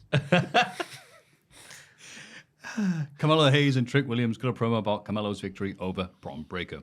They are interrupted by Noam Dar and the Dafties. Hello, hello, hello. No, I'm done. Yes, believe it or not. Dar talks of his own win at Battleground, but Carmelo doubts he could take the NXT title from him. Double L goads Hayes into accepting a title shot tonight. Later, we see Trick Williams arguing with Dar's lackeys backstage because one of them goes, I hear they call you Trick Willie. And he goes, oh. Yes. Yes. I liked it. I said last week, it was... Noam Dar's not at that level yet, where he's going to be like a proper, respected wrestler by the crowd because they don't really know him. He's been at that place that doesn't exist. It'll take him some while, though, and he'll get some big heat. I didn't realize it would take him 1 week to get it. Like, bloody hell. It's the little dickish things that he does, like He's in so conversation. annoying. Yeah. Even that, like, you don't see that by wrestlers these days, do you? These days. Go These back days. to the 80s. He is the lad who spends a lot of time on Twitter arguing with Messi fans about how Ronaldo's the best footballer of all time. He's a I've never liked Noam Idiot. Dar. No, he doesn't really do that, but that's his gimmick. Oh, I thought you said he actually... No, but he used to do all the Ronaldo stuff, didn't he? Did he? Yeah. He didn't do the Sue. He used to do that thing. Remember Ronaldo used to do that for a time? Yeah, that was weird. Yeah, he got into trouble for that. Ronaldo. Oh my God, carry on. Carry on. Jack was. What else did referencing you a like football about him? Celebrating. The football celebration. Yeah. What's load management? I think they meant you're ducking our title shot. Load management. I thought that was some sort of in-joke that maybe they've done about... Sunny days. Yeah. Loads. Workers' rights. Yeah. We don't really say loads, do we? But they do over there. I don't know what load management mean now. Pass. Is it dirty? That's what Aldo used to Is do. it smutty? Well, yeah, a load. A load like of... Oh. It could just be laundry. It could be. It rhymes with schism. Yeah. Yeah. Earlier today, Cora Jade's in the locker room. Says she was screwed out the women's title tournament. Ivan Al tells her to get over it. Set up a match between the two. Now, Tatum Paxley was lingering around in the background. Oh, is that who that was? Right. This is a former diamond mine. She used to be in the mine, and now she's not in the mine. And she just stood there. Well, Thatcher closed them all, so... Yeah, which she's just watching Ivy Nile say some things and doing nothing. What a cock. Well, was Like a she Dominic. deliberately in the background, or was she just like an extra in the scene? Just an extra in the scene. Right, yeah. so she wasn't Oh, yeah. ominously watching Ivy Nile. She No, was just it's just there. like she was doing that little bit where they're all like sniggering to each other. She was just joining in with Well, that. I remember Austin and Taker getting on, and one of them tried to literally kill the other one. So I think, well, this was Yeah. years and years later. This is NXT though. We Yeah. don't forget about important details like that. No. Yes, how could we? Axiom is watching Battleground on his phone. All of this, yeah. Reggie arrives, explains that when he was growing up, Hey, Axiom. his people called him Scripps. What do you mean, your people? Ask him why, and he goes, "That's a story for another day." Well, didn't and bring it Axiom up goes, then. Scripts. Axiom goes, "Okay, Scripps," and I just put, he thanks Axiom for opening his eyes and making him a better person by taking his mask off. I felt like I was in a cave, but now you've shown me the light. When you took my mask off, it opened my eyes. It was like I was living in a cave with shadows on the wall, but now I am living in the sunlight and seeing what's meant to be seen. Why? That's what NXT needs more of. He The went- philosophies, like the shadows in the cave. Like Plato Plato, yeah. simile. Well- That's what the NXT's been missing is philosophy. So when he went, oh yeah, my people call me Scripts, and he goes, you mean your family? And he went, no, not them. It's peeps. Well, then what does he mean? It's peeps. Why did he get all shady about it though? This was the funniest. Well, why did they call you that? I'll explain later. It's the biggest thing. Yeah, Maybe scripted right. it. I likes would to drag things love out a it. bit. Oh, yeah, he is. I would love it if his like pals were Cirque du Soleil, and they all came out like the Archer. Mason Ryan was in Cirque du Soleil. Legit. Shoot. He was the Archer. No, that was a shoot. Well done. Yeah. It would be funny if this is like, oh, so Scripps, where have you been? I'll tell you later. And that's his new gimmick. I don't like it. Why was Nothing this? but plot holes. This was taking place in like a doctor's or a dentist's waiting room as well. There was a random That woman in the was just background bad with a set phone. design. What was she doing? That's that's near the trainer's room in NXT, in the performance center. It's near the mask room where the mask wrestlers hang out. Mustafa Ali surprisingly joins commentary for the Diad versus Baton Lee match. The Diad lose, but then Gacy attacks after the bell and Ali makes the save. It was look, it was well done. The action was nice, but it was funny that Ali showed up and they presented it like Scott Hall arriving in WCW. I've got written down as well, like Prime Scott Hall. He What's popped- he doing here? It's like it's not that crazy. Now you About know everybody who I yeah. am, but you Yeah. don't know what. Yeah. There was this massive flame, like fire going on with Ali. Like, oh, he's here. He sits down at the announce table. What's he going to say? The fire's still burning. Booker T with the biggest bucket of water you ever seen. Oh, I like your hair. Who are you? Oh, your hair and beard's lovely. Like, what are you Looking doing? Vic, real call guy. security. A fan has jumped a guardrail. You got my DoorDash delivery. Thanks, man. Keep the change. And then, it was a golden week for NXT segments because then at Chase U, Duke offers to give Thea Hale an automatic pass so she doesn't have to Hey, deal with Duke Google was a Active lovely man MC. here. You can't do that as a substitute What do you teacher. mean? You Yeah. can't do that. He can. It's a substitute Andre's teacher. been gone for months now. He's Well, weeks. injured. He's dead. Oh. Well, So- Dumbledore cancelled all the exams at the end of one of the Harry Potters. That's a very good point. Yeah, he did do that. you That's- can take that. that's Yes, what- true. that's Yeah, how- and then what happened? He died. He did die. Thea is upset. A week later. You all right? Sorry, this bothers. Speaking, how dare you? Oh, dare you speak his name? Are you just on about Richard? Oh, yeah, you just meant the character of Dumbledore. Oh, not, the character. Not the actor who Oh, died. I thought you were on about Richard. Richard Harris. Dumbledore. Dumbledore answered the thing. So Richard Harris died. Well, thanks for the spoiler. I didn't know that Dumbledore died. What? This is like Darth Vader all over again. Did you not? I did know, yeah. Oh, right, I okay. actually read them. He said before, he's a big little Harry I Potter. actually read them, yeah. But I'll be heartbroken if I've ruined something. I've got to say that Gambon hasn't got a patch on Richard Harris. Let me tell you, he's Dumbledore. My mum hates him. No, yeah, Richard Harris was Dumbledore. It's a different Kavorka he's going for. Old Gambon. It is funny, Richard Harris spends his entire life being this crazy, out of control dude up there with all the legendary Hellraisers, and then his last was role he? is Dumbledore, and it was like, oh, what a charming actor, beloved by everybody. Really? I saw that interview with Parky like in the 70s or something, Yeah. towards the end of the 70s. He's just like the Mick Jagger of the acting world. Wow. Yeah. Wow. But did Dumbledore once at the end of his career, like, oh, a gentle soul. Speaking of which, I was Yeah, gonna say, Andre can't, sorry, Dull can't be doing that. That's against it. I put Thea is upset a week later after receiving mild criticism. It's the most realistic depiction of a wrestler I've ever seen on TV. Anyway, so she insists on taking part in the training session because she is brave. We don't see the outcome. Not yet. But then the next segment, Tiffany Stratton has her title-winning Oh, she's there. celebration. Yeah, she's in the- Yeah, oh. she invites the rest of the locker room to celebrate with her, but nobody comes out. She finally coaxes them out by saying she'll pick her first challenger, and then she announces a #1 contender battle royal next week. Thea Hale slides into the ring and attacks, joined by Roxanne Perez, Lyra, and a third woman I honestly couldn't make out. Maybe Sol Rooker. I think it Tiffany's was chased Sol out the ring. Rooker. Sol's injured at the minute. Oh, but then who was that I don't know. tall blonde woman? Stacey She had Keebler. like jazzy, like when Undertaker borrowed Godfather's pants. Like she had them on. Oh. No We'll idea. see next week. Hopefully she wins. Who was that woman? She was one of the prominent attackers of Tiffy Stratton. Oh, Did you get the segment up on my computer? yeah. Oh, please. Carry on while you... Yeah. Yeah. So, this segment, if we Oh, were dear. talking earlier about how, wow, Tiffany was so good in this match, she was getting cheered. I wonder what they'll do. Well, I'll have her do a crap segment. And there was Well, boos. It was she was. I think she was reading a promo off the like. They had like streamers down below, didn't they? Like, and it looked like she was reading the promo, which was a bit of a shame. It went on for a bit too long, I think, for what the message she was getting out there.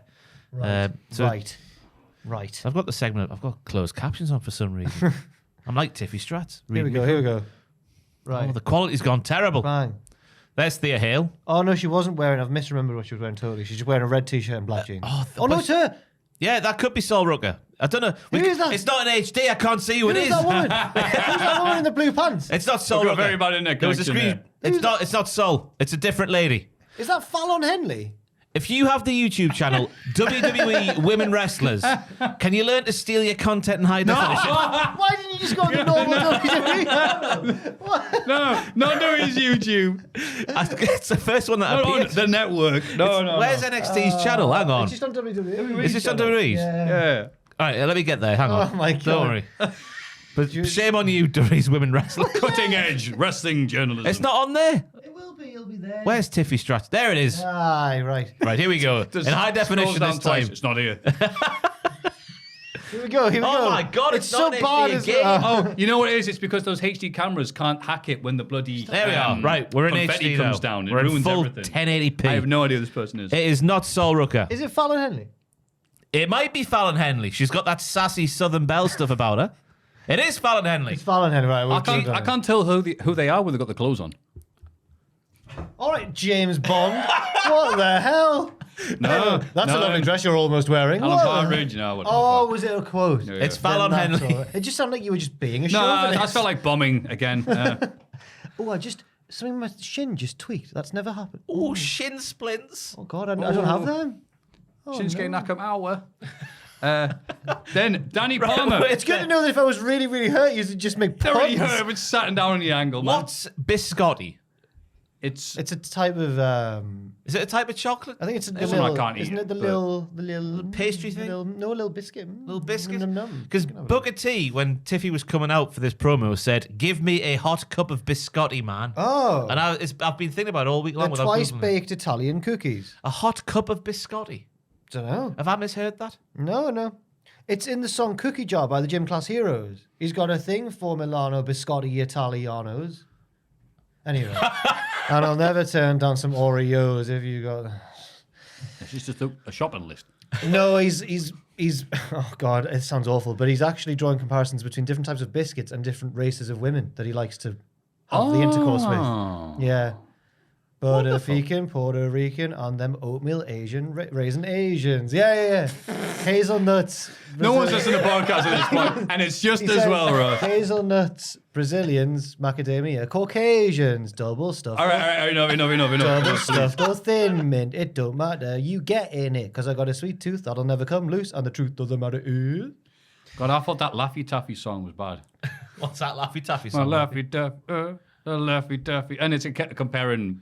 Oh, shake that Laffy Taffy. Yeah, shake that Laffy Taffy, but then it's comparing like different sweets to different body parts. Travis Barker doesn't really work. It was a weird time when the gym class heroes were big, wasn't it? You're telling me. Luckily, we're in the modern age where we're coherent enough to get through this magnificent next segment. What time? Danny Palmer comes to the ring and demands that the mystery attacker reveal their identity. We're then shown lots of clips in a like scary shrieking montage of all those people have been attacked. Finally, we're going to get an answer. Who is it? Who is the attacker? It turned out to be Blair Davenport. What are you doing over there? And it is a magnificent moment as Vic tries to sell by going, oh my God, Booker. It's Blair Davenport. What And does it's he do? abundantly clear Booker has no idea who this is. not. He says nothing, and sits there Vic in realizes silence. this. Booker, it's Blair.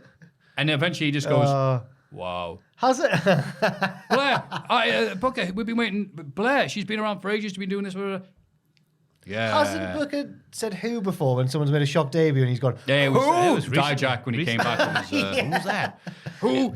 It must have been a full 30 seconds after Vic goes, oh my God, Booker, it's Blair Davenport. And he sets him up again. She hasn't been here for ages, Booker. It's Blair Davenport. He says no the second time. Alan Partridge having that little meeting with a dude and just goes, what do you want from me? Now, conspicuous by his absence as well from the announce table was Mustafa Ali at the time, so maybe Booker did actually think that was his DoorDash order, and Ali's nicked off with it. He's gone chasing him, not actually behind the commentary table at the time. oh, it was, I hope that it works out better than the reception from from Booker for her. Yeah, but wait, in fairness to Booker, and I love that I'm defending him, but in fairness to Booker, the last time we saw was like that NXT UK invasion whilst NXT UK The wasn't last quite match there. she Wonderful was in triple threat. was Yeah, the and triple then threat with Mandy that was Rose it, and- right? It was a good match. That was like a year ago.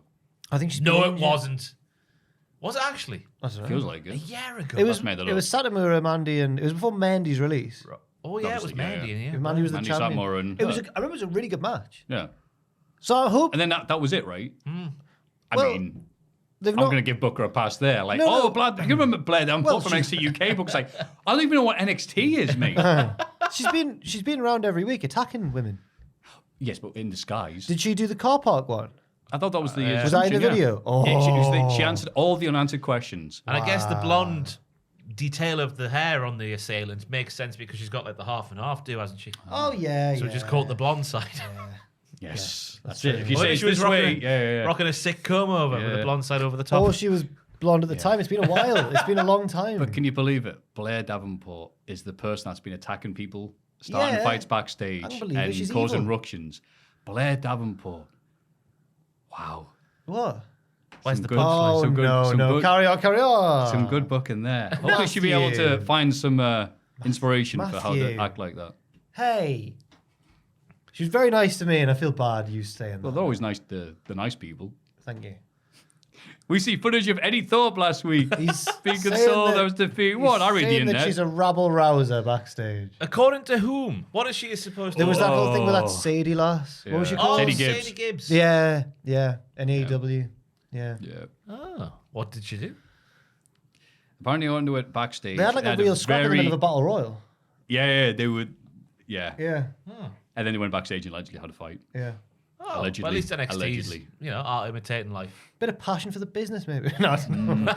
No, they went, oh, wait, AEW's getting good ratings. We haven't seen Punk. Blair Davenport, come on down. You can't compare those two scenarios, Maffew. That's wholly unfair. Yeah, you're right. Well, She only just got here. When Bret Hart beats up Shawn backstage, that's fine. Oh, it was great. What a good man Bret Hart is. What a legend. Pulling his hair out and that. Dual, as he yelled, it was dual standard, Sean. Work is right. That's- Eddie Thorpe, we saw footage of him last week, being consoled after The defeat. Wolf. Not again. After his defeat by Malik Blade and Edris Sanofi. Damon Kemp arrives to mock him. setting up a match for next week. Damon Kemp reminds me of what's he called? A Get. Is it that actor Luis Guzman? How so? Just his face, Oh, I see. big old jaw, Okay, yeah. manly looking fella. Good. Thank you, Norm MacDonald, for that. Appreciate it. All the stars are here. Joe Coffey beats Stacks with Happy New Year's in Scottish. All the best for the bells. All the best for the bells. You Joe did a Glasgow send-off just before all the best for the bells. Joe Coffey is by himself, so Booker gets his good to the last drop line. Yeah. You know, we can't see Booker, but we know he's maniacally grinning as he does this line. Booker bemoans that Tony can't see this match as they don't have cable in prison. Like, now that Vic's got that DoorDash thing hovering over Booker has been slightly motivated. Yeah. So, then I liked Starks trying to clothesline Joe out the ring, but he went, "Wee!" And Joe's like, "Oh, okay." Well done. Yeah. I was surprised at how even it was, considering Stacks got his arse handed to him like earlier in the night. So he would have thought it would be an easy win for Joe Coffey, being as hard as he is. Yeah. There was a nice Stacks is resilient. I see him as a real scrapper. It's a scrapper. There's a nice a push across the apron into the ring post, made a nice satisfying like ding, like. I wonder which part of him. Do you think he Do had it again. Wait. I'm trying to make it go. Come ding. here, ye. That works a lot better than me hit. Oh, Oh. Come here, ye. Ow. it's full of water. I think that I think he must have been wearing like a ring or something. He's got I wonder water. what it's actually hit. He's got there. water on the knee. It was a spine jacket. It was was a bone spine. off steel. Wow. Coffee with a nice belly off the middle rope, I thought, and then I was surprised how even it was. Ross, can you get that again? Hey, Ross, what does Cody Rhodes hitting Brock with his titanium arm sound like? Ow! That was a bit better. Thank you, mate. Footage from last week shows Robert Stone arguing with Cum Tuesday about his DQ last week. He wants Cum to see a therapist about the issues from his past. A therapist? What? So they can just take my hard-earned money from me? Yeah, he's an American hero. Yeah. Hard-earned money. Land of the free, no taxation. I'm excited for the future because if this does not lead to Comely Tuesday in the therapy room of the whatever on the couch of Dr. Shelby. Oh, Dr. Shelby. What are we even doing here? Yeah. Well, What are we doing here? They did another therapy one. They redid it, didn't they, without Dr. Shelby? And everyone went, why have you not got Dr. Shelby? Oh, the Oh, way. Alexa Bliss, right? The way. Oh. When Austin Theory had to go to therapy. Oh, not Bliss then. No, Bliss did. Yeah, well, did Bliss do it with Dr. So Shelby? This was 'Cause Dr. they were Shelby, rubbish. yeah. Was she with Dr. Shelby? Okay. But then they did the... Because I they don't did Sasha remember. and Bailey. Sasha and Bailey, that was it. That was the That really was- bad one. That Yeah, was wrong. yeah. They shouldn't have been in there. Completely didn't get the Yeah, then tone. Alexa Bliss had Shelby. Yeah. Then the way had a lady, I do believe. Yeah. Oh, Dr. Lady. Dr. Lady. Big fan. Mrs. Lady. But he's agreed to do it because Robert's going to pay for the therapy. Oh, he'll pay. Take my hard money. I can't buy cookie dough ice cream. I've got a thing for... Oh, no. Come Tuesday singing that song, but it's just about food. Pistachio. I hate pistachio. Oh, no, he did like I didn't like that. Like pistachio, because I'm nuts. I like cheese. Rob was annoying. Sorry. Doesn't matter. I need the toilet. I'm waiting for the end of NXT. We're getting Ilya, you'll be crossing legs for a while. We're getting Ilya Dragunov video package, which really demonstrates the duality of his personality. He is simultaneously a devoted family man, but also a silly little pain pervert. Nice word in there. It is. It was a really good promo package. I Yeah, thought. it was One of the good. better character-driven It reminded me of when Orton showed us how he gets into character. And he's like, that's what Dragunov was doing behind the scenes. Cora Jade beats Ivy Nile after interference from Ava Ryan. Later backstage, Ivy wants a match with Ava next week, while the Creed challenge the Schism, who would turn up and start scuffling. Four roots. They all- Stupid ass tree. That was Julius Creed that time. I just liked him taking the piss out the stupid ass tree. Yeah, they'll all have matches next week, won't they? What's next? Hank and Tank, Cora Jade. Oh. Chicken Palm, Honey Badger, Buffalo Sauce. I wanted to go to the toilet and say just carry on and I'll run to the toilet, but I don't want to miss Hank and Tank's segment. It was an all-timer I segment. think you've just summed it up, haven't you? They were doing the bit from Step Brothers, basically. I was basically, yeah, they just reenacted Step Brothers. No one reacts in the crowd. I said, good, they shouldn't. But then, No, Tank's an entertaining man. yeah, Tank I is... put Tank and Wank on backstage. Oh, so the done What, team just- would come. Just redoing bits from comedy films from 10 years ago. But then they Oh, go, great. and then when they went, you know what the best film of all time is? I thought they were going to go Step Brothers, and they didn't. They said something else. Jaws. Jaws, yeah. Why did they not like Jaws? Yeah, because I wish a shark would have ate both of them. Oh. I thought this was an entertaining segment.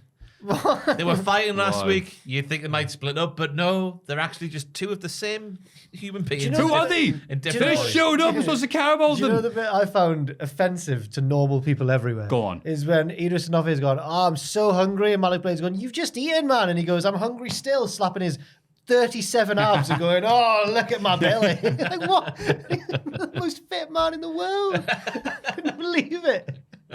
We have chemistry. Look at him. I'm hungry and you're not. I'm like, I hate NXT. Hate NXT. I wear sweaters and that. And Not anymore. He had a lovely like Rock 1990 shirt on, didn't he? And what happened to Inofe being a coward who doesn't want to wrestle challenging opponents? And Malik's like, come on, man. He finally let go of his father's untimely passing. No, Malik's he's but last week Inofe was like, I'm glad we don't have to wrestle them because we're in the tag division. Ah, right. And Malik was like, damn it, Idris. I've just heard coward in the midst of that tag team and immediately gone to Malik. That's That's sad for me. He's the brave one. Yeah. Idris is the the slob who's out of shape. What a bum. You've just eaten, man. I was like, I can't believe you just said that. Ew, what are you like? I know. Thanks to Nathan Fraser. Maybe if it was liquid protein and all that. I don't know. Anyway, sorry. Thanks to Nathan Fraser and Dragon Lee taking care of Dar's entourage, Camilla Hayes retains the NXT title. But it doesn't matter what happens, because afterwards he's attacked by, and if you didn't see it, you never would have guessed. Never in a million years. Are you ready? Are you ready? Okay, guess in your head. Okay, that's enough time. It was Baron Corbin. Yes! What? Here we go. Are you in favour of it? Yeah. Are you rubbing your hands Absolutely. in? Well, if they've got people on the roster, not doing anything with them, yeah, some of NXT and get them warmed up, because NXT clearly doesn't know what they're going to be doing next with a lot of their wrestlers. So, it's Baron Corbin. Who cares if he loses? It's a case of the Jeff Jarretts. It's that dread Yeah. of, oh my God, he's going to beat Mello for the title. Yes, get him involved. It's fantastic. It is good. If they're not going to do the Cameron Grimes storyline, like as I think they maybe should, get him on NXT. Why the hell not? I also like because the area looks so bloody lovely in terms of weather and all the stuff that's around it. It might just be like look, I'm getting anything for you. Like, oh, you're not releasing me, are you? Nah, do you want to go to NXT for a bit? I'm like, oh, get in. Yeah. As we learned last week, or as I think we told you last week, there are crocodiles all around. Or alligators. Alligators. Alligators. Yeah, but I'd risk it. Okay. Well, you can hit them with a sick end of days, can't you? And just... They're not kicking out like most protected finish in the biz. They try and death roll him. They see him and go, no. The alligator touches out. No, that's Baron Corbin.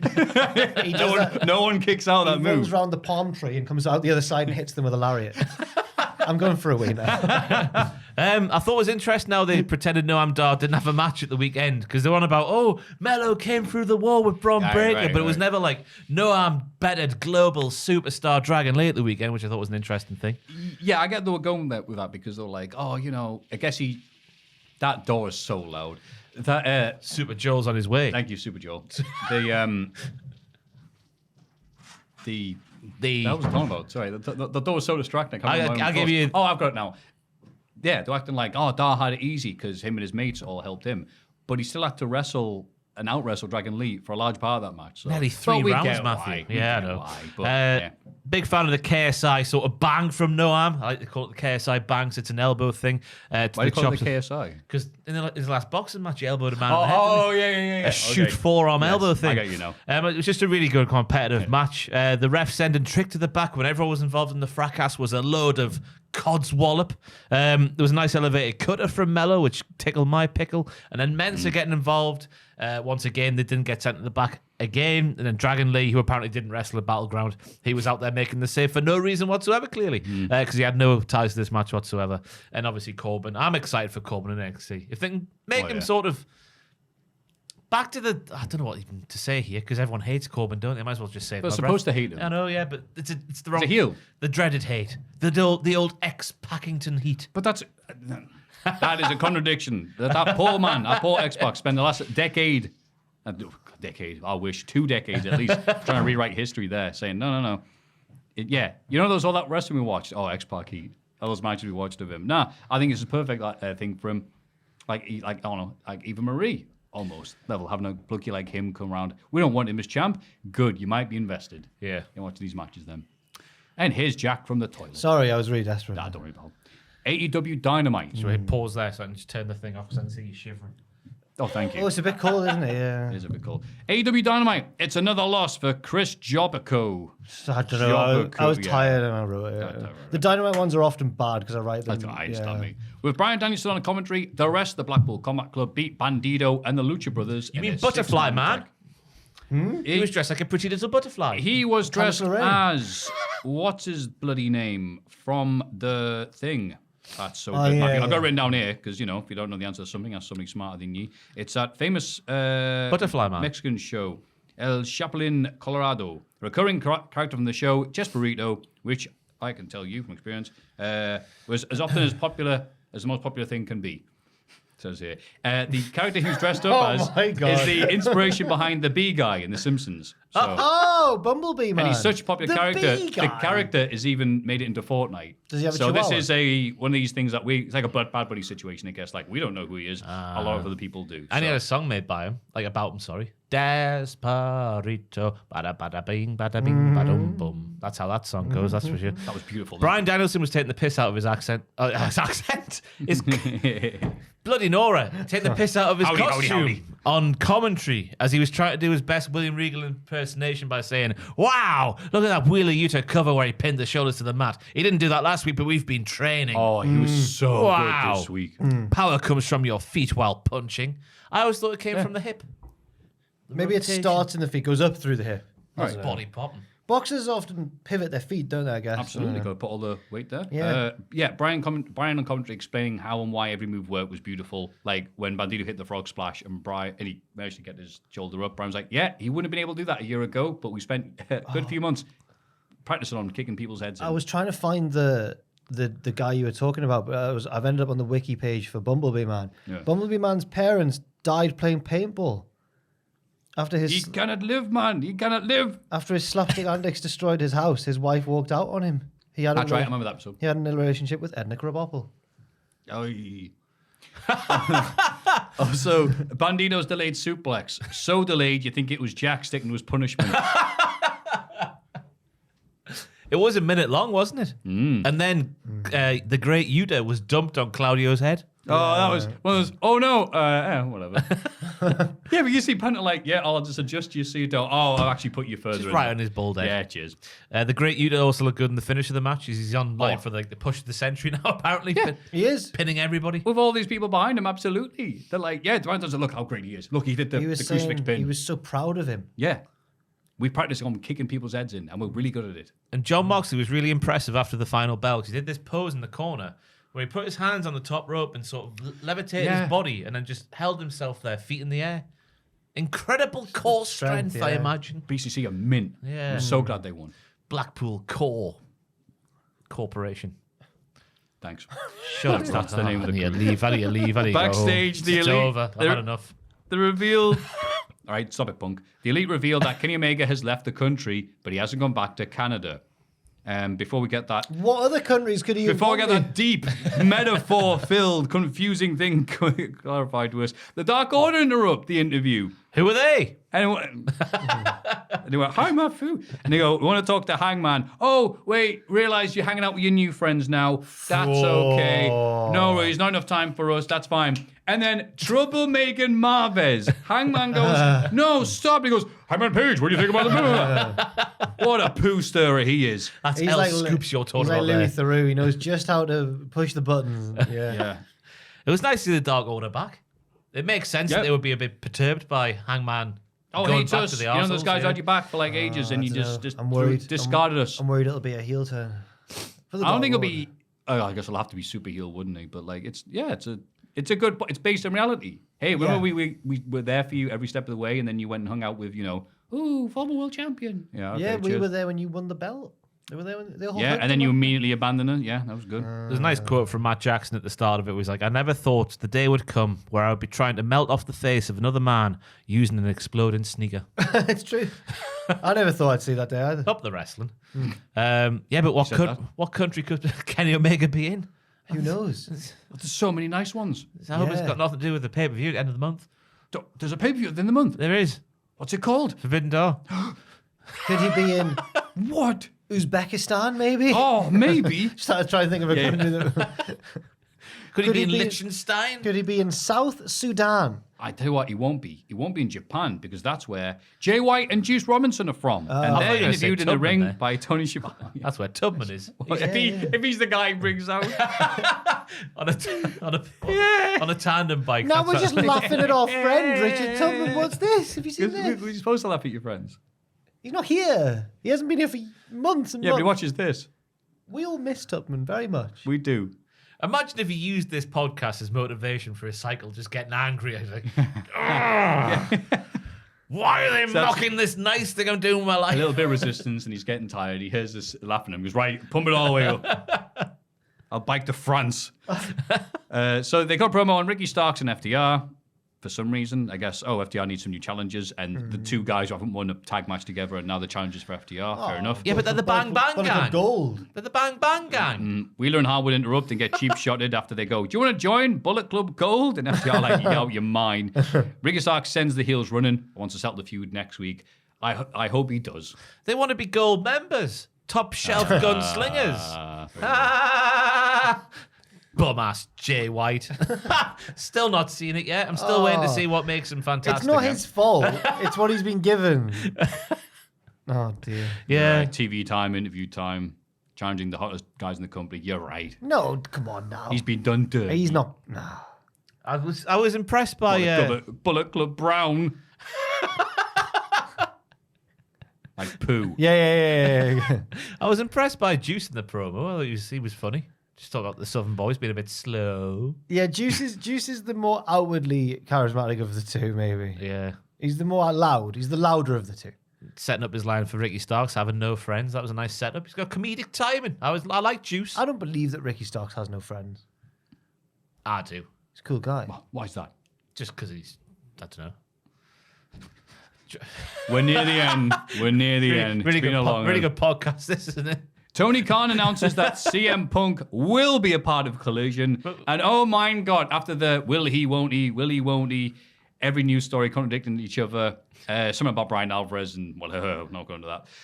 Yeah, Tony Khan just comes out and goes, finally, yeah, you'll be there. And the mixed reaction. Good God. Don't think they were anticipating it to be quite mixed with I mean, how could it not? How could they not anticipated it? It's a weird reception for the best wrestler in the history of the world to get. I understand. But I'll tell you, followed by the boo, the yay boos, followed by Taj yelling, like Mussolini. I mean, He's had that in his one bullet in his chamber for like months. Going, come on, I'm waiting you for this. didn't need to. You could have picked anyone else from that song, just not that one. Boo, yeah, like Mussolini. Oh, good. So the drama will continue and the shoot fighting will happen. Hooray! AEW is saved. Should we have a bet? Like, who will Punk fall out with? Like, who who the first the person? first one? Yeah. All right, Miro. I reckon Andrade. Jericho. Right, we've all got Locking in everybody. He's not listening. Joel make a note somewhere, stick it on the wall. He's not heard anything we've said. Joel, Hello? are you gonna make a note? Or... doing it. Oh, sorry, that's what you are doing. Sorry. Joel's sorry. legitimately listening to music. Those motivation For some things. reason, I don't know. I was trying to think what a funny song would be for me to listen to. Just a casual. I got coming. Just a nice song. Don't know why. Smart optimism in getting through this podcast. Yeah. Swerve Strickland wins a triple threat match against a Big Bill and Small Trent. Yes. Well. And this was, I'm just Medium kidding. Trent. I'm Yeah, kidding. yeah. It was nice because they got the styles together. Trent flying around, Big Bill being big, and Swerve just being smarter and better. Yeah. He's the total package and he's Swerve. Yes. It will be when he beats OC next week. Whoa! He's got to. Big Bill with one hell of a big boss man slam. My God, that's a lot of bigs. The superplex spot where the two little lads working together was nice, I thought. And the Swerve stomp on the apron into stealing the win because he's a clever boy from a Big Bill throwing choke slam. Nice finish for the match. I watched a montage set to Swerve's theme tune on YouTube. It was because Fraser went, "Isn't this theme tune similar to another song?" And it actually is. But it's similar to the song "Astronauts in the Ocean." Anyway, Swerve, the montage just showed how it was just him doing lots of cool things, like walking a bit funny during his entrance. But I was like, he's got it. Those are the little things. I don't know how to describe it, but yeah, he's got it. Oh, baby. Baby's got it. Yeah. That's a song he ripped off. Billy Gunn is sorry for letting down the Acclaimed. They tell him that they win and lose as a team and that Billy deserves to hold gold one more time in his career. They love him and everybody loves the Acclaimed. So Billy Gunn says he's going to go join Ring of Honor because there's loads of belts there. No one watches the product anyway, so no one will be mine. What do they mean he's going to hold gold one more time? I was intrigued by this because it feels like the Acclaimed are now a vehicle for Billy Gunn to live out one more dream instead of it being the other way around. That's fine for a little bit. Unless they're setting it up for like a massive turn, It's just like a like side quest. them kicking Billy Gunn in the head. No, don't come be on. silly. How dare you? Don't be a silly Billy Gunn. I did enjoy like Max Cassidy just going, I'm the best wrestler alive. He's a 5'2" player. That's a legend for 30 years or whatever. But I just feels weird. We're getting the road to Billy Gunn's dream of holding title gold once more. Finish the story, Billy. Or singles gold. Could Finish he be the the one to story. beat MJF?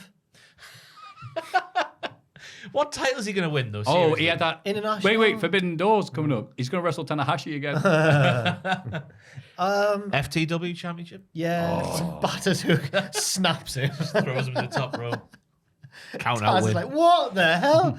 What are you doing? It's revenge for once episode of SmackDown where Billy Gunn and Taz wrestled each other in 2000. Back in my day, FTW went something else, you know, kids. Uh-huh. That's what the kids saying. Oh, it's for the win championship. Yeah, but it wasn't. No. But now, yeah, FTW means for the win these days. Yes. Yes, it Matthew's does. learned a thing. Matthew knew that. He's on the That's internet. what, he that's what knows. the people. Yeah, anyway. Don and Takeshita arrived for an interview with Shivani. Boo. And I was thinking, God, why is Don Callis essential to this? How's he become this main event player in this very serious thing? Oh, here's why. It's kind of the God, Heyman. there was a It's lot the Heyman of of AEW. Yeah, I'd see that. Callis takes credit for all of Omega's success, and when he hears the massive boos, he goes, "Why are you doing this to Kenny? Don't boo him." He says he may have lost a nephew, but he found a son. Takeshita is the best athlete Callis has ever seen. Better than Rikidozan, better than Inoki, better than Okada. There was only a few. There was a few. Better than Kurosawa. Takeshita says they're going to destroy Omega and the Elite, while Callis says they're going to build a new family and will cut the Elite out of AEW.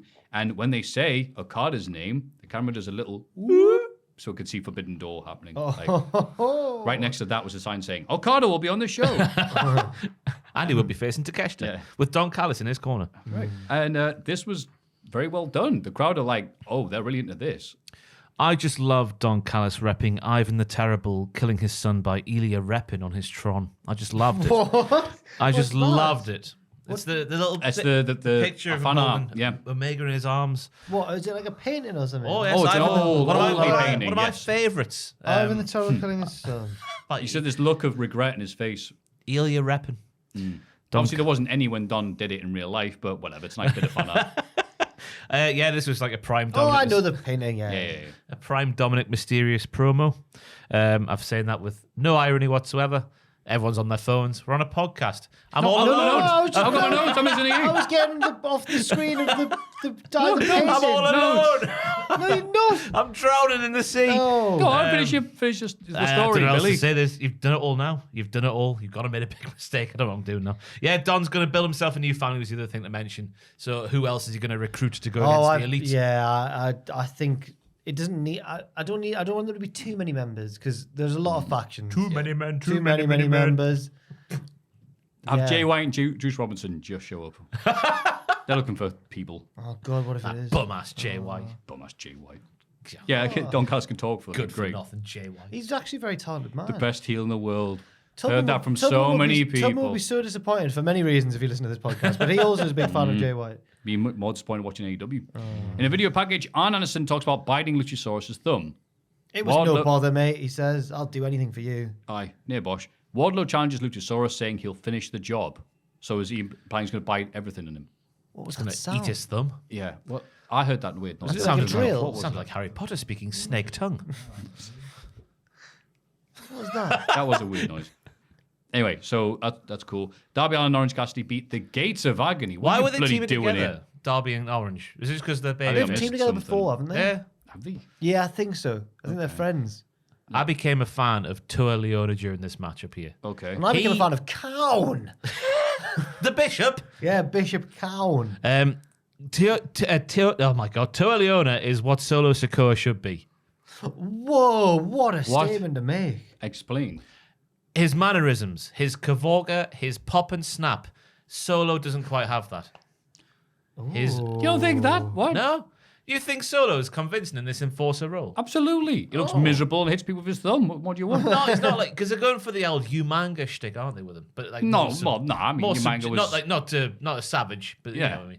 That He's is- more subdued, isn't he? He's more of Yeah. a stoic figure. But when I'm watching him wrestle, I don't get quite that feeling of like, oh, he's really hurting people like that. But with Toa Leona throwing himself at people, I was like, yeah. With Solo, I get the sense that if I ran full pelt into him, he wouldn't move. I get a sense of a real weightiness about Solo Sikoa, like a sculpture. Yeah, see, Toa I'm all Leona right. would eat you alive. Yeah, I'm all right no with doubt. Solo not. But Solo's more fridge than mini fridge, and I'm all right with that because there's too many super heavyweights who move around like lightweights anyway. at this Bronson point. Reed. Right. Yeah, but even he has started less. He still does less jumpy around Maybe stuff Vince that he was used right when to. he wanted to send Keith to big man class. Yeah, I'm with him. Like, I'm all right Solo not being like doing too much. I don't mean I think doing I'm too much. I mean doing things that make you feel like, oh, Okay. he's really hurting people. But Toa Leona in his offense, while he's not shoot hurting people, it looks like he is more so than bit not. more impactful. Yeah, more impactful. Fair enough. It gives me the shivers, gives me the willies, Maffew. Oh, I wouldn't want to see him in a dark alley. Oh, no. I love that expression. Who would you want to see in a dark alley? Yeah, it's true. I'd be worried if I saw Orange Cassidy in a dark alley. Have you met him? No, I rated him the other day on Twitch, and he was like, "Is that real Maffew?" Yeah. It's like, Yeah. The He's clout, like, "Wait, is he in character or not?" Is he just? He thought he was like that the entire stream. big- the on clout, stream. the clout you have in the wrestling sphere is insane. Yeah. Honestly, It's God. great knowing I'm liked and hated in That's equal amounts. fine. It's such a weird feeling. Yeah, it's better than being it. What do they say? Better to be hated than not thought of at all. I mean, that's That's what they say, I don't know what exactly they're saying. and it's even better now they have like muting on Twitch, Twitter, whatever. It's tiring. We're tired. It's a We're long getting podcast. towards the end, though. Swerve Strickland and Brian Cage try to attack him afterwards, but the save is made by Sting, who has all the Kavorka. I haven't seen him for a while. Yeah. Yeah, good to see He's him. back and he's there like, well, what? I leave you for months and you team up with Orange Cassidy? How dare you? No, they have teamed together now because I remember Sting and Orange Cassidy being on the same page. Yeah. Good for them. Yes. MJF gets a video package talk about how he's running out of competition and he's so bloody great. So I mentioned earlier on, this is the only MJF we see on the show. Yeah. I was quite surprised. I It was was a alright. decent little promo. Yeah, I don't know what else to say about it. There wasn't much to it, was there? It came up on Twitter. It was the 1 year anniversary to bloody MJF doing that promo where it even said it. Mark. Yeah, his shoot promo, and people like, really? We're still calling it that? It was real. Awful. Is that when CM Punk came out and went, Max, stop. Yes. I'll be your friend. Remember that? Do you remember that aspect of it? CM Punk came out and went, Max, stop. Which in hindsight's really funny and ironic. Stop fighting backstage and causing issues, Max. Would that have been the night he did his angle in then? Maybe. When he hopped off the barricade? Maybe. Maybe. No, I thought it was the. Did he win it at Double or Nothing, the title? Yeah, he'd be Page at Double or Nothing. Yeah, it would have been that then. Wow. What a I thought it was seismic the next man. time he was What at a long Dynamite. year it's Oh, been. whatever, anyway. Hook heads down the ring for an interview. Oh, that's always good. But he's interviewed by Preston Vance, Dralistico, and Jose, the assistant. That's You all right? That's La Facción. Jesus Christ. That's La Facción Ingobernable. There's only one of two ways this story can go, and Hook doesn't wear a mask that they can take, so he's going to get a contractual storyline, and I cannot be bothered. It's not going to be oh no. That's oh, all they do. No, I would agree. Well, no, Until hair versus hair. Oh, hair versus- He's got a fantastic mane of hair. he does, but objection. El Pedro Porro, whatever they call him. El Porro.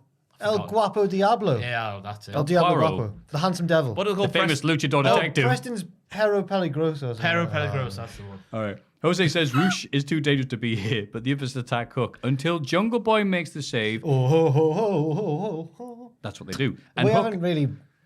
I feel sorry for him at the minute because he's getting booed. yeah, Hook suplexes Jose, and it did feel like, is Jungle Boy here to help or not? Oh, turn heel, yeah. Because the crowd are like, look, Jungle Boy, we like you, but you're not a pillar or whatever. Stop trying to make us sound like you're the same level as you. This has got to be hair versus mask.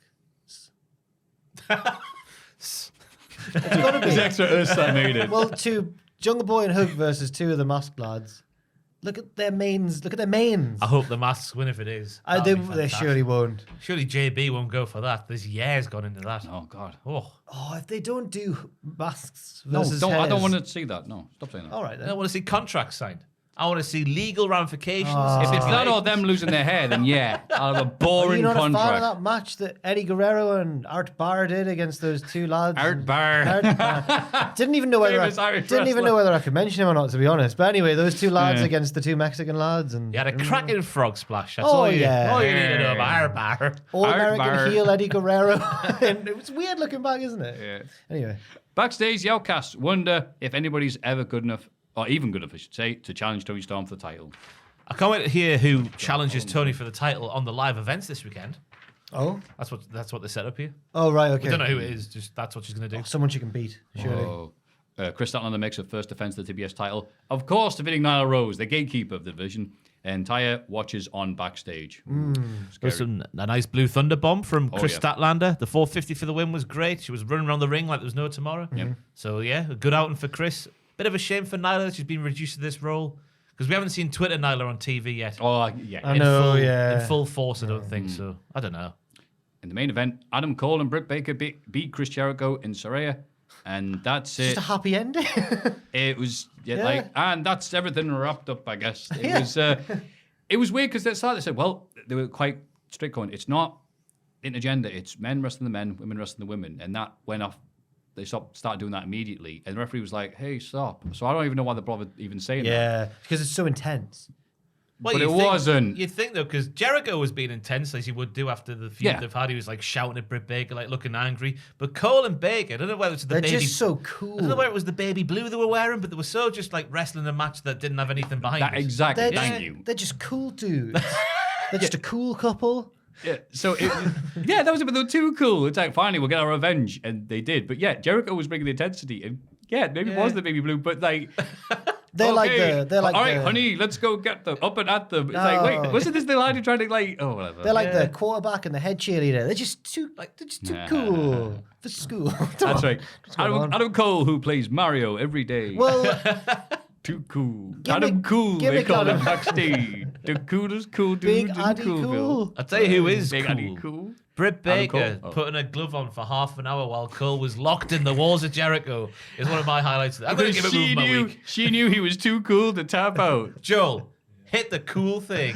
Oh, baby.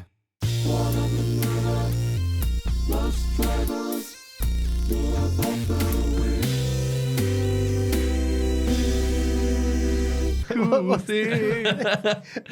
Move of the week. The jingle. coolest wrestler of the week. And the new segment. oh my god, let's do it. We have a pair of sunglasses coming. Help, wifey, help. Just making sure everyone can see it like, oh, it's on there. Let me step through the ropes very slowly, like a cool person would.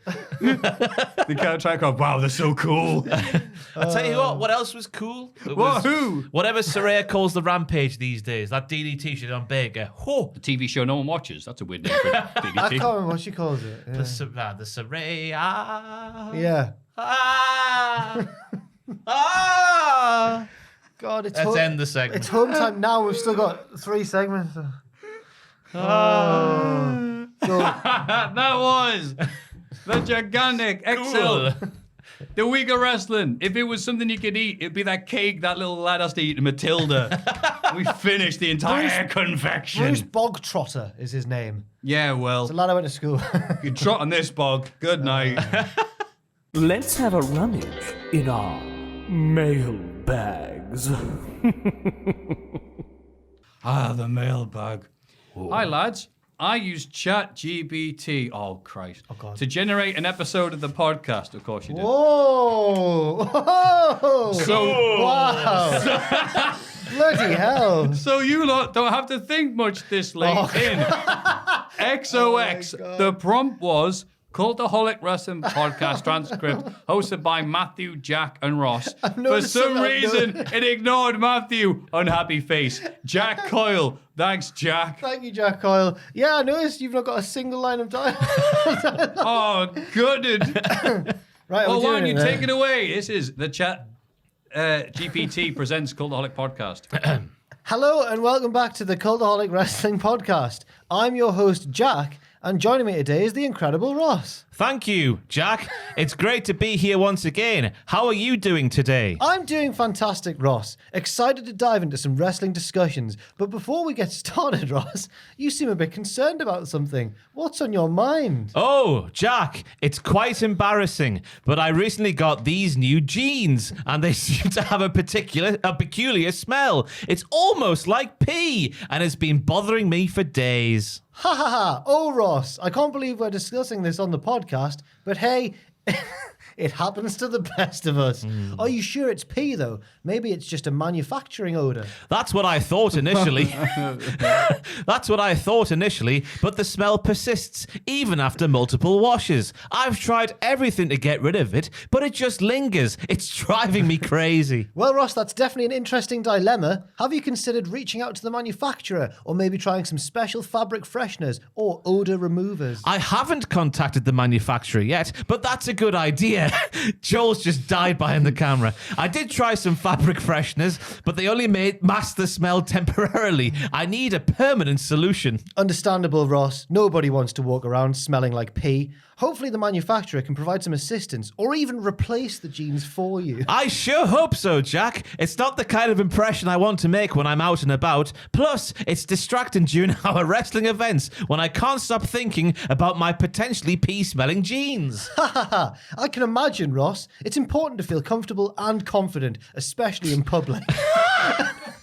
Whereabouts are where we are? I'm sure the manufacturer will do their best to resolve the issue for you. I really hope so, Jack. But hey, at least it's given us something interesting to talk about on the podcast today. Wrestling and pea-scented jeans. What a combination. Ha ha ha! Indeed, Ross, indeed. And I'm sure our listeners will appreciate the candidness and the unusual topics we sometimes dive into. It's all part of the fun. Absolutely, Jack. Wrestling is full of surprises, both in and out of the ring. Oh my God, it's an NXT promo. Now, if only my jeans would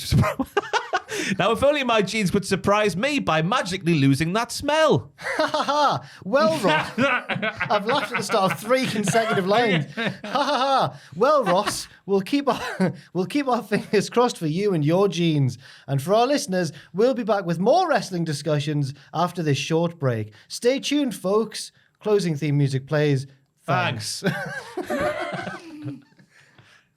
This is bollocks. There's no way we're talking about something that interesting on the That podcast. was unreal. That was so good. I like Jack saying, yes, it's all about confidence and being comfortable. Well, that's so nasty, that. So many avenues for potential comedy there, and you've gone with that one. It's sad. It's very sad indeed. I'm sorry. Good day to you, sirs. I hope all is well. I actually thought this next bit was about like the thing to ChatGPT, so I thought I was going to have to read it. It's actually a real person. I'm sorry, real person. This past weekend saw Asuka defeat Bianca Belair, bringing an end to Bianca's historic title reign of 420, funny weed number, days as our Raw Women's Champion. Some have argued during the tail end of the reign that it began to feel stale and predictable, whilst others have felt that her title reign ended quite abruptly and should have continued on past Night of Champions. So I think it'd be interesting to see y'all's take on it. Y'all's American. Personally, I think it could be argued that it should have ended all the way back in October with Bayley at either one of their pay-per-view matches. I'd argue this, seeing as Bayley's return / Damage Control's debut was the hottest thing in WWE in the summer, and they had the potential to inject a great heel faction of 3 immensely talented women into the division, and they failed to do so by refusing to have Bianca put them over in any of their prominent matches aside from Damage Control's debut match at Clash of the Champions. Was it Clash of the Champions? I think it's safe to say that post-Survivor Series, Damage Control lost its momentum and has been, at best, glorified jobbers, and now we're all waiting for them to break up for the best of everyone involved. At present day, seeing where Damage Control currently stand and Bianca's underwhelming feud with Alexa, as well as the questionable booking in regards to the Asuka feud, I believe there is a strong case that her reign should have ended with Bayley, as it would have solidified Damage Control as a true force within the women's division, with them all holding titles, and the loss could have added an edge to Bianca that she has lacked in recent months, with Bianca possibly winning the title back from Bayley later on down the line. With all that being said, when do you think Bianca's reign should have ended? Should it have happened at last weekend's event, or earlier, or possibly extended to a later date? And if so, who would have taken the belt from her? Cheers, lads. Alfie from down the road. Thank you, Alfie from Cheers, down the Alfie road. from down the road. The bit I nearly got distracted because when he said y'all and you went, oh, it's an American. That's it not, just is it? was really Partridge. And you went, oh, it's an extender. I need to stop doing partridge bits. I think Alfie's made a very good argument there. It's well thought out. It's well structured. It's had a lot of preparation. And I feel like I would be offending Alfie if I went for an alternative suggestion. I think she should have held it for longer. At least 100 days longer. Becky Lynch, I think, has the longest combined reign. This is Wikipedia. At 535 days of whatever title she held at the time. I guess both of them. That's combined, right? Yeah, combined. So beat that record. And But it's combined. Holistically. Oh, It's consecutive. consecutively. We They should have ended somewhere else but Saudi Arabia for me. Okay. Yeah, it felt a bit too. It didn't feel like it was set up right for such a defeat. Yeah, So I I'll would go for agree it. that it shouldn't have been this particular one, even though the match was good and stuff. match was good. It was received well. I think we're in the minority though, saying that it shouldn't have happened. I think most people will go, yeah. You are right, because I'm one of those people. And I'm going to go, yar. Racist. Wow. Neither of them are Caucasian, but yeah. Yeah, I think it went down as it should have. Like, Bianca Belair, as I said beforehand, she's really good. She's really great. Yay. Damage Control have really helped her during this reign because there've been 3 silly buggers that she has to dispose of. Fantastic. Thanks for the help. But yeah, it was time to end it. I think at WrestleMania surprised some people because they just thought, yay, Asuka, the new shiny toy. Woohoo. But I don't necessarily think it was a bad thing she didn't win. Yeah. Yeah. Plus, again, people wanted Asuka to win. So it's like, well, she's supposed to be a heel. So you can make the argument, no, we need a few times missing her. It didn't help because as soon as she won, all the Saudi people, yay! So I think that maybe I would have rather she lost it as Alfie said to Bailey before rather than to Asuka now, because I just don't feel like Asuka's been built up enough, but some people do. I was going to say, I think people like Asuka just because she's Asuka. Just 'cause she's Asuka, Right, yeah, right, that's rather fair than enough. whatever character. She's or never role not going to she's- be over, is she? Yeah, Yeah, that's true. She's really cool. Yeah, she's Yeah. cool. She's Cool. Simpsons memes on Twitter. Good discussion there. Yeah, I think A return to actual analysis after the genes. It's really weird, isn't it? They're going for that. Yeah. Quite hard, right? Yeah. Oh, man. Well, go. Hope you lot are having fun. Having fell off NXT for the longest time now, mostly a lot of people. From time constraints. You should hide all the pages around the room and then have to search for the next one. I'm sat here catching up on NXT Battleground. Tiffy Stratz has just won the women's title, and I'm sat here practically in tears of joy at how good the show has been in the ring. Oh. Yeah. Granted, above medical grade green supplement may have had some effect on that, but overall the wrestlers has made the main impact. Do you guys think that we are reaching a point now where new NXT is becoming on par with classic black and gold NXT? A proper development brand with mostly new stars mixed in with a scattering of indie standouts, which could soon become the standard for the future of WWE again.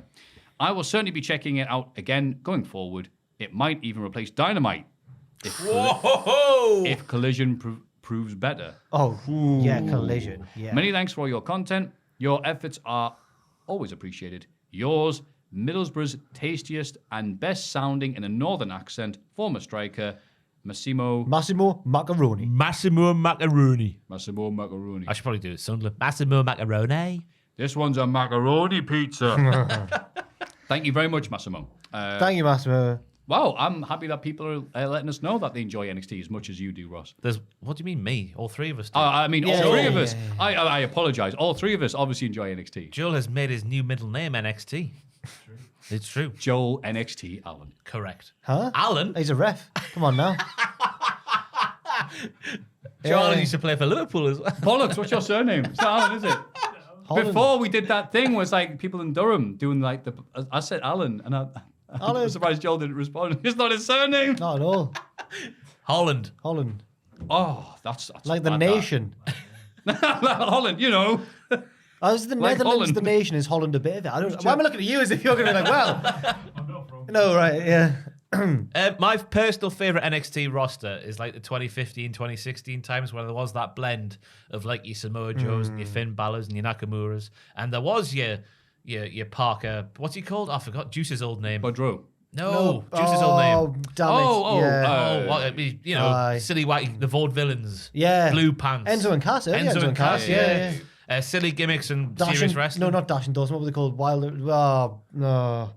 Oh, Who the FTR? plumbers. Bliss is 2. Murphy was Oh, one Buddy of them. McMurphy. Blake and Murphy. Blake Murphy, the yeah, Dubstep yeah. Cowboys. The Dubstep Cowboys, yes. It was a great time. So I was your perfect blend of wacky bollocks and serious wrestling. I think we are with Carmelo Hayes at one end, maybe, and whoever at the other end. There's a multiple people you could pick there. I think we are getting close to what that was. I don't think we are yet, and I think I've got 2 key points. One is that when NXT was firing on all cylinders, the specials were good, but the TV was also really good. Whereas I don't think the TV is that consistent yet.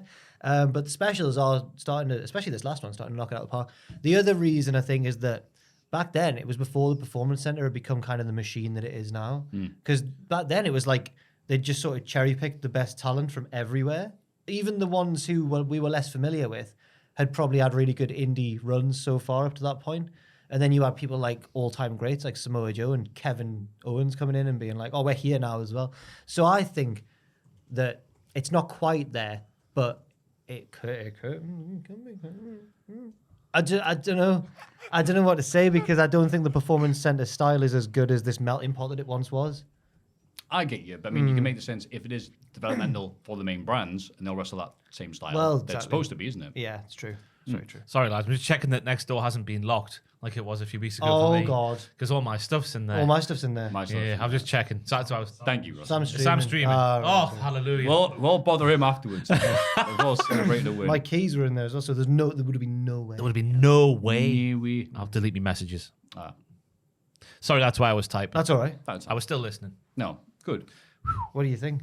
Yeah, lovely. Is NXT going to be on the level? Yeah, we're getting back to it, yeah. All right. As I said, yeah, 2015 Oh, you've roster, already yeah. said it. You've already answered, Yeah, man. It's him. because it's me. It's That's right. him. I'm paying attention. You. Sorry, I wasn't.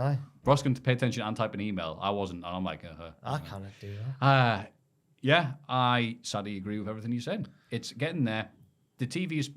I like it being different though. That's the thing. Yeah. Like it's. I know it sounds weird. What do you mean you like watching somebody complain about it? Yeah, it's the way I am. What of it?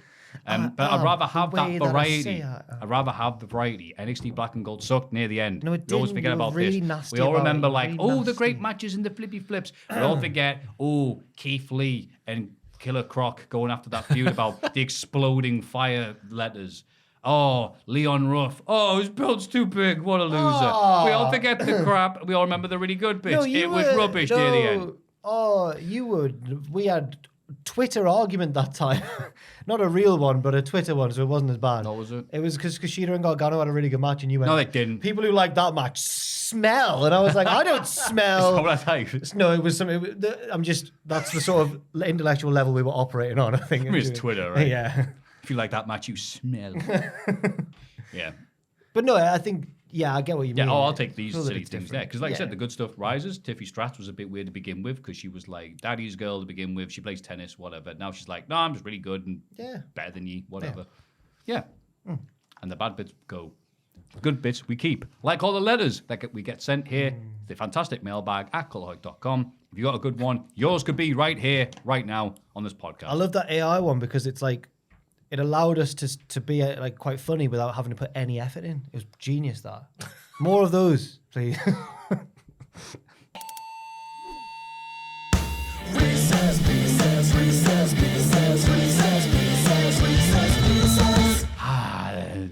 Wrist piss. Hello all. I hope you're all having a wonderful day. We are. Thank you. LFG kids. Today's Reese's Pieces is simple. Three wrestlers and new chaps get to pick if they should be pushed, buried, or repackaged. Oh, it's Right. Pushberry repackaged. Thank you for all that you do. PBR. That's a beer, isn't it? It is. Oh. Blue. Pabst Blue Ribbon. Yeah, Blue Yeah. Ribbon. And keep me happy in some of my darkest times. Chris from Lacey, Washington. Well, thank you, Chris. Thank you, Chris. Happy to help you. All right. Carmelo Hayes, Braun Breaker, Von Wagner. Oh, no. Pushed, buried, repackaged. I would push... I don't want to change Hayes or Breaker. I sadly have to bury Von Wagner, which is a shame. Push Hayes, repackage Braun, but I don't want to. You have to. God, it's a shame this question wasn't coming around when Fisherman was round. Yeah. Would have made it a lot easier. I'll go push Braun. Okay. Repackage Carmelo. Oh. Just to make things interesting. Okay. No, I'll repackage come Tuesday into something whimsical, and I'll bury Carmelo. Melo don't miss. Because despite the fact he'll rise above it because he's that good. Okay. Push come Tuesday. Okay. Because Let's be funny. Need someone other than Killer Cross to have a crap match every week. He's good. He's good. I know, but I'm His tired. wrestling's I'm the tired. strong point. He's a Beverly brother. That's son. not true. Repackage Braun. Just call him Steiner. And then bury Carmelo because he's that type of guy where if they push him, people aren't really too responsive. But if they don't give enough victories, people will really turn around like LA Knight. The Daniel Bryan. Yeah. Otis, Chad Gable, Cameron Grimes. Ooh. Okay. Push Chad Gable. Barry. Oh no. Barry. Oh no. Barry Grimes repackage Otis. Oh damn it. I don't like that at all. I'll go Barry Otis repackage Grimes. Okay. Make Grimes a heel. Otis for the same things Maffew just said about burying someone. You can get the resurgence. Yeah, that's true. Push Otis, bury Chad, repackage Cameron because he needs a better gimmick. Chad can overcome everything. Chad can He overcome. overcame Shorty Little Bastard. What was that? You'll be all right. Was it also Chad who went? Was that him? Yeah, you suck, Chad Gable. Roxanne Perez, JC Jane, Gigi Jolan. I would push Roxanne Perez because I think she's really good. I would I don't want to bury Gigi, but I've got to say repackage JC just because the thing we've said is that all the promos she's given are very generic heel promos. Push Gigi, repackage Roxanne as anything other than, oh, I'm so happy to be here. Oh. And yeah, bury JC Jane. I'm going to say the same that Jack said. So. Okay. AJ Styles, Riddle, Ricochet. I don't know if you can repackage Ricochet. I think he just is who he is. I'd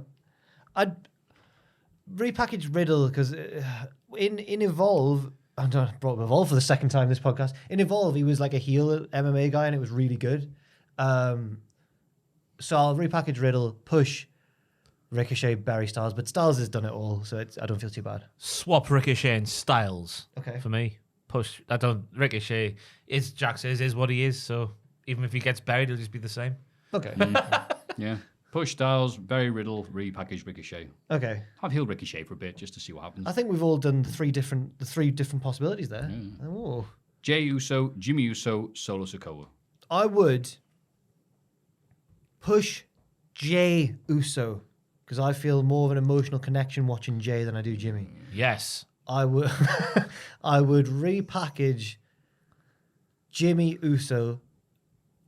No, I'd repackage Solo. He's too valuable right now to bury, and I'd bury Jimmy. But Jey can bring him back. I concur with everything he just said. I thought you were going to repackage Solo. Oh, that's what I said. Yeah. Oh, I sorry. don't know how you would repackage Jimmy. Yeah. Well, I think one of them, yeah, that would make sense. That I mean, I would push Solo and then Okay. bury Jimmy because he's a bitch and repackage Jey. He's nobody's bitch. Well, that you can wear a t-shirt saying that. Yeah. He And just if you kicked actually- the tribal chief twice. Yeah, we have to be talked into it. Oh, no. 5 years. Jay's the big 5 years. Serious, Jeff. Come on. Yeah, see, you need to go down to Specsavers. Maybe you should get your glasses checked also then, Maffew. LA He is Knight, not offside, Charlie. Oh, God. LA Knight, Montez Ford, Gunther. I would push. Are you going to repackage Gunther into that wacky shop assistant you were talking about? No. He owned the shop. He was the owner with his Labrador. Who was Gunther, LA Knight, and who? Montez Ford. Oh, that's a murderer's row of I was choice. going to say, Chris, we like you, but man. bloody hell. I'd push Ford. Ugh. I'd repackage. Bless you. Barry Gunther because he can handle it the most. And oh, damn it, I've answered this wrong. I'm repackage LA Knight. That's wrong. I've done the wrong answer. Push LA Knight. Repackage Gunter so all the little references to things you shouldn't think about when Yeah. thinking about Gunter go away. Like the Yeah. draping flags they had in Saudi Arabia. Yeah. That looked like flags from a Yeah, different red time. red drapes. Yeah, Yeah, with like a circular. yeah, it was bad. I didn't even notice that. I didn't, but when I watched it, someone showed me an image of it. I went, "Oh no!" Oh, what do you mean? Like, No, no. Judy's we can't entrance. say. We don't need to say it. We can't say. Oh. Just watch his entrance again. Did it? Oh, Yeah. It's a okay. little bit. And we'll repack it. We'll Alright. bury Tez. Oh, Feels weird to say, but I want the other two more. fair enough. Yeah, horrible. I would repackage Montez Ford. I think him being back to Street Profits is great if you're in that, but if you're going to do a solo thing, it's got to do something different. Get out the shadow of that. Push Gunther. Repackage LA Knight as LA Knight 2. Okay. Xavier Woods, Kofi Kingston, Big. Oh my God. You think it was hard enough Hey. deciding which one of these was the cutest? I'd push Xavier just because he's had it the least out of the three of them. Repackage Big E, I guess, because he's gonna, if he returns, then it's ripe opportunity to do so. And bury Kofi just by default out of the three. Process of elimination. As we're sat here in June of 2023, I would concur with those choices. But all can change. Depending If we on were sat here a little while ago, I'd be pushing Big E to the moon. But Xavier needs, I like to see Xavier get the same treatment. Yeah. The push, not the reign itself. I've got nothing after that, so well said. The Miz, Braun Strowman, and it says Carry On Chris. It's a funnier name. probably repackage Karrion Cross. No. Sadly, bury Karrion Cross just because his bookings at the minute, I don't like it. I'd bury the Miz because you can't bury them. He's unbury. I'd bury the Miz, push Strowman, repackage Karrion.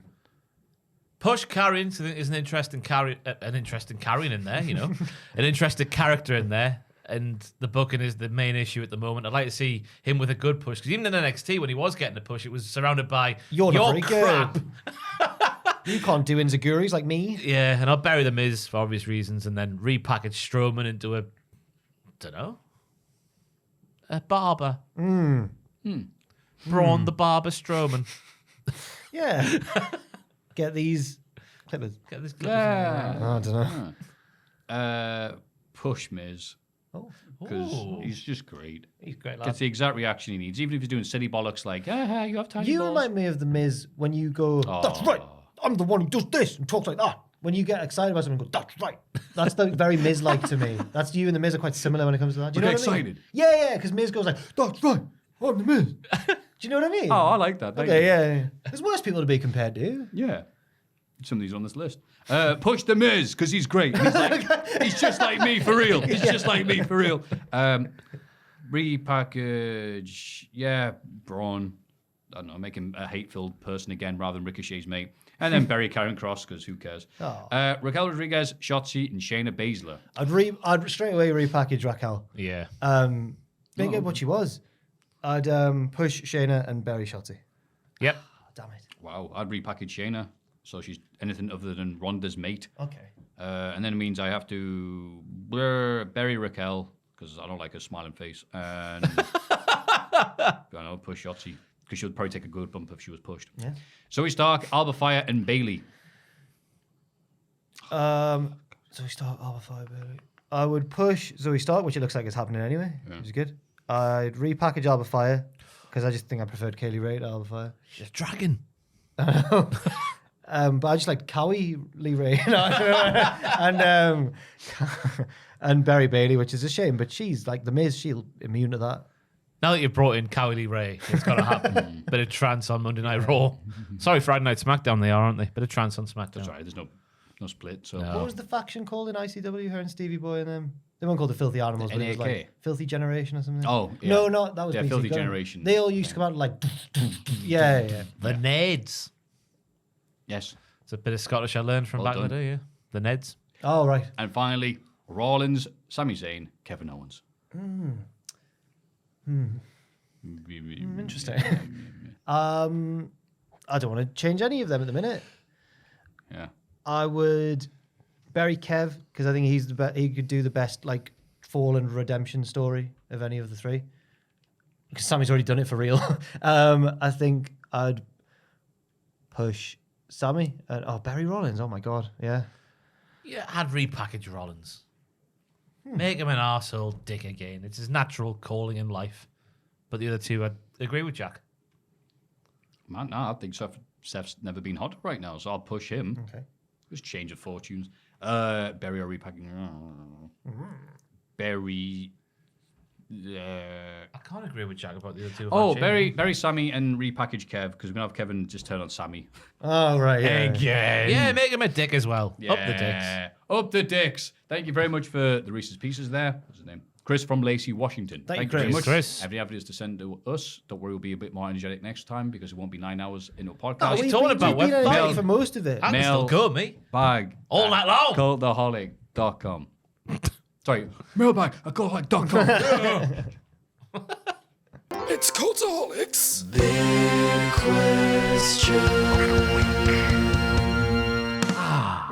What a lovely long podcast it's been. And just a little bit more to get us going through the week. And just a shout out to our lovely, sexy producers, Chris Routh, Ralph! Reno 2200. Those double digits in double order. Oh, shut up, Ross.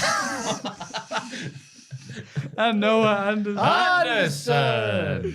Thank you very much. Did you join in there, Joe? Four Oh, little there was ducks 3 in a voices. row. Yeah, right. Thank you, Joe, in the background. 2 little The ducks ambience. followed by 2 little eggs there, Reno.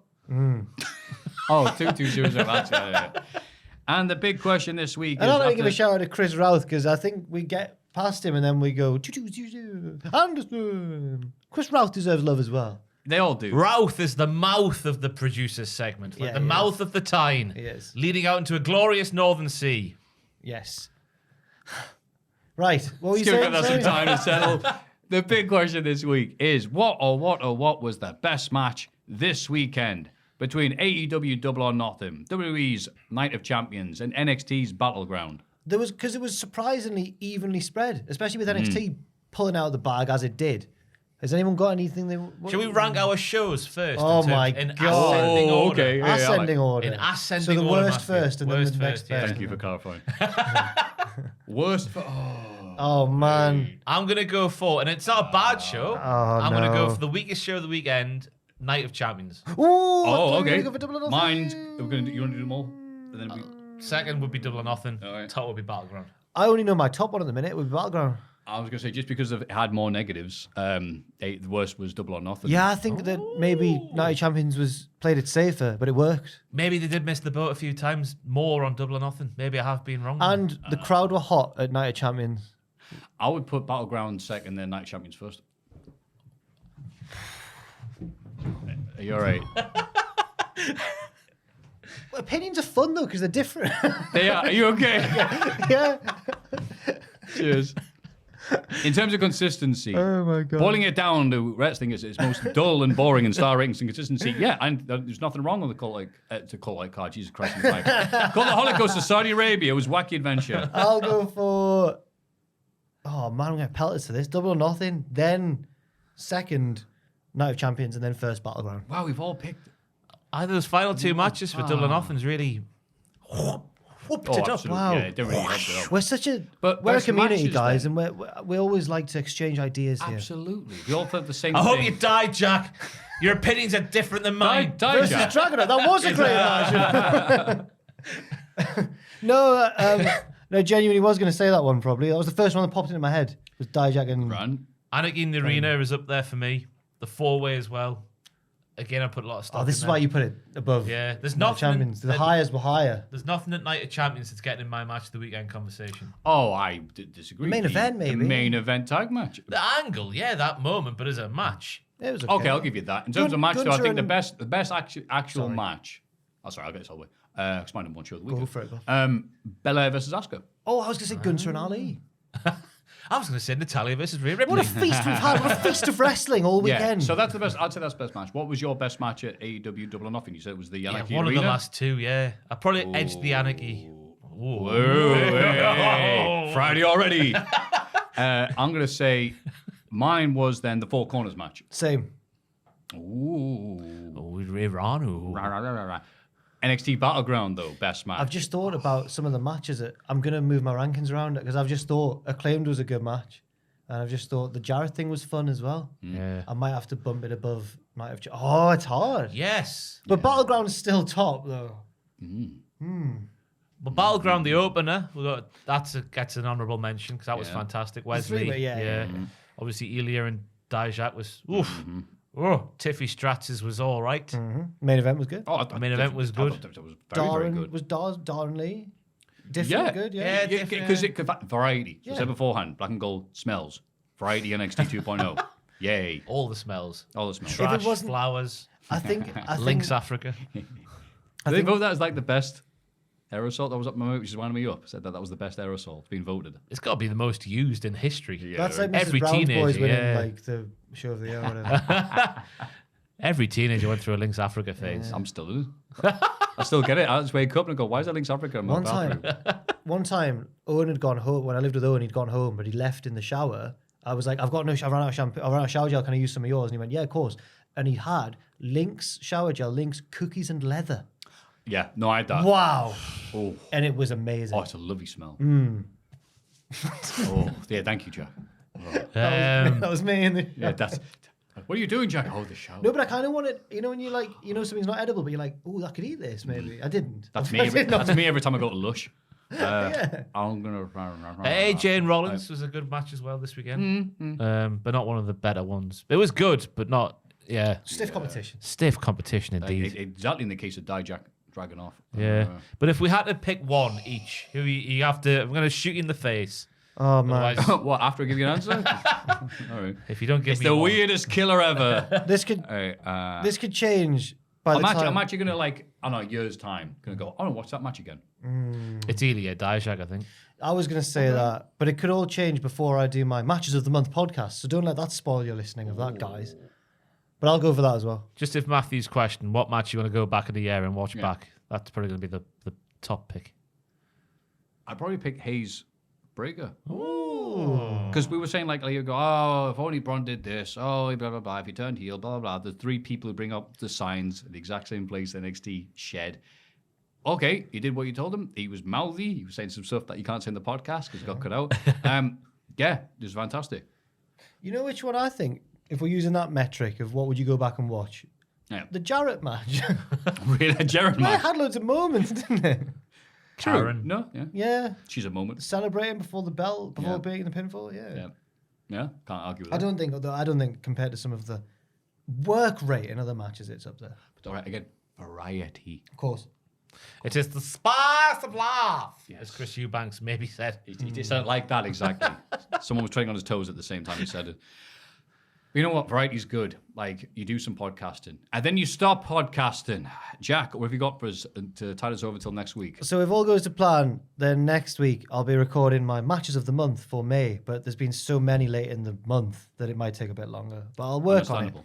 There's also going to be, it's not out yet, but I think we're doing a Mankind Undertaker related video for the 25th anniversary of that match. 25 years since that match. Bloody hell. God. So yes. I'm not involved in that. I don't ask to do anything anymore around here. I've got nouses this week's been all football, all wrestling, and also football. Hold and give. So you have Hold and Give. That channel's resurrected, like the Undertaker. Yay. It's Hell in a It's Cell. the 25th anniversary of the Hold and Give channel, right? Yeah. Oh, what a 25 thing. weeks of content. Yeah. But yeah, not much. There'll be tier list return next week and a silly bollocks video. But yeah, apart from that, no, not much really. I think we'll Good. Well, you've worked your bollocks off this week, so yeah, take it. This isn't a real job. That's right. That's what Jack's friend said. That's what I'm said. sorry. Love I'm you. going to, just before you say what you've got going Okay. on, I'm going to try and throw this ball into his mouth because it looks like... Go ahead. Ah. Oh. Right then. I'll try again. I have got reading Bret Hart's book on reading Bret Hart's book on Twitch on Sunday. We're through 97. We've got Survivor Series 97, done it. I forgot that it's one of these things you forget about all the other things that's happening in the Survivor Series is the fact that when Sean is applying the sharpshooter on Bret, Bret tells Sean, no, Sean, wrong leg. And he goes, oh, sorry, thanks, Bret. Bret puts it on. It's Bret going, no, wrong one. Oh, God, thanks. Wouldn't ruin this spotlight. You know? What a couple of pros, eh? Yeah, and then obviously Bret's like, oh, I told him how to do that properly as he screwed me. So. You don't have to keep giving them back, you know. Yeah, I know. That's fun. So, we have been Cultaholic, the Wrestling Podcast. This has been Jack, who has good aim. Let's see. Go on, Broom. Oh, my God. This has been Ross. Okay. Oh, leave it there. Oh, That no. was, we can do better. No, I was going No, I was going to try and get both Okay, on go on, somehow. go ahead. It's never going to happen. And I've been Maffew. This has been Joel, whose name is Holland, as it turns out. Who knew? That should have been in the news section. Mailbag at cultaholic.com. Yes. Yeah. Patreon.com/cultaholic Yeah. to vote on these three fantastic picks, Noodles. And we have thoroughly enjoyed talking about the wrestling this week. You guys have been fantastic. Thank you very much for showing your support. Thank you for liking and subscribing. If not, you do that already. We'd really appreciate it. And we're going to end this lovely, fantastic podcast by looking at this big old TV and saying, ooh, what's a good thing we can yell? Pew, pew. Yes, I agree with that. Oh, no. Okay. 1, 2, 3. Pew pew.